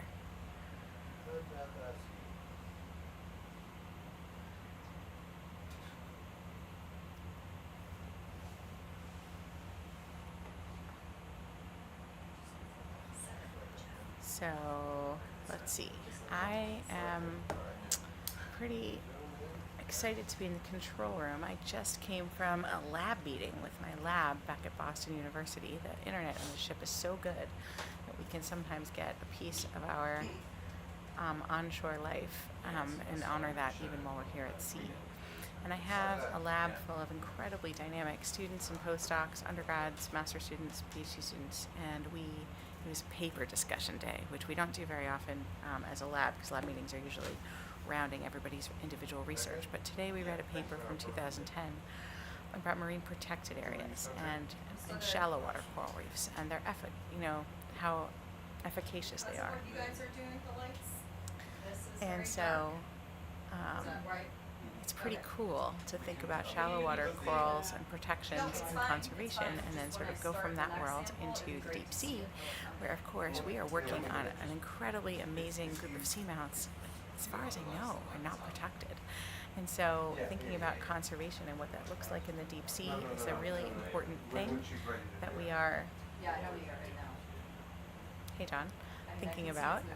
There is some incredible protection already here in Costa Rica. They have the Cocos Islands National Marine Park, and they have a really strong commitment to environmental stewardship and protection and conservation here.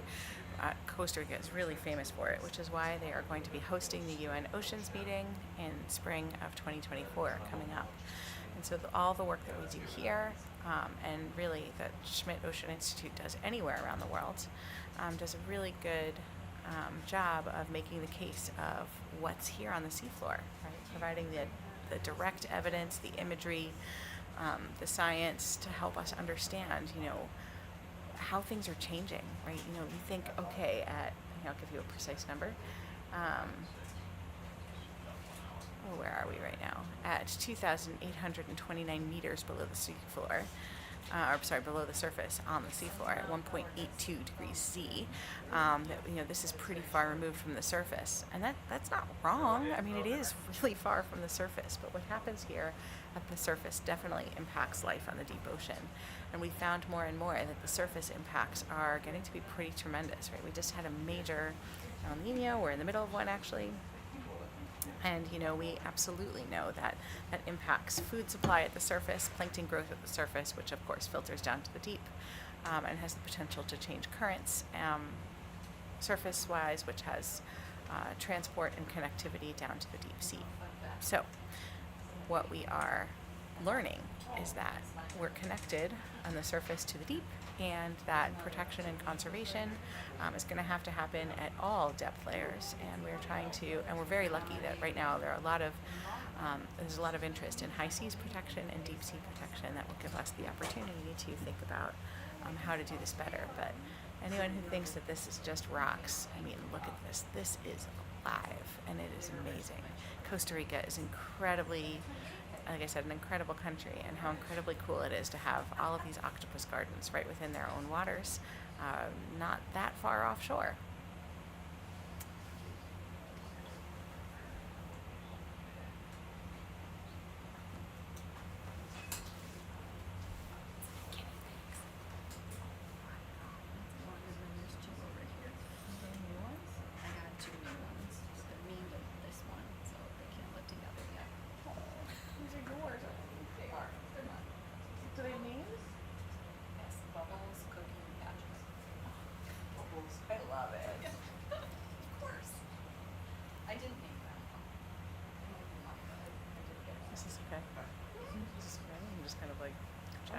I'm listening. I'm just chattering.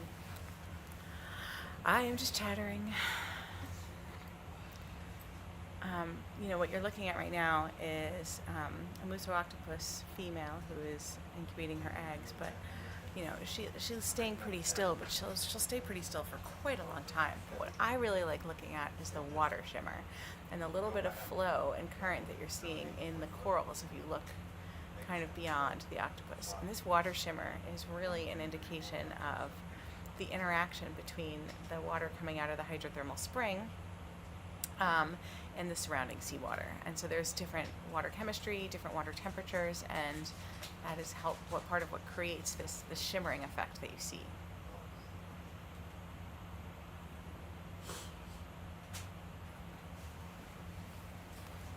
Hey, Julie?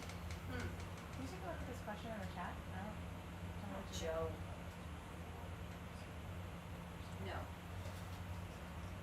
Okay. Hey Jeff, someone was asking why does water, well, the answer is no, it doesn't pick up reduced compounds. It doesn't get hot enough Okay. and there's no reaction like hot rock. Okay. Right? Great. All right, so we have a great question in the chat. So good that I didn't know the answer to it, but I'm lucky to have Julie Huber and Jeff Wheat in the room with me, who, of course, this is their area of expertise. So the question is, does the water pick up much in the way of reduced compounds as it flows through and reacts with the crust at low temperature? And the answer is no. It might if it were hotter and a true hydrothermal vent, but this is a hydrothermal spring, and it just doesn't get hot enough to transfer that. And so, but that was a great question. Thank you so much for asking it. We do have a little time for other questions. If any of you in the chat have anything that you would like to ask, this is a good opportunity. We have a lot of expertise in the room, and we have a little time.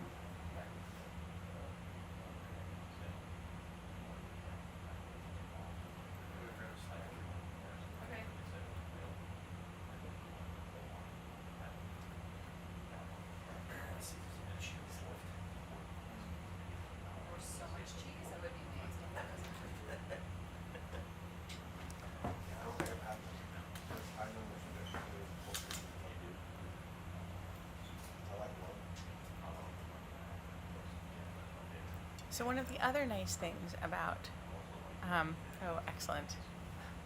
Good. Thank you for the good question again. So one of the other nice things about sort of being able to sit still for a while is it gives us the chance to look really closely at every tiny piece of rock and look really closely for signs of animal behavior. So you may have noticed there's a sneaky little shrimp to the right of the octopus right now that has been kind of moving around. And this gives us a chance to, I know nobody here is sort of studying the life and times of these shrimp or crustaceans in general on this particular cruise, but it does give us a chance to see how it interacts with the octopus, of course, right? Because it's definitely an egg predator. But it's also giving us a chance to see how the shrimp spends its days, minutes, hours, seconds, and also how it interacts with the crustal ocean biosphere. So what else is the shrimp eating, right? Why is it hanging out exactly there? Is it the water, or is it waiting for octopus egg access? And so, it's these kind of interactions that we just don't get the chance to stare at the seafloor with this level of just detail, right, for this long. So it's pretty awesome. There's all kinds of little things that you might notice. There's some anemones up in the upper right corner. And there are some small corals and all of these worm tubes, which I always think about, I wonder how old these worm tubes are. I really have no idea what their longevity is, but some of them to me look sort of long and windy, and I would imagine that their length has something to do with their age. But, it's not hard to come up with new questions in the deep sea because they're so little known. And so as we sort of get the opportunity to look closely, right, you have all kinds of questions that are coming up. So one question that I had when I first looked at this ecosystem was, what are the green patches you see on the rock? Because there's no photosynthesis down here at 2,829 meters below the surface of the sea. And they're not green because they're photosynthetic. They are old octopus egg glue, or cement patches that once the eggs hatch, you have this sort of discoloration that happens. They sort of start off black and they can often turn green. So if you see these green patches down here, it's a sign of a former octopus egg attachment site, which I think is pretty cool.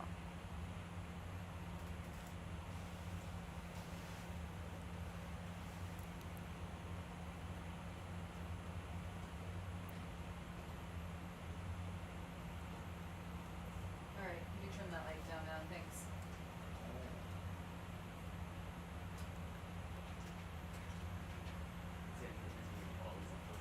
Yep. A bottle's a bottle.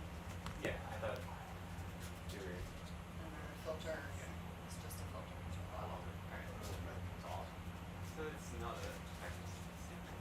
This is not actually a sample, but. No, it is. Oh, it is. It's going, the water goes back out into the world, but the filter becomes the sample, because all the microbiome mass gets stuck on it. Okay.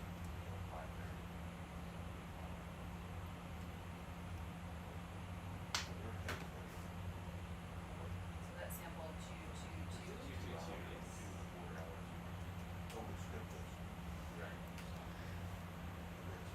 So it's approaching dinner time on the east coast of the US, which is where I live. I have two little kids, and just recently I did a ship to shore with their whole grades, and it was so much fun. And so I've just texted with them to see if they're online, because apparently all the kids are asking about their cups. So if you have never seen the styrofoam cup experiment at sea, you should. It's pretty wild and awesome. You can take, it's the only appropriate use of styrofoam in my opinion, but you can get a cup, you can decorate it, and when you send it down 2,829 meters below the surface of the sea, it shrinks to a shot glass size. And so we had all the kids in my hometown's grade, it's 3 and 6, decorate cups, which I brought all the way with me to Panama, which is where we left from, and the ROV pilots have been very generously taking the time to put them on the ROV Sebastian and sending them down, and they will come back really small, and then students can make ornaments out of them or just kind of keep them on their desk as a little deep sea memento or whatever you'd like.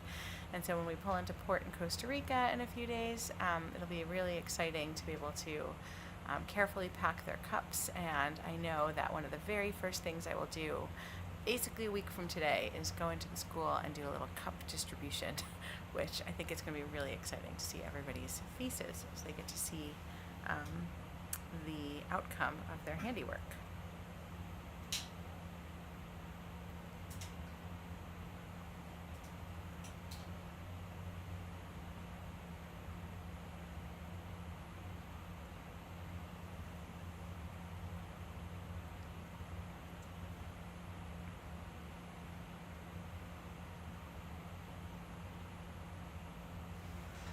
Julie, are you running the super sampler? I sure am. So there is a view that you probably can't see online, but Julie is looking at a spinning disc, a constantly spinning disc. It feels like it should be, I don't know, like it should stop somewhere and you can get a value, right? It's like a spinning, anyway. It's But a wheel. it's a wheel. But what this wheel is doing is indicating that her super sampler is effectively sampling the water around. So that's one of the things that's happening right now, is that the super sampler is positioned in order to filter water from this hydrothermal spring. And then Julie will look at water chemistry and we'll look at bacterial composition, which I'm pretty excited about because I've been looking at corals and trying to understand their bacterial composition, and so I'll have a little bit about the nutrients in the water. And so thanks to Julie and Celeste on board and Jeff, we'll have a better picture than I would be able to produce on my own. I wouldn't be able to produce it at all, and they will have a better sense of whether or not the bacteria that they see in the water are actually ending up on nearby corals or not. So one of the really nice things about being on a big collaborative expedition like this is that there are so many different people with so many different types of expertise, each of whom is contributing a piece of a puzzle. And not all the puzzle pieces fit together perfectly. There's lots of science that, works with some, it dovetails with some and not others, but most of this at this particular site, this is a really well-coordinated expedition,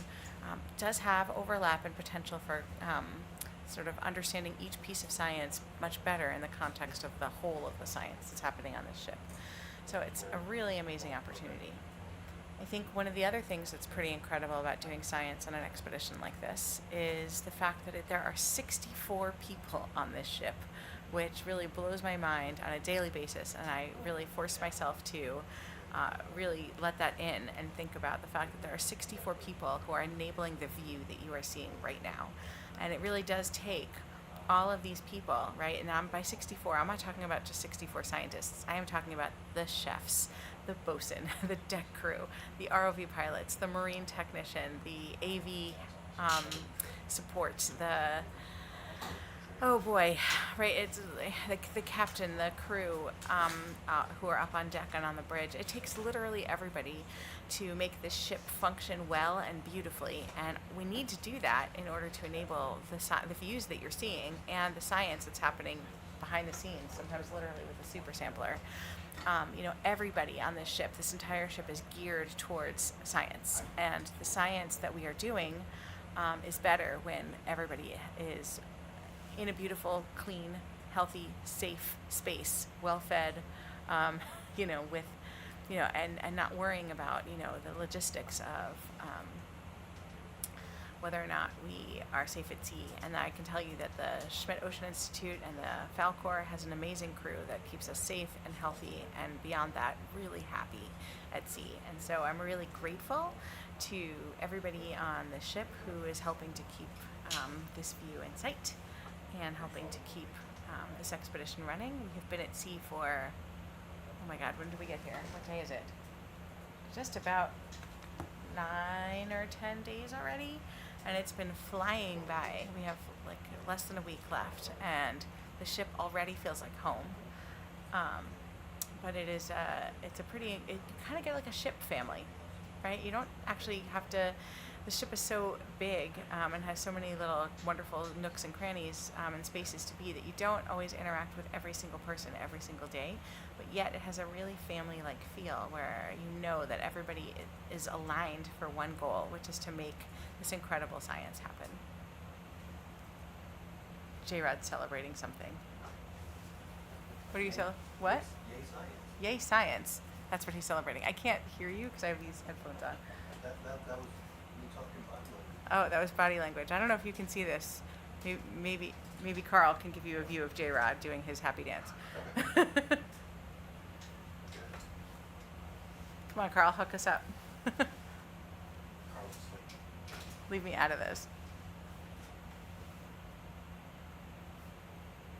All right, well, I'm tired of hearing my own voice, so while we're hanging out here, can we do some round-the-room interview type things? Or is that going to be distracting? Or let's sit right next to me. You're not here right now?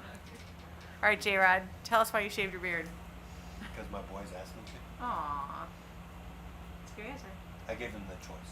Fair enough. If when I came home, if I should have the big beard or not. Well, you have spent a lot of time on this ship. Tell us something that you've been excited about this expedition.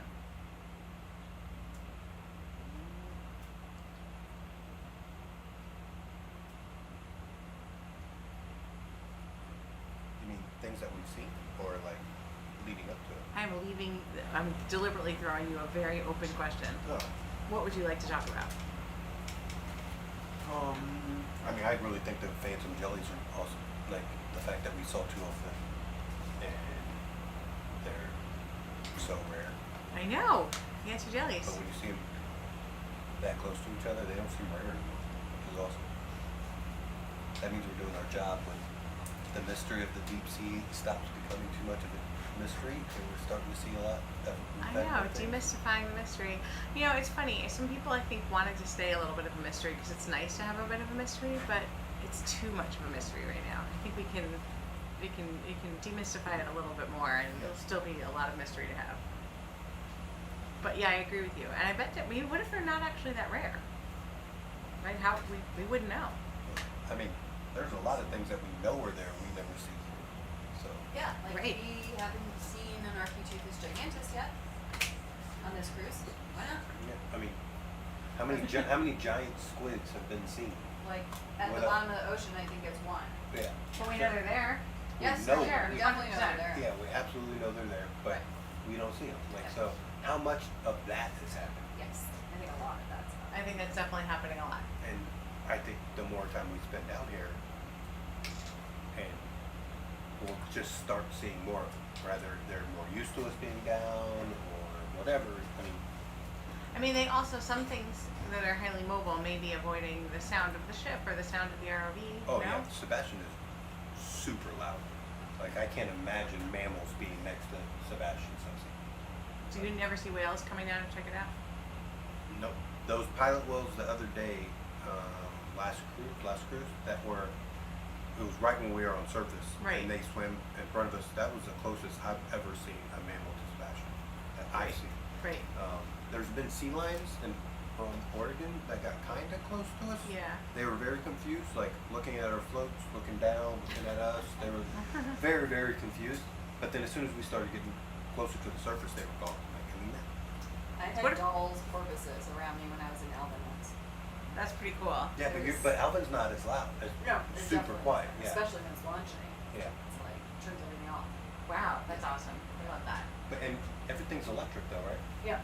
Yeah. Only the T4 runs hydraulic. That's Yeah, small. so this was, right when the A-frame placed us in the water and the ship was getting away from us. And all of a sudden, these Sharks don't seem to be as disturbed though. We see a lot of sharks here with Sebastian, or we have. Yeah. Not here on this trip, but there's been a lot. We saw the whale shark last time. But they're not using.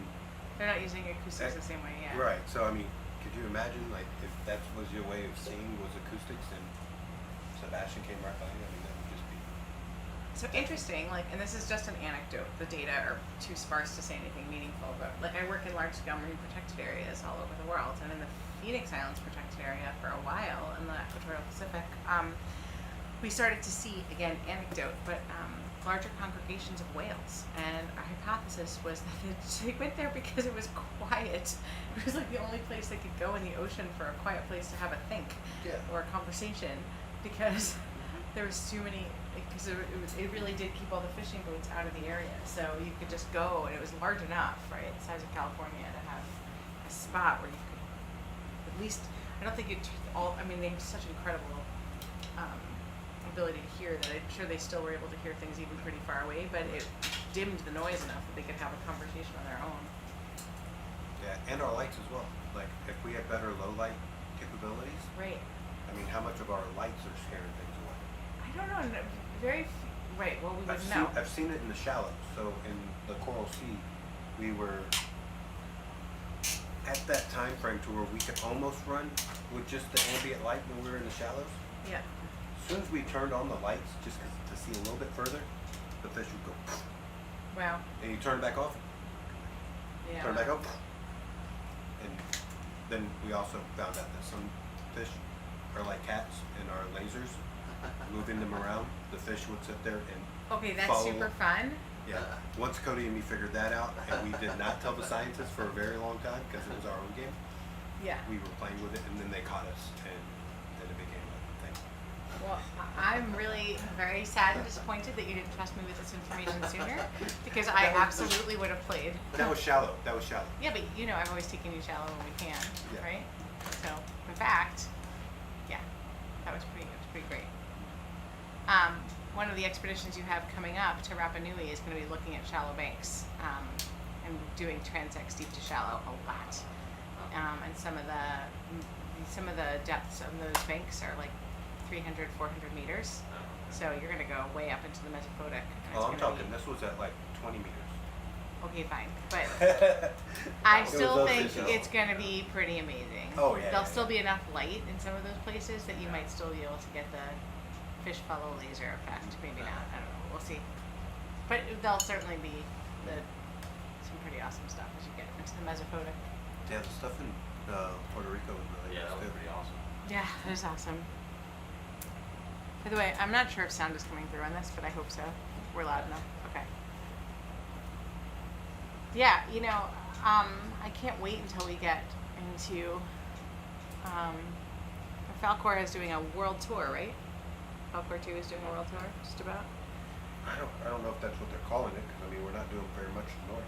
Okay, fair enough. Well, you're going to some new places for you, even this coming quarter, Yeah. right? So it's going to be pretty exciting to. It's all new. Yeah, work with the Schmidt, to follow the Schmidt Ocean Institute and the journeys of Falkor 2. And get to see some totally new habitat. I think it's going to be awesome. So, totally. Oof.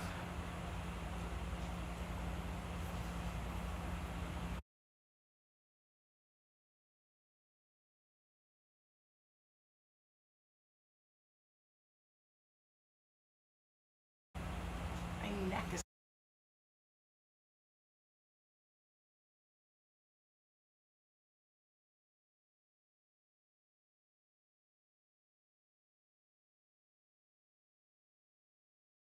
Favorite part of the ship? Yeah. I mean, in general, it's the control room, right? But on this ship, it might still be the control room. But I like the cold room too, even though it's freezing in there. It's where I've been spending a lot of my time. What about you, Jules? I really like the mess.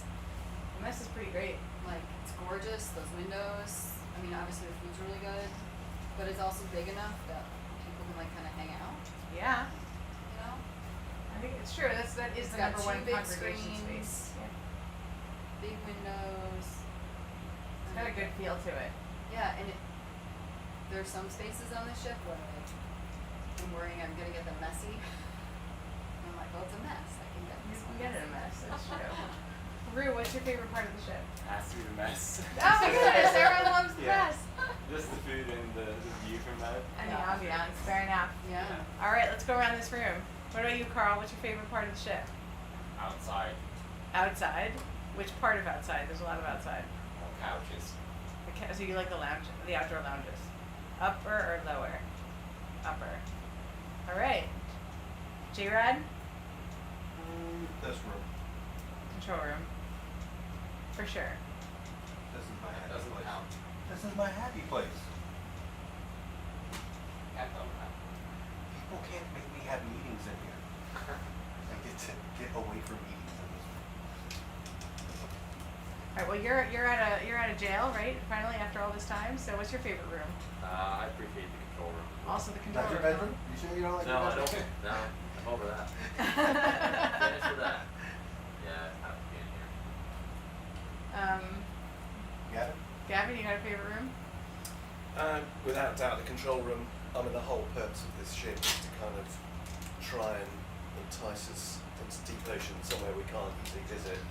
And this is where it all comes together. You've got all these screens just showing you the most amazing things. 22 screens. I counted.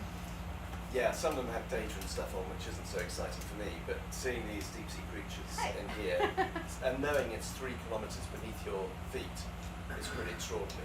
That is awesome. It's beaming up live from the ocean floor. Yeah. Well So said. you can't complain about that panic too much. I can. Nothing's going to change. Yeah. Don't tell people who are super jazzed about the CTV that they'll pick the CTV deck. Actually, I really do like the back deck. The back deck is pretty It's good. pretty great. Sure. I like sitting on the Hadel Lander. It's just sitting there. I've seen you there a couple times. I go there a lot. It's a Yeah. good little spot. Jeff and I have been taking walks, back deck walks. Yeah, back deck walks, helicopter deck walks. It's not too hard to get 5,000, 6,000 steps a day on the ship, just moving Oh, yeah. around. And flights upstairs. Yes, there's so many flights upstairs. It's great. Orla, what's your favorite room? Right here? Control room. All right, so you've got a pretty good split here between the mess and the control room. But we have more than and the deck, but there's more than just those 2 spots on the ship. All right. So there's a lot of amazing spots.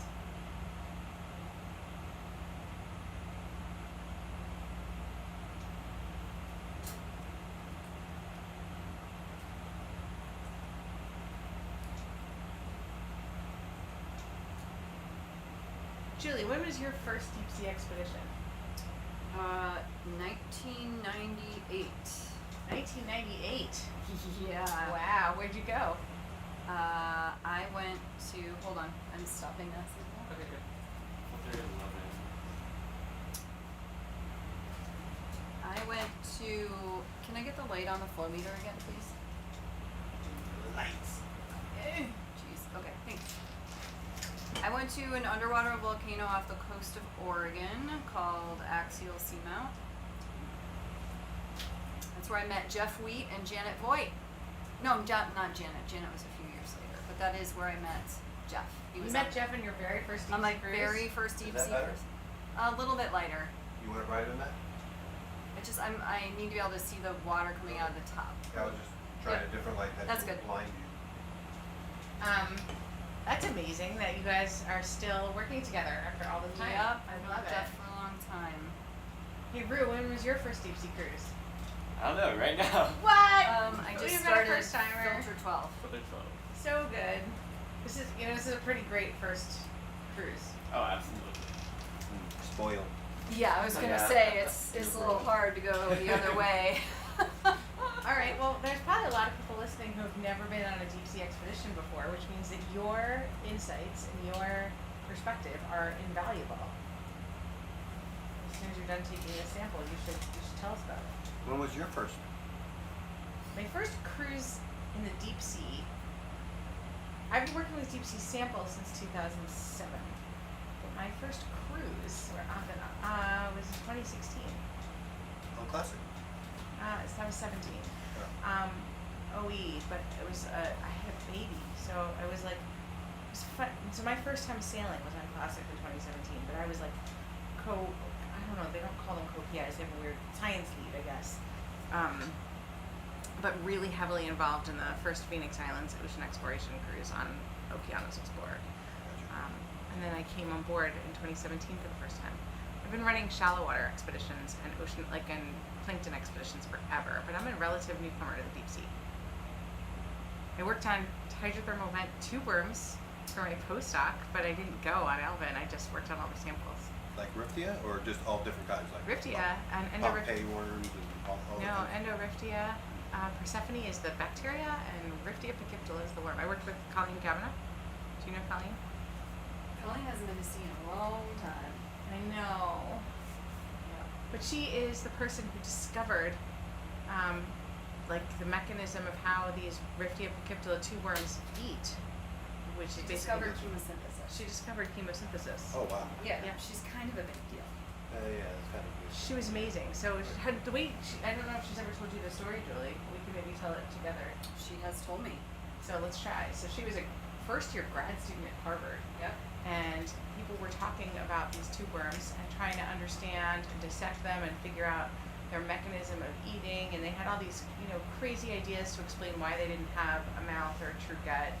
And Colleen took one look at them and basically was like, stood up in the back of a classroom or a lecture hall. Julie, I don't know if you know, but it was like, it's the bacteria. And everybody thought she was crazy. She was like, no, the bacteria are totally fixing carbon from the hydrogen sulfide coming out of the vent water. Duh. And everyone was like, what? And that's what she did. She did her PhD demonstrating that, and then demonstrated that you could get chemosynthesis, right? You could actually get energy from the seafloor rather than from the surface, and it completely changed the way we think about everything. That's amazing. Yeah, and there was another group verified it, right? Something like that. There were 2. The worms went to like What's 2 her name? groups. What is that? Kavanagh. Colleen Kavanagh. She is awesome. She is still a professor at Harvard and did a sabbatical in Julie's lab not so long ago. And I was just on the phone with her like yesterday for her birthday, or 2 days ago. Happy birthday, Colleen! She's not listening, I'm sure, but yeah, it was game changing, right? To think about the fact that you can have energy from a different source than the sun, and it's actually provided the foundation of a lot of exobiology thinking, right? And a lot of the way we think about what's happening here or in other hydrothermal vents. There's so many organisms who use chemosynthetic processes. And so chemosynthesis, if you don't know what it is, it's chemical energy instead of photosynthesis, which is light-based energy, right? Coming from the sun versus coming from... See how my wheel is just ticking along? Super slow. Yeah. Yes.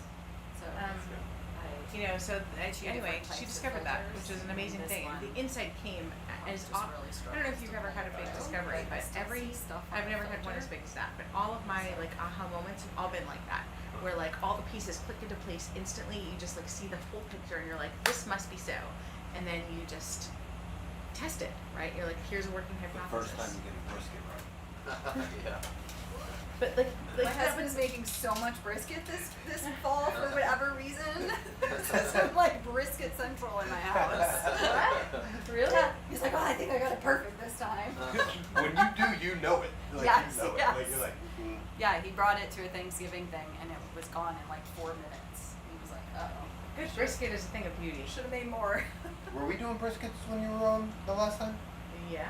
Yeah. Yeah. You did them outside. Yeah. Yeah. No? I can't wait to do it again. Is that happening Thursday, Friday, something? No, they broke my smoker. What? Yeah, in Vigo. So I have to get a new one. And we needed a big one. Alright, my mom makes a cranberry brisket that's insane. It is good. So cranberries and red wine and like onions and it's like salts, and it's so good. First timer. Ask him about his experience. Yeah. Tell us. Through another internet taking data. What's your first expedition like? Speak loudly so we can Oh get yeah, over here. first expedition. I mean, it's cool just seeing all the things that are happening, and well, the heat flow part was a journey, that's for sure. Wait, so Rue is working with Andy Fisher on the heat flow probe, right? Yeah. Yeah. And we had some troubleshooting to do. We took it apart. First time Andy's seen the inside of that probe since it was delivered, so that's pretty special. Mm-hmm. Until you realize it's saltwater corrosion in there, but I mean, it's been used a long time. it was, yes. Apparently. We fixed it, so. And we were able to get data out of it, so well, the other probe, not the weird one, not the probing one. Okay, but talk to us about like the human side of sailing, right? Is this what you expected it to be like when you like planned for this, or is this like, I don't know, talk to us about expectation versus reality. I did not expect it to be as comfortable and luxurious of a ship. I mean, this is pretty much the Yeah. best there is. Yeah. You're It's ruined pretty now. great. Yeah. Definitely.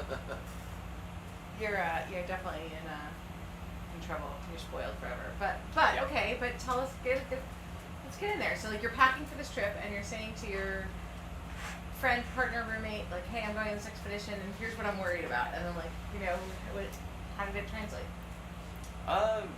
So it was, what am I going to do on the ship? Because, well, there's only a few times where I'll be actually working with the P-flow probe. It turned out to be more involved than that because of the problems, but yeah, I was wondering, like, okay, I don't know biology at all, so, I mean, I have fun looking at them. That's an octopus. As an octopus. Okay, good. Yeah. Excellent. Well done. Yeah. But so you were worried that you wouldn't have enough to do? So Yeah. did you bring like a ton of books, and like what was your backup plan? Oh yeah, I mean, I had books, I had my computer to like start coding on, and because I'm on the modeling side of things usually, so I don't usually go for like real data or collection as well. But you've been so busy that you haven't had to crack a lot of that. Oh yeah, I was making a lot of scripts to process the data and visualize it, make sure it's workable as we're collecting it. And you're first year grad student, right? Yeah. It's pretty amazing to be able to do this your first year. Applied math major. Yes. Oh yeah. How many applied math majors have been on the ship? You might be the only one. You might be the only one. Yeah, because usually I'll be locked in my office just running simulations and stuff. So. What is something we used to do on shallow water expeditions that maybe we should do on this trip before it's over is I used to pass around a piece of paper and say like ask everybody to write one first that they've had on this expedition that they've never had before. Like I think it's a kind of a cool thing so that it always stays like fresh and new as you remember because there's always a first something. I have never been on an expedition where I didn't feel seasick. I have not felt seasick on this boat. Once. That's And a I good was one. only medicated for like a day. I'm always seasick. I know how You're to seasick fix. on I know how to this- fix Yeah. that problem. Yeah. It's in the mess. There is a very weird thing that happens in the mess if you look at the wrong spot. The mess is the only place where I've been like, I'm gonna go get my little bracelets on. Yeah. Or Wow. acupuncture things. If you're sitting by one of the big windows and you look at one of the walls that have a mirror that can see out the big Oh, window, That would really confuse your brain. it throws you off. Yeah. big time. I do not want to do that. That, like if somebody's sitting right on the edge of, like, I think I'm seeing, have a look at that mirror. I don't feel good. Interesting. I'm not gonna do that. Don't do it. Yeah, I'm not getting that. Alright, so that's Julie's first. This is the first time you've not really felt seasick. Alright? You've had everything's first. Everything's first. Okay. What about you, J-Rod? You've done a lot of things. What's been first for you on this expedition? There's definitely been firsts because we talked about some and you're just forgetting. Well, I mean, I can't say the same thing. The first time you've shaved your beard? No. The first time you've seen octopus hatching? No. Well, I guess actively, like, coming out of the egg case, yes, that was a first. Absolute Okay. first. Alright, what else was first? Sophia, what's something that's first for you on this expedition? Egg cases. Alright. And you walked you ran a 5K. 10K? She went 10K on a helicopter ride. Wow. No, it's better than running 10K on The trip, treadmill. absolutely. I love the holiday. I've always run 10Ks on the treadmill and I just wanted to. It's a So blank wall with dull. one line. I have to put like music and then a podcast. If you can at least get the stream down there, that would be nice. I think we do now, Oh, we do? Yeah, you Yeah. can. but Oh, it's not okay. as like helipad is obviously superior. I also saved the route in Strava in case anybody ever comes back to Dorado after Strava wants to do it. I have a lot of donuts out there Yeah. Yep. from last cruise. I bet. Longest I've lasted out there is 45 minutes. And I was walking. So I don't know That's how pretty you good. did the 10K. First. First. Yeah, come on, do you have one? know if it's obvious. Well, they can't see you. That is the first, yeah. You can talk about it, right? What's that? No? No? Yeah. First time getting COVID on a ship, but, On a and ship, recovering and getting back into the control room. Gavin, what about you? Lots of firsts really, but I suppose the highlight first is just seeing so much octopus behaviour in such a short space of time.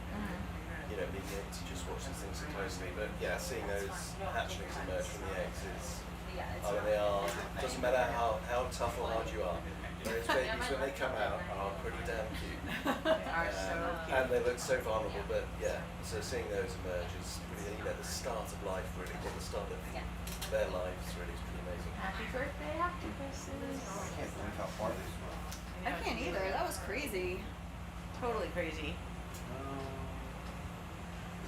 I don't know. But I think it's a cool exercise, right? Like, there's always a first something. Yeah. Yeah. I mean, I've never worked in Costa Rican waters. There you go. So, never been to Panama, never been to Costa Rica. Bunch of firsts for me. Yeah, me too. It's my first hydrothermal spring.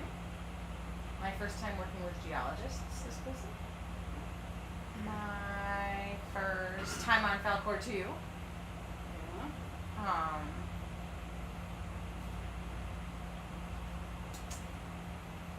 My first time spending this much time cold in the tropics because I live in the cold room.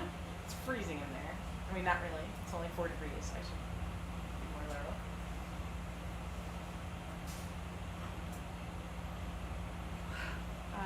My first cruise on Falkor Classic was in the Caribbean Sea in June. It was so hot, and the ship's air conditioning struggled. Couldn't keep up. Yeah. It was insane how hot it was. Wow. It was kind of like this actually, But the air but conditioning. the ship wasn't as big and cold. Yeah. All right. Well, we've got a bunch of people listening online. Let's see. Do you have any firsts that you want to post? Things that you saw on this expedition that you haven't seen before?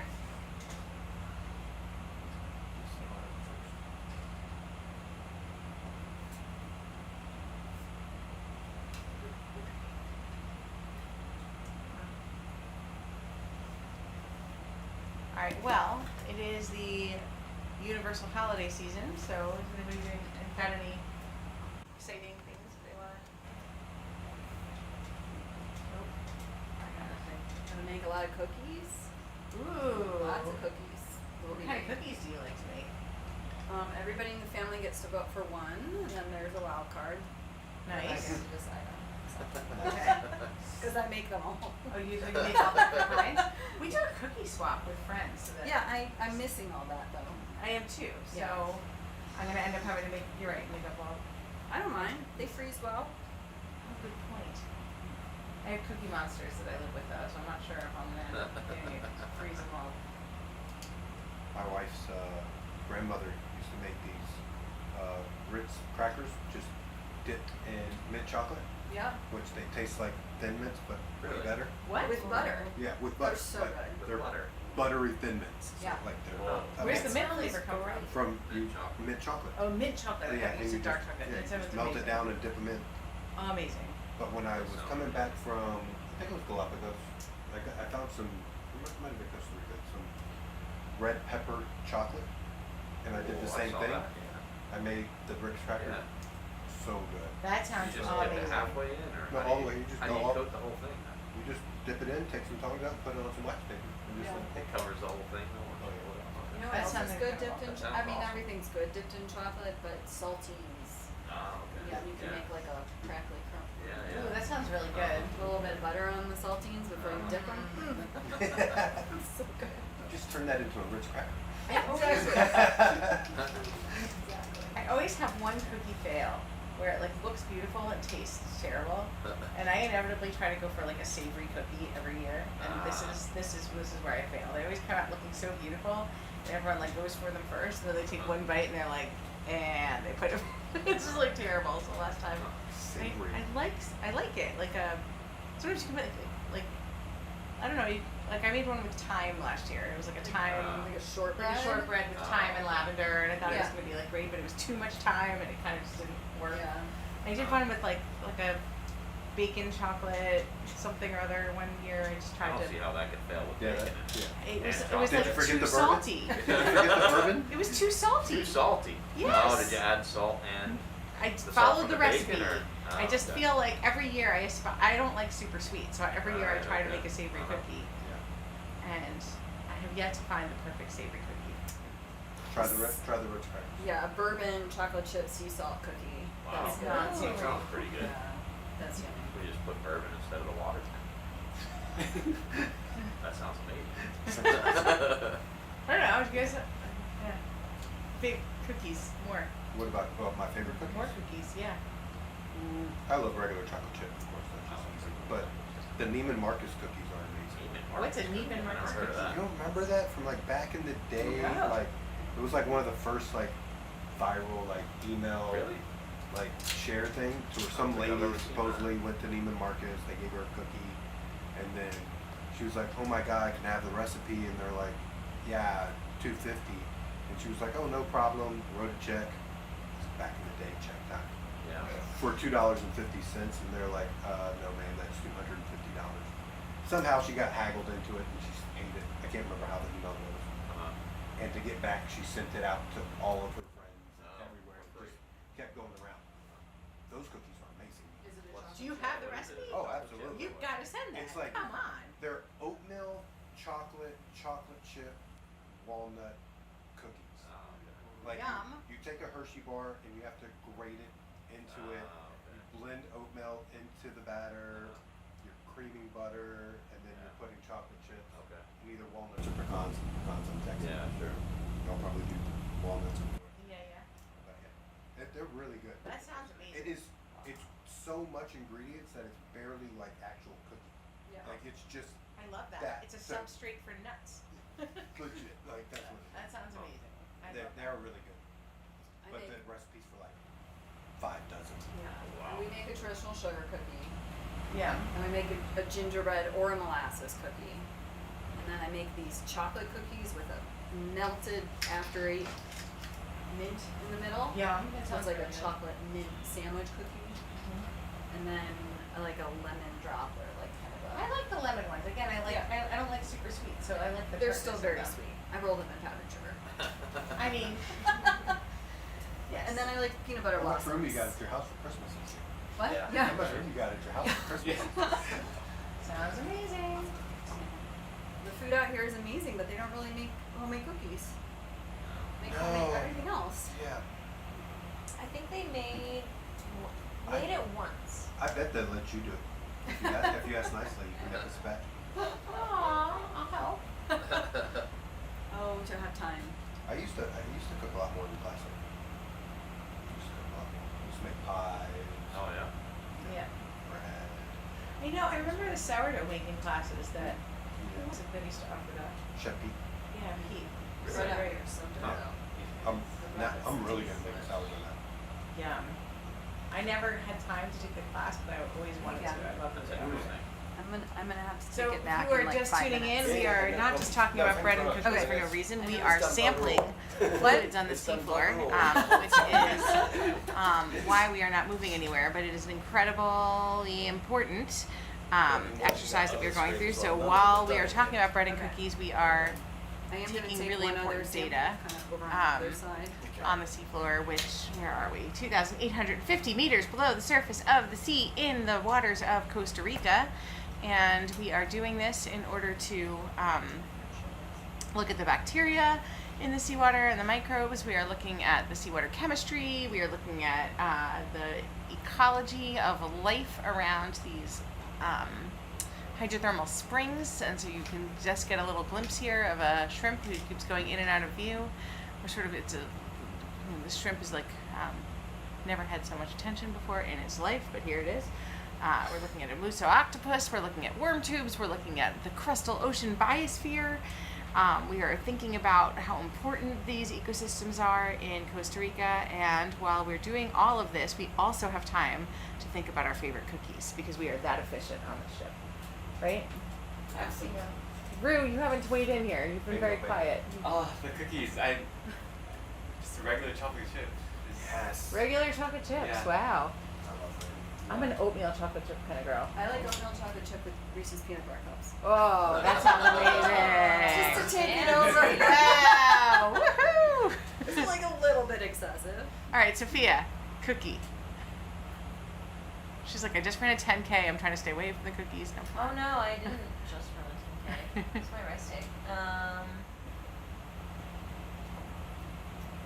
There's so many good options out there. I would also have to go with chocolate chip.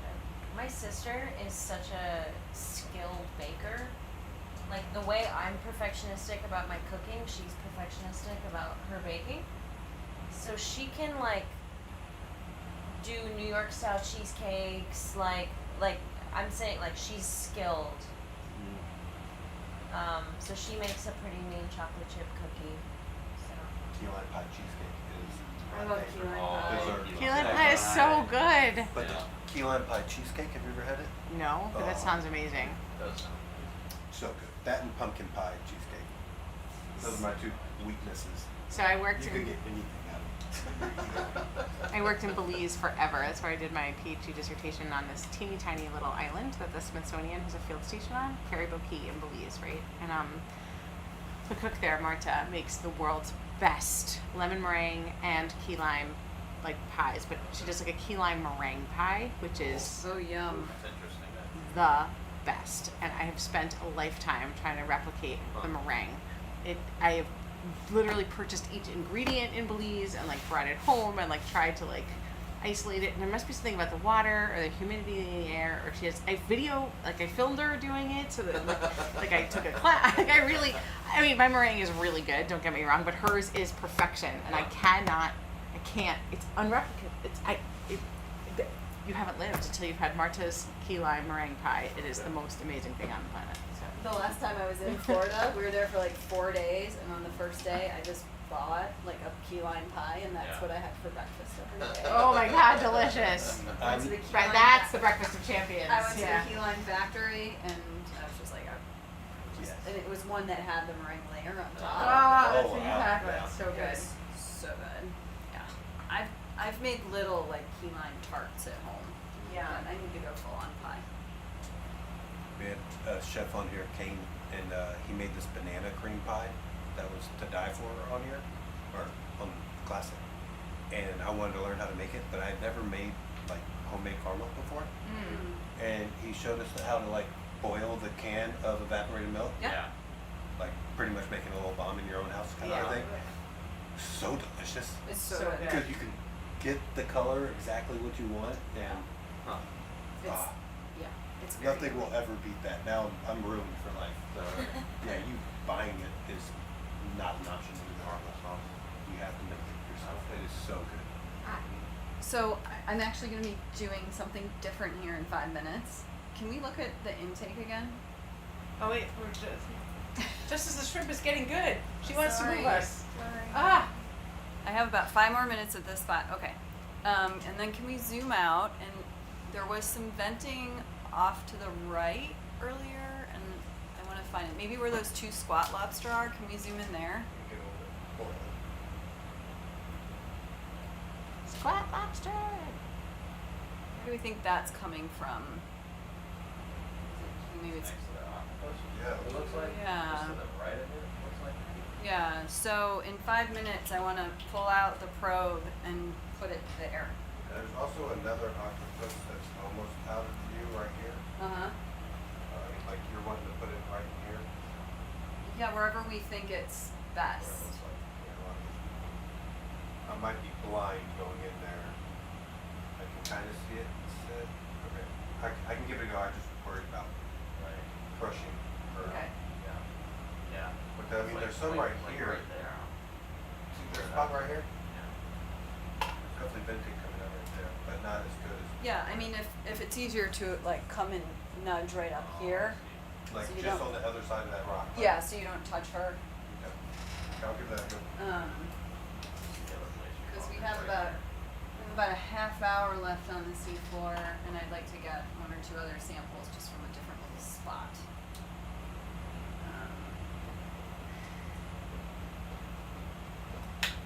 the sample has 4 minutes left. All right, so if you are listening to that, you will know that we are going to spend 4 more minutes at this spot, and then we're going to move the super sampler intake valve to this other spot, which is going to be very exciting. So exciting. So exciting, but you know, the excitement comes in the form of data.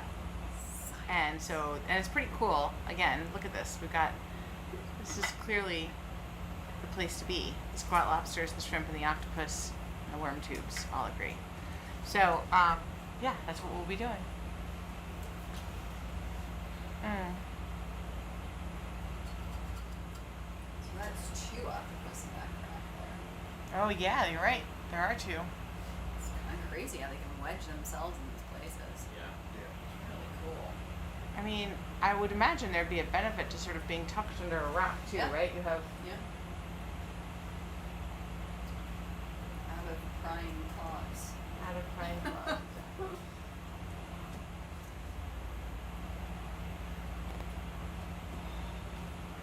Cherry pie. Berry. Some I berry. don't pie is know. my favorite. What? Whoa! You made that? What's Cherry pie? Yeah, berry pie. Berry Do pie. you see what's in the middle? No, I can't see. I'm blind. Is that the great state of Texas?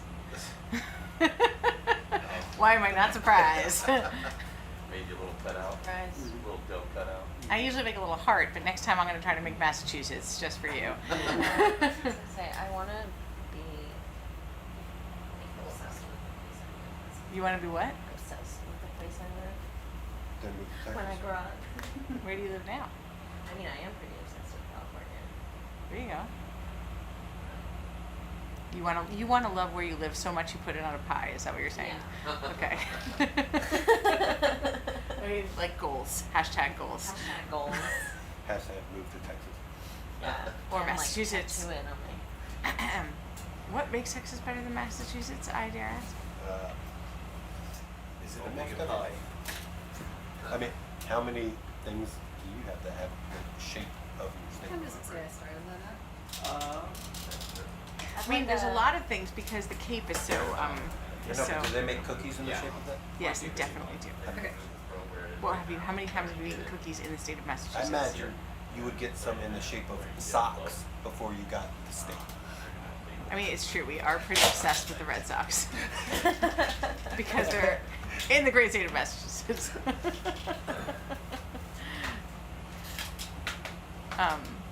That's pretty. That is true. My office is right next to Fenway. Yeah, like pretty fun. everybody's a little bit different. Like I feel like Florida probably would use their steak more than anything.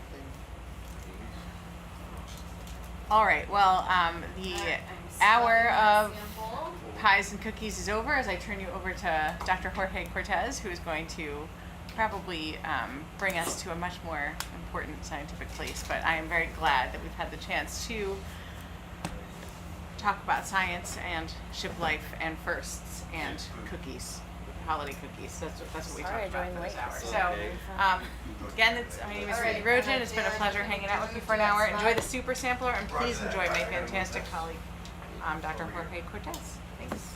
You can use these if you want. Hello. How's it going? So, Hello. Your mic is on. Just turn it a little bit more towards you. Yeah. Okay. Buenas tardes. Sounds good there. Buenas tardes, buenas noches, buenos días. Les habla Jorge Cortés Núñez de la Universidad de Costa Rica, dándole la bienvenida a esta próxima hora aquí en cuarto de control del vehículo submarino Sebastian. Y aquí estamos a 2.829 metros de profundidad haciendo tomas de muestras de agua, midiendo temperatura. Es parte de todos los estudios que estamos realizando aquí a donde viven estos pulpos. Hello, this is Jorge Cortez from the University of Costa Rica, and here we are at 2,829 meters depth, with a temperature of 1.82 degrees Celsius. And we're just collecting some water samples of these sites where these octopus lay their eggs.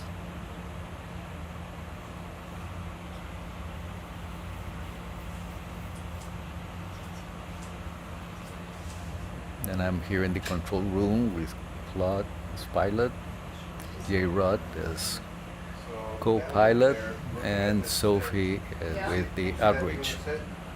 Yeah. See that mama right there that's straight below me? Oh. I can come a little bit more to the right, maybe? I don't want to go down too far. Yep.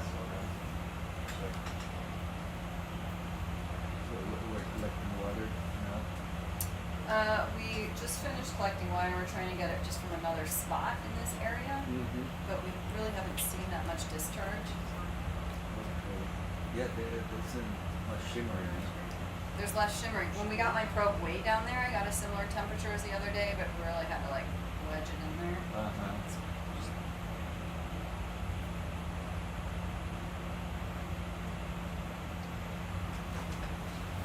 Right there, you seeing anything?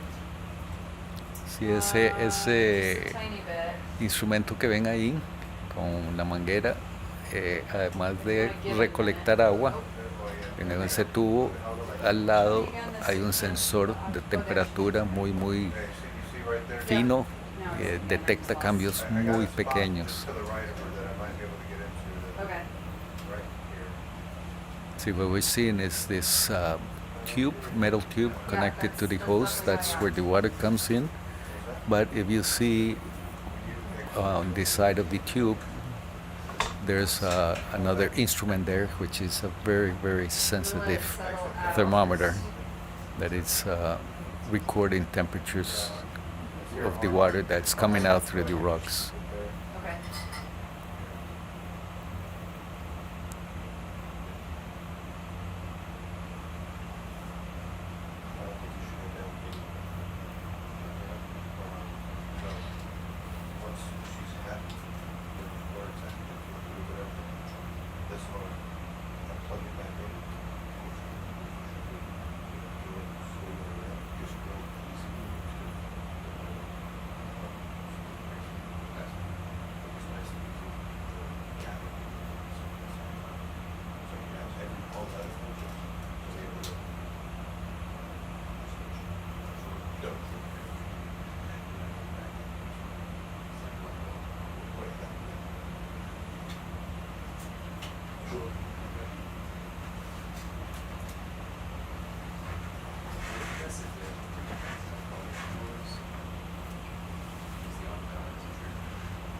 This is just a little bit to the right.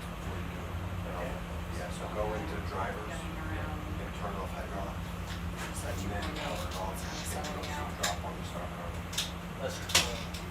But if your arm is out like this, But not another pretty active area. There's an octopus right below us. so like you can't like unplug the port. I'm just gonna take a bottle here. And everything's gonna fall. Okay.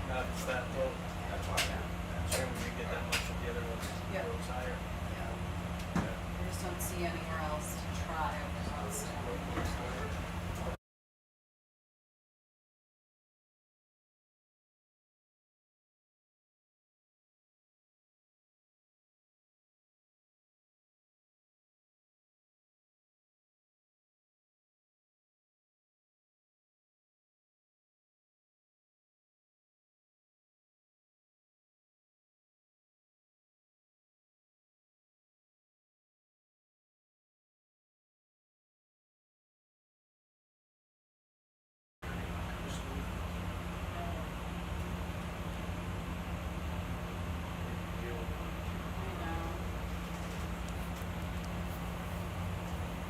Sí, en esta escena lo que vemos, además del muestreador de agua, son un par de pulpos hembras cuidando sus huevos, bueno, más de un par, se ven otros por ahí, camarones que siempre están dando vueltas y todo eso blancos, como rayas blancas, esos son tubos de gusanos, de poliquetos, y vemos unos langostas también que andan por ahí. Y esos cangrejos, esos camarones lo que están es tratando de comerse los huevos y las mamás cuidándolos. What we're seeing here is, other than the extractor for water and temperature sensor, are several octopus mothers taking care of their eggs, and you see little shrimps that are trying to go in, eat those eggs, and she defends them very well. And then the white wiggly things on the rocks, those worms, the tubes of worms that we call in biology polychaetes. And there are some squat lobsters around also.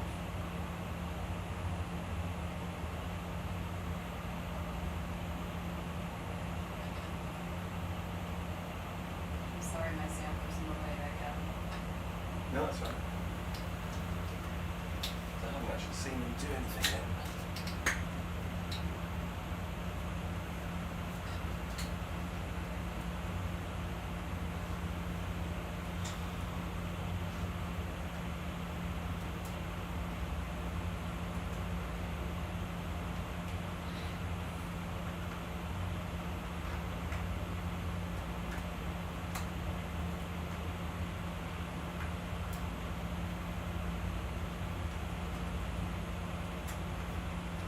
Running it for volume then?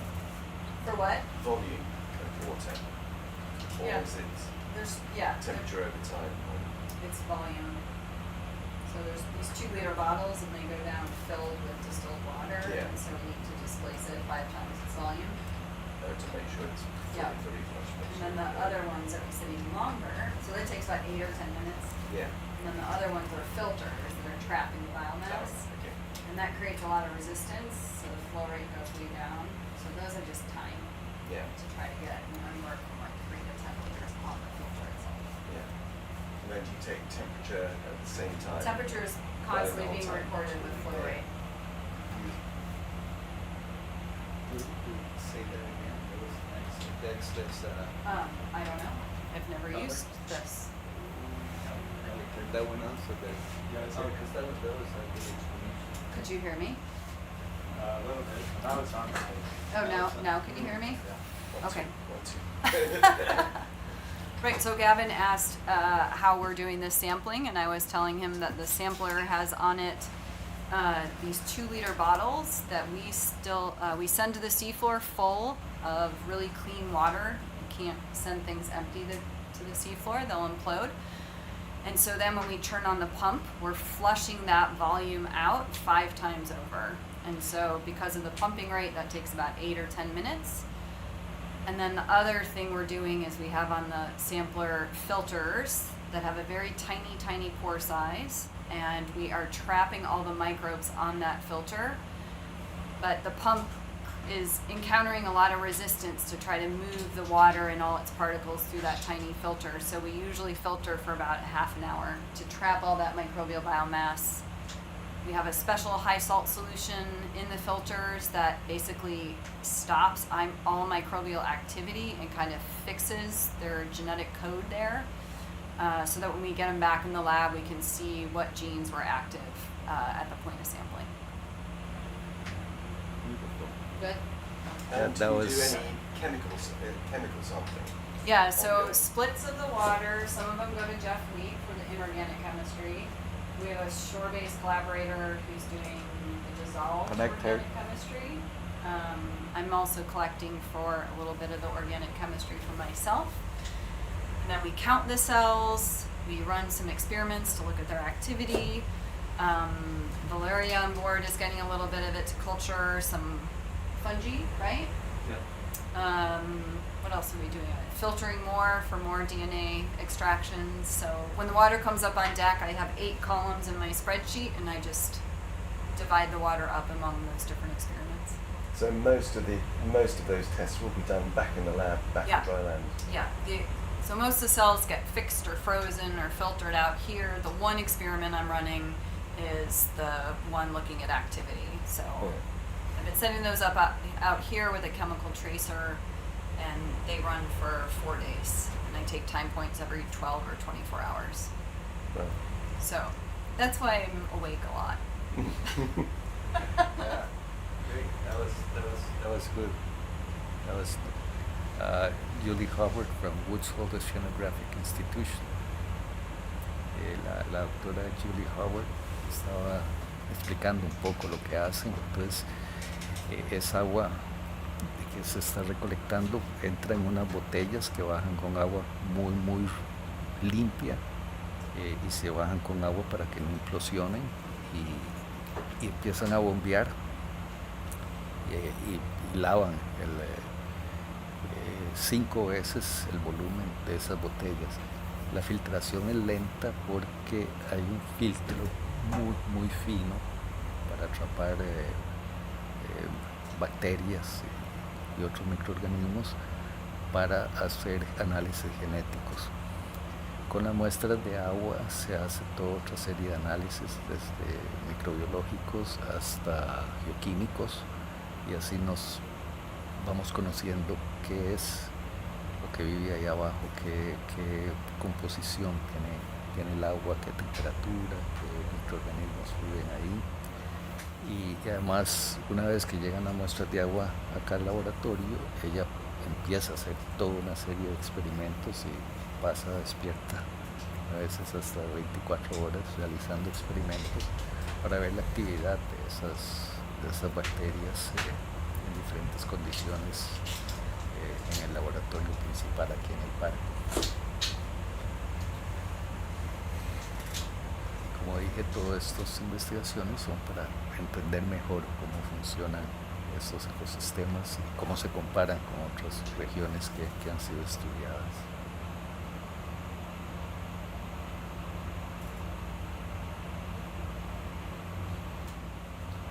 So when this sample is done, we're going to be stowing the super, and then we're going to pick up the little crate.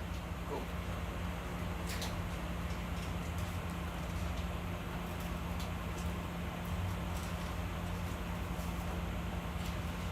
Ahora tenemos como copiloto a Tyler y ayudando aquí con la transmisión a Tomer.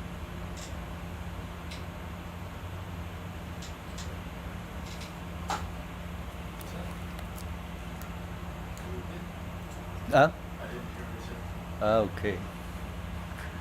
Tenemos aquí como copiloto ahora a Tyler y en la transmisión a Tomer, y de piloto sigue Claude. So right now we have Claude as pilot, Tyler as co-pilot, working the controls of the arms, another sampling equipment, and for the outreach we have Tamer.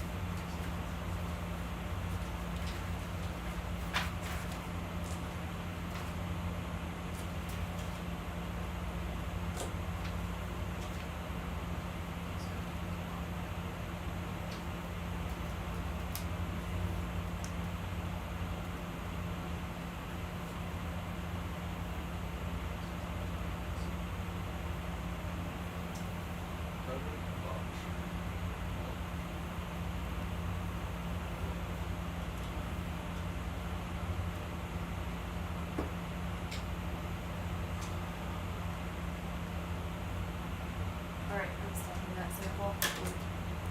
Temperature is about 2.5 to 3.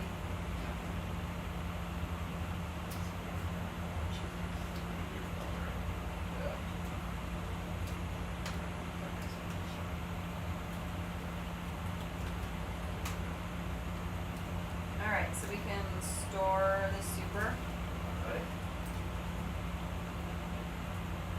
Bueno, ya vamos a proceder a sacar el equipo. Entonces esta operación va a durar unos minutos. Ya terminamos de la filtración y vamos a sacar el equipo.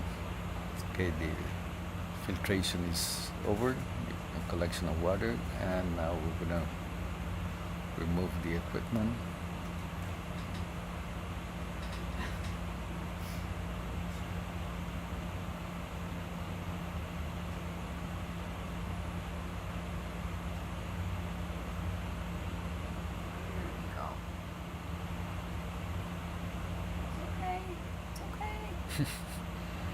Let go. Oh.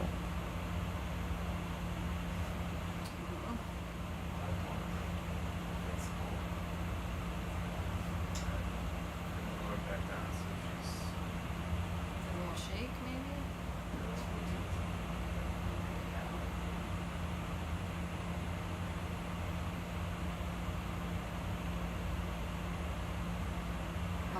Okay, good. Back you go. Want to be with us.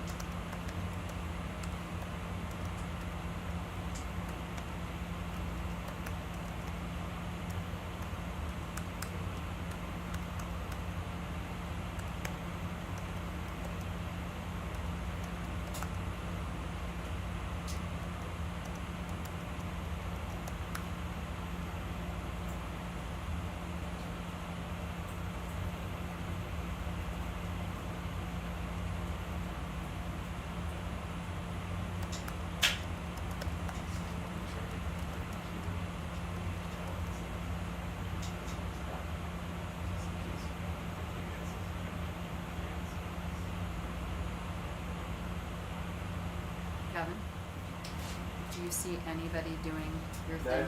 not Okay. one. I was gonna say, if there was Yeah, like no, it's- 5 minutes, you could. Yeah, no, thank you very much. No, I mean, it's really weird that I don't know if it's the change in location or God knows what it is. Just didn't see it. So, no, I saw one at the other location 3 times in 4 hours. Wow. One individual. Okay. So I thought maybe there was a pattern to it, but obviously not.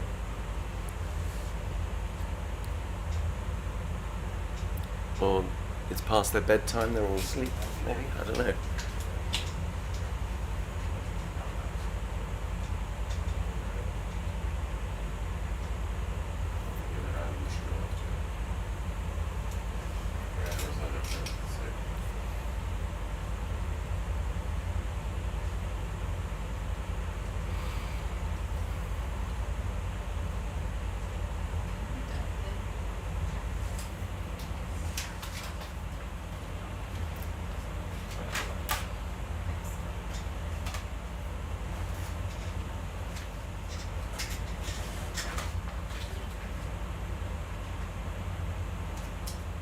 We still need to collect a rock and a niskin, right?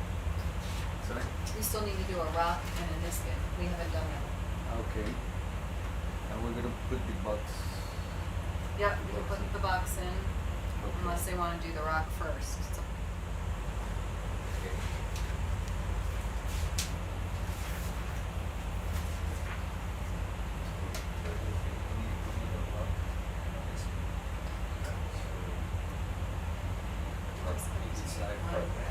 Yeah. Sitting here.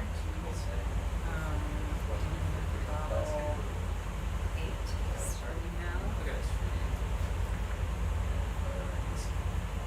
Where do you want to put the rock?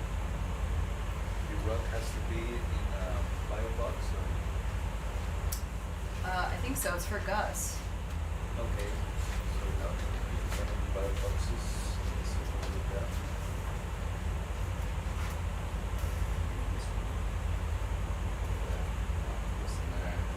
I assume it's for Yeah, I Gus. think it's one out there. See, this is. Yeah, we said rocks. This is all that's being collected. Yeah.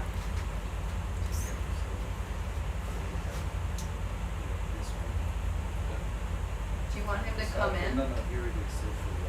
Oops. instructions.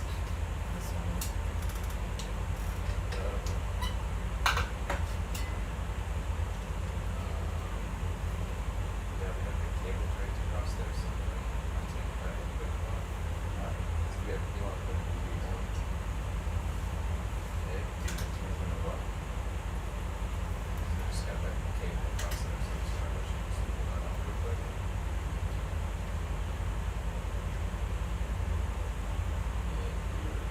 Put it up because the free. Marty, do you want to go get Gus? Or do you want me to go get Gus?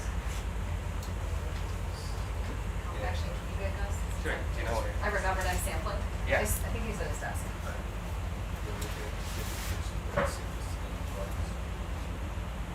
Special rock.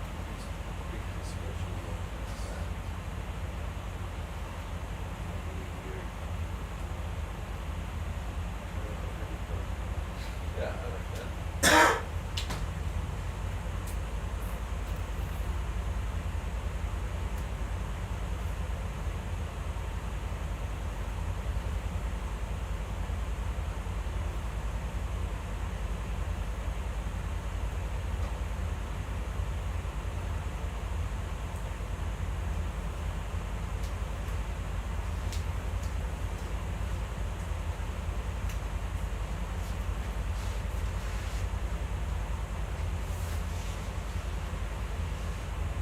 So we're getting ready to collect one of the rocks that will be used to study the microbes that live on the rock.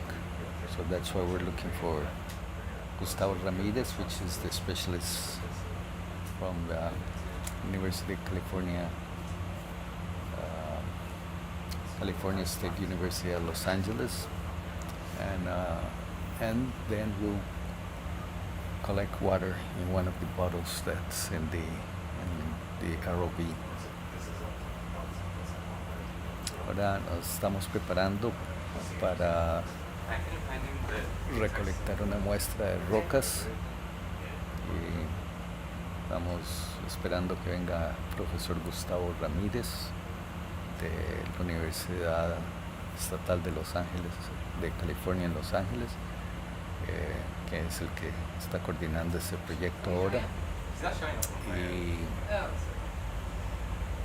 Y después vamos a tomar una muestra de agua. El barco tiene unas botellas que se sellan, entonces vamos a tomar una muestra de agua. Yeah, we could also Fire the Niskin. fire Niskin. Yeah.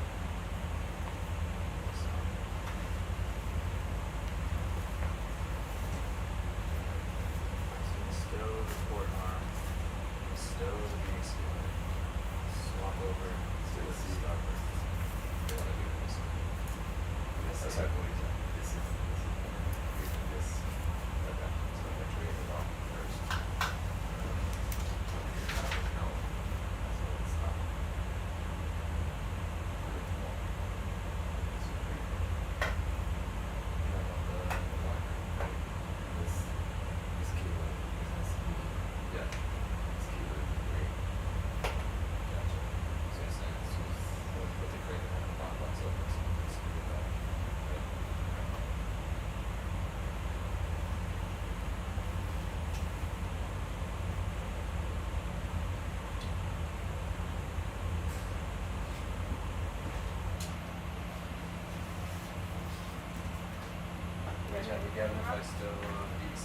Yeah.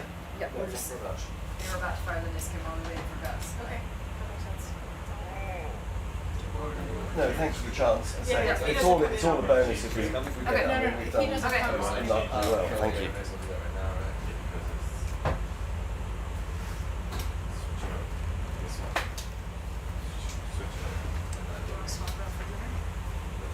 Dinner time? No, I'm pretty much done. I'm just finishing the sample. Turn it off. I was about to put a chat message just to you and Caitlin. The temperature probe is definitely off by about 1.5 degrees. Because it reads, should be reading like 1.8 in background and it reads pretty much 0. not be consistent with the offset that we see with when they use their temperature probe, and ours we're usually a degree and a half low. Yeah. So I know it's not meant to go below 2, but I still think it's a little bit off. So, next time we're not going to be using Octopus, right? We're not using what? The temp. How do you turn off the light? Yeah, but we shouldn't. Like on the intake or Yeah. Well, I don't know, it depends on how you're marrying them. do you want it on the alternate intake? Yeah. Okay, because that's what I was thinking, we have another plug, we have other temp probes. Yeah. So what I'm thinking is provide another data point here, thank you. We could plug in the other one and literally just install them next to each other and see if those are both the same. That's So we can see here. if it's Hi. Hey. is it the temp probe itself? Is it like our system? We can also do that in a little. I'm just like worried about messing with something that's working. Yeah, we'd just be adding one thing to an existing thing. So you get a ground ball. It's true. I know, I just want to keep those ground ones out. I don't want to like risk it. You're loose. Yes. You don't mess with it. Yeah. Okay. Yeah. As long as it's being consistent. Yep. No, it's been this way pretty much. Nos ha unido aquí en el cuarto control la doctora. It just took me a while to Ben. figure Alright, so out. we're setting up to get a Niskin sample here, Síguelo. where we've been collecting a vent fluid sample. Figure out a way to plug up the whole one and alternate intake. Okay. I'll figure out one that should be. What about those rubber stoppers I have? You ready for that one? Okay. Rubber stoppers. That's in all those serum vials?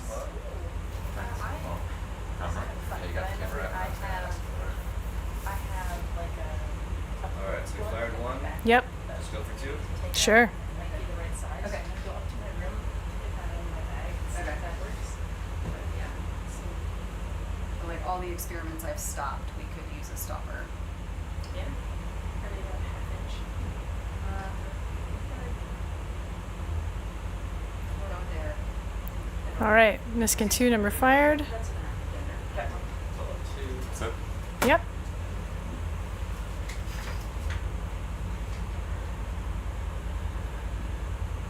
alright, and then the rack, and then the box. Sure. Great. And we're just waiting on Justin. Well, we can go ahead and pick one. Can we porch in? Stove.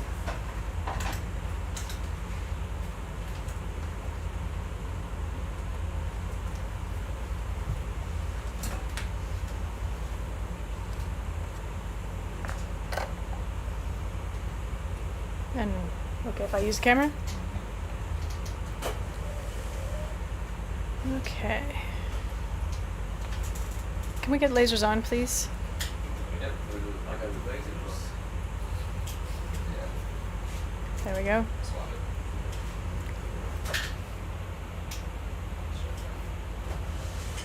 This is where you guys were just sampling here, Julie? Is that right? Yep. Yep. Oh, that worm showed up. They weren't there before. No, They're so pretty. Okay. Oh, we lost track of the same. Think- get very excited. Stopping that. This cycle. one that's about 20 centimeters right here. What do you think? Right on the lasers. Yeah, so before you do it, let me get some glamour shots. So, Rue, can you get a frame grab of that, please? 1 second. Lasers on. Oh, pretty. Okay. No. Okay, and lasers off, please. These are the arms. Yeah. Lasers off. And got it. Okay. And let's give it a try. Obviously there's a mama back there, so we want to try to not take her with us. Okay.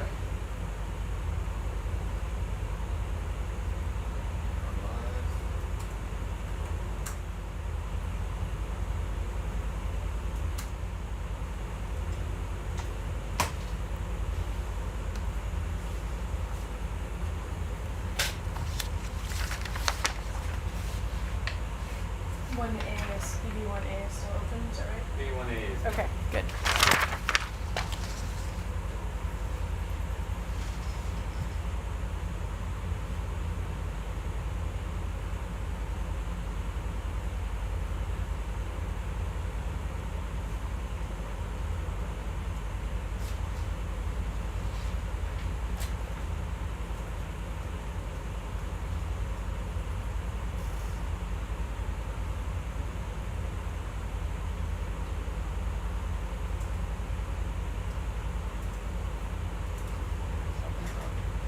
Hmm?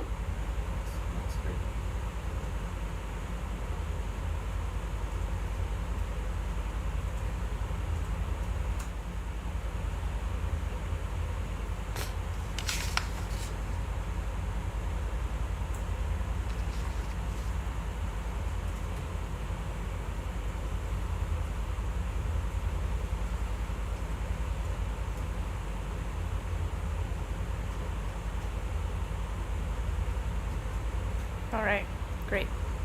Alright, once you push out the line, this is a bit of fingertip grind on around here. And before we put it in BioBox 1A, we just want to get some glamour shots of once you got it safely over the porch.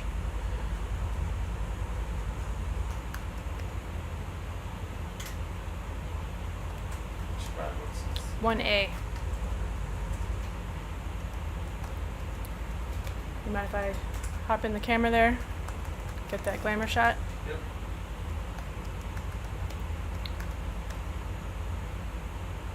Great. Got that, Rue? Got it. And do you feel comfortable rotating your wrist, Tyler? Yeah, my should feel good.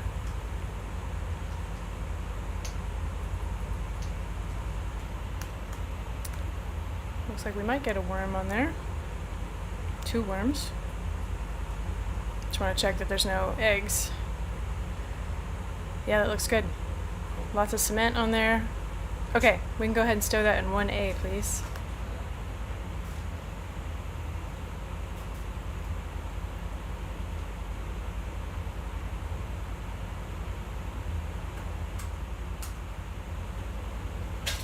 What's the number on that one, Rue? It is 227. Thank you.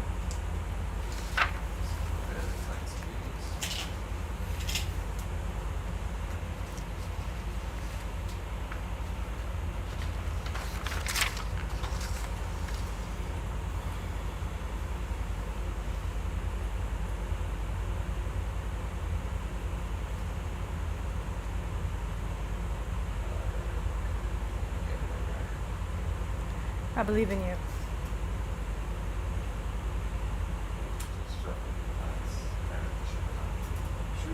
Bunk. 2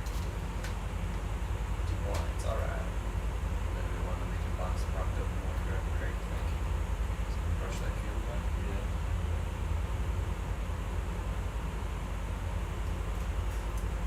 That is the last in the milk crate. Yep, let's bring the milk crate on board. Not sure if you talked through this, but are we going to bungee it in or hold it down with a knit?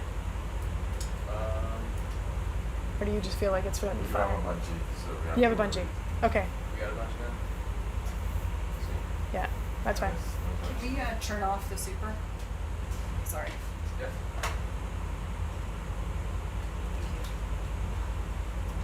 think the bungee's not the O2 cable. So there's no bungee. Yeah, so we can use the minute to keep it on. Okay, so then we'll need to use the port minute for that because we're going to need to use a starboard to get a niskin on the way up. We got it. Okay. Yeah. Okay. I see, actually, sorry.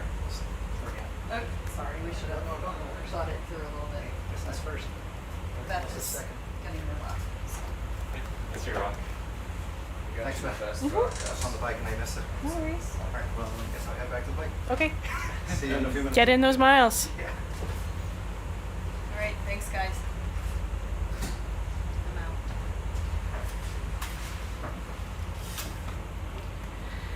So this is going to be the last operation of our time here on the bottom for this dive. We've been diving on La Pulpería hill here in this region. This is an area where the second octopus nursery offshore Costa Rica has been discovered. And We started the dive in an area where we had an exposure of some, what we think is really old sediment. So we collected some samples there to our southwest and then worked our way up to the summit where this vent site is, what we refer to as marker Q, as there's a marker just ahead of us. We deployed this experiment, about a week ago at the very beginning of this expedition to collect fluid samples as well as temperature measurements and dissolved oxygen measurements. So that's what's all inside of this yellow milk crate that we're recovering onto the front porch. We'll be processing those samples on board and taking them back to the laboratories on shore to measure dissolved ions in the fluids, and that'll tell us how much the fluids have reacted over time. And also those temperature and dissolved oxygen measurements will give us an indication of the condition of the venting fluids here. We'll be back in the water, let's see, around 2 a.m. Costa Rica time. So about, 8.5 hours from now? No, more than that. Some amount of hours from now. I can't do that math right now in my head.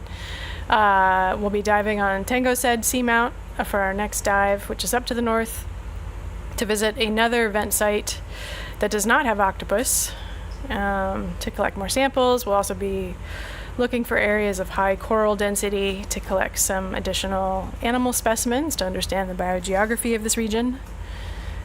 And a couple more dives for this expedition we're trying to squeeze in before the end.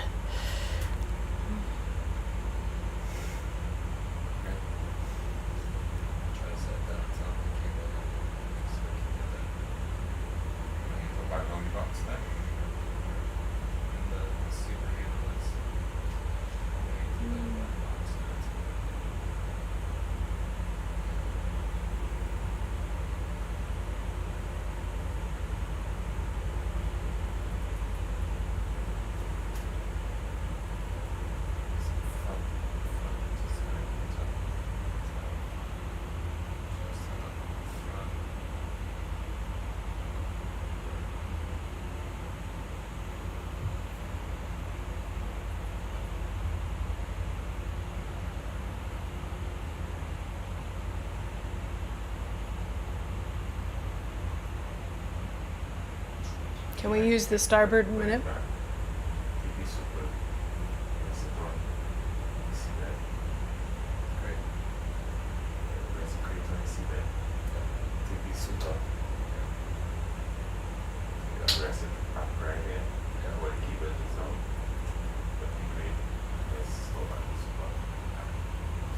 I like that plan.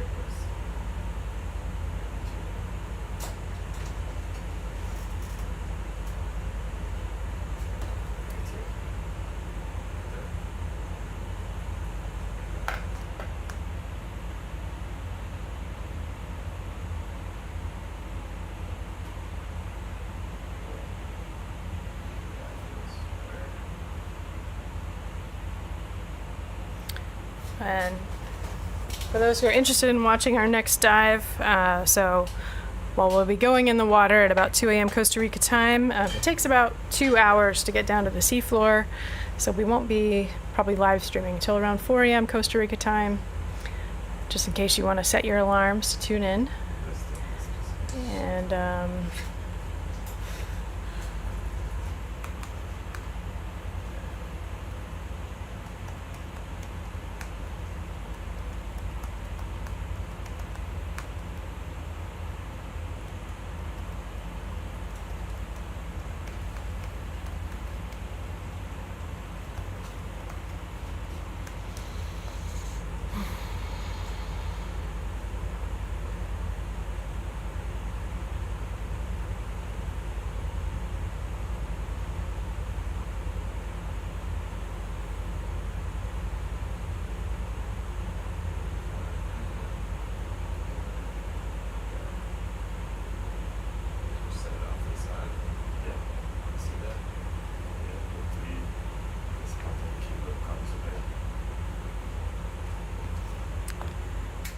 For those interested to see highlights from the expedition so far, it looks like the first video from the Octopus Odyssey 2 expedition is now live on the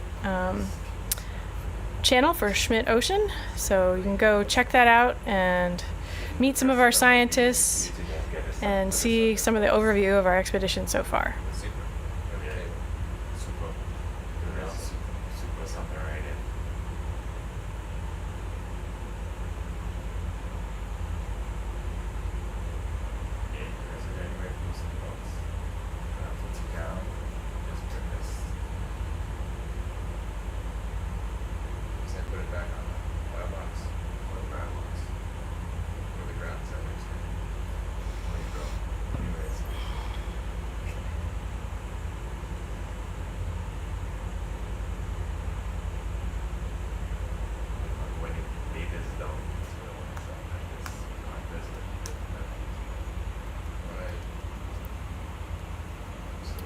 Okay. Do you want to come in and say anything for the audience that's listening? Just because we'll be finishing up in a few moments. Or you could do it there, either way. I don't know if they want to Yeah. Tamer. Bueno, ya estamos terminando esta sesión de hoy. Vamos a montar la caja en el vehículo, que parece una operación fácil, pero eso está a casi 3.000 metros de profundidad y no es tan fácil, pero bueno, ahí vamos. Después vamos a tomar una roca al análisis microbiano y ya tomamos una muestra de agua que también se va a analizar de forma muy completa. La próxima inmersión empieza a las 2 de la mañana, hora de Costa Rica. Y se dura unas 2 horas para llegar al fondo, entonces a partir de las 4 de la mañana vamos a estar transmitiendo todo lo que se va a hacer durante ese día. Va a ser un día largo de muestreo, aprovechando ya las últimas fechas aquí de este barco en Costa Rica. El video de la primera semana donde contamos por qué volvimos a este sitio está ya disponible en el sitio de Schmidt Ocean Institute. Ahí pueden ver cómo se escribe Schmidt. Entonces buscan Schmidt Ocean Institute y ahí van a salir los diferentes cruceros y van a encontrar aquí de Costa Rica y quienes participan y los videos el video que se hizo ya la primera semana. Después va a haber otro de segunda semana de la estadía aquí y al final uno con lo mejor de lo que hemos visto. Además va a haber otro en que se destaca o alguno de los científicos que participa. En este caso va a ser alguien de Costa Rica. Los invitamos a que vean toda esta información que se ha generado aquí en Costa Rica. Y como hemos indicado, con un grupo, la mitad de los científicos y estudiantes participantes somos costarricenses y todos de las universidades públicas de Costa Rica.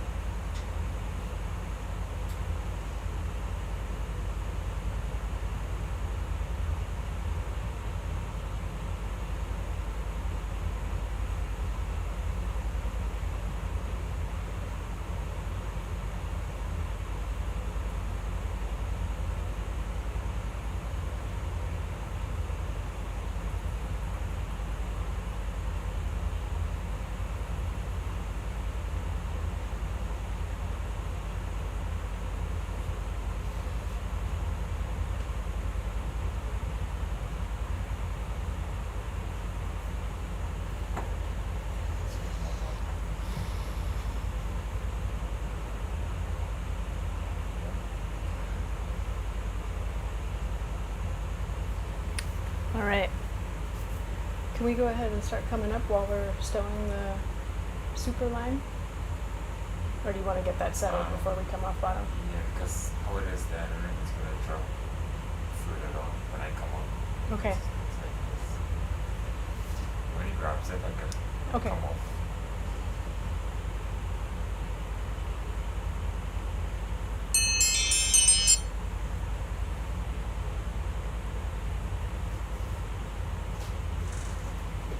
Do you want me to put it here? Or is it Is it already logged as a sample? I don't know. I don't think so. Unless it's looking logged before. No, it should be logged as an experiment sample. So yes, it should be logged. Then what else? What's in there? The temperature It's a- logger, osmo sampler. You can just log it as an osmo sampler. Okay. Just one sample. Because it's all together. No, it's not coming up now. Or you can delete that too.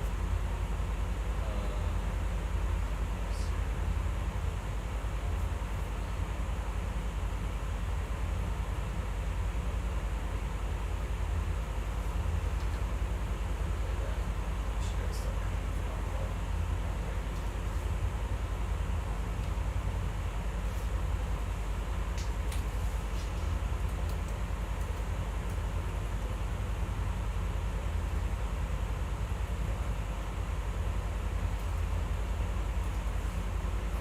Did we pick that the rock?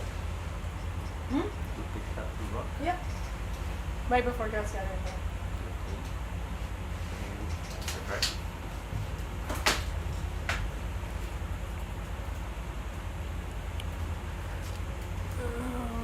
Say something before closing. Yeah, go ahead. No, I already did my kind of close out. Bueno, así terminamos esta inmersión en la pulpería. Ahora vamos ascendiendo.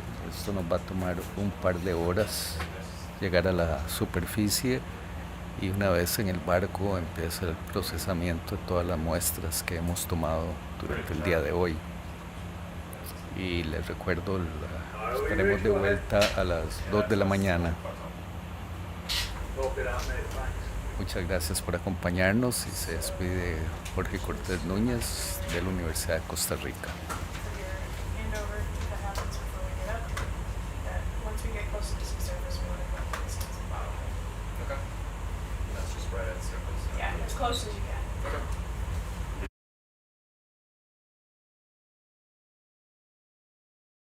Surface. Thanks everyone for spending time with us today on this beautiful dive.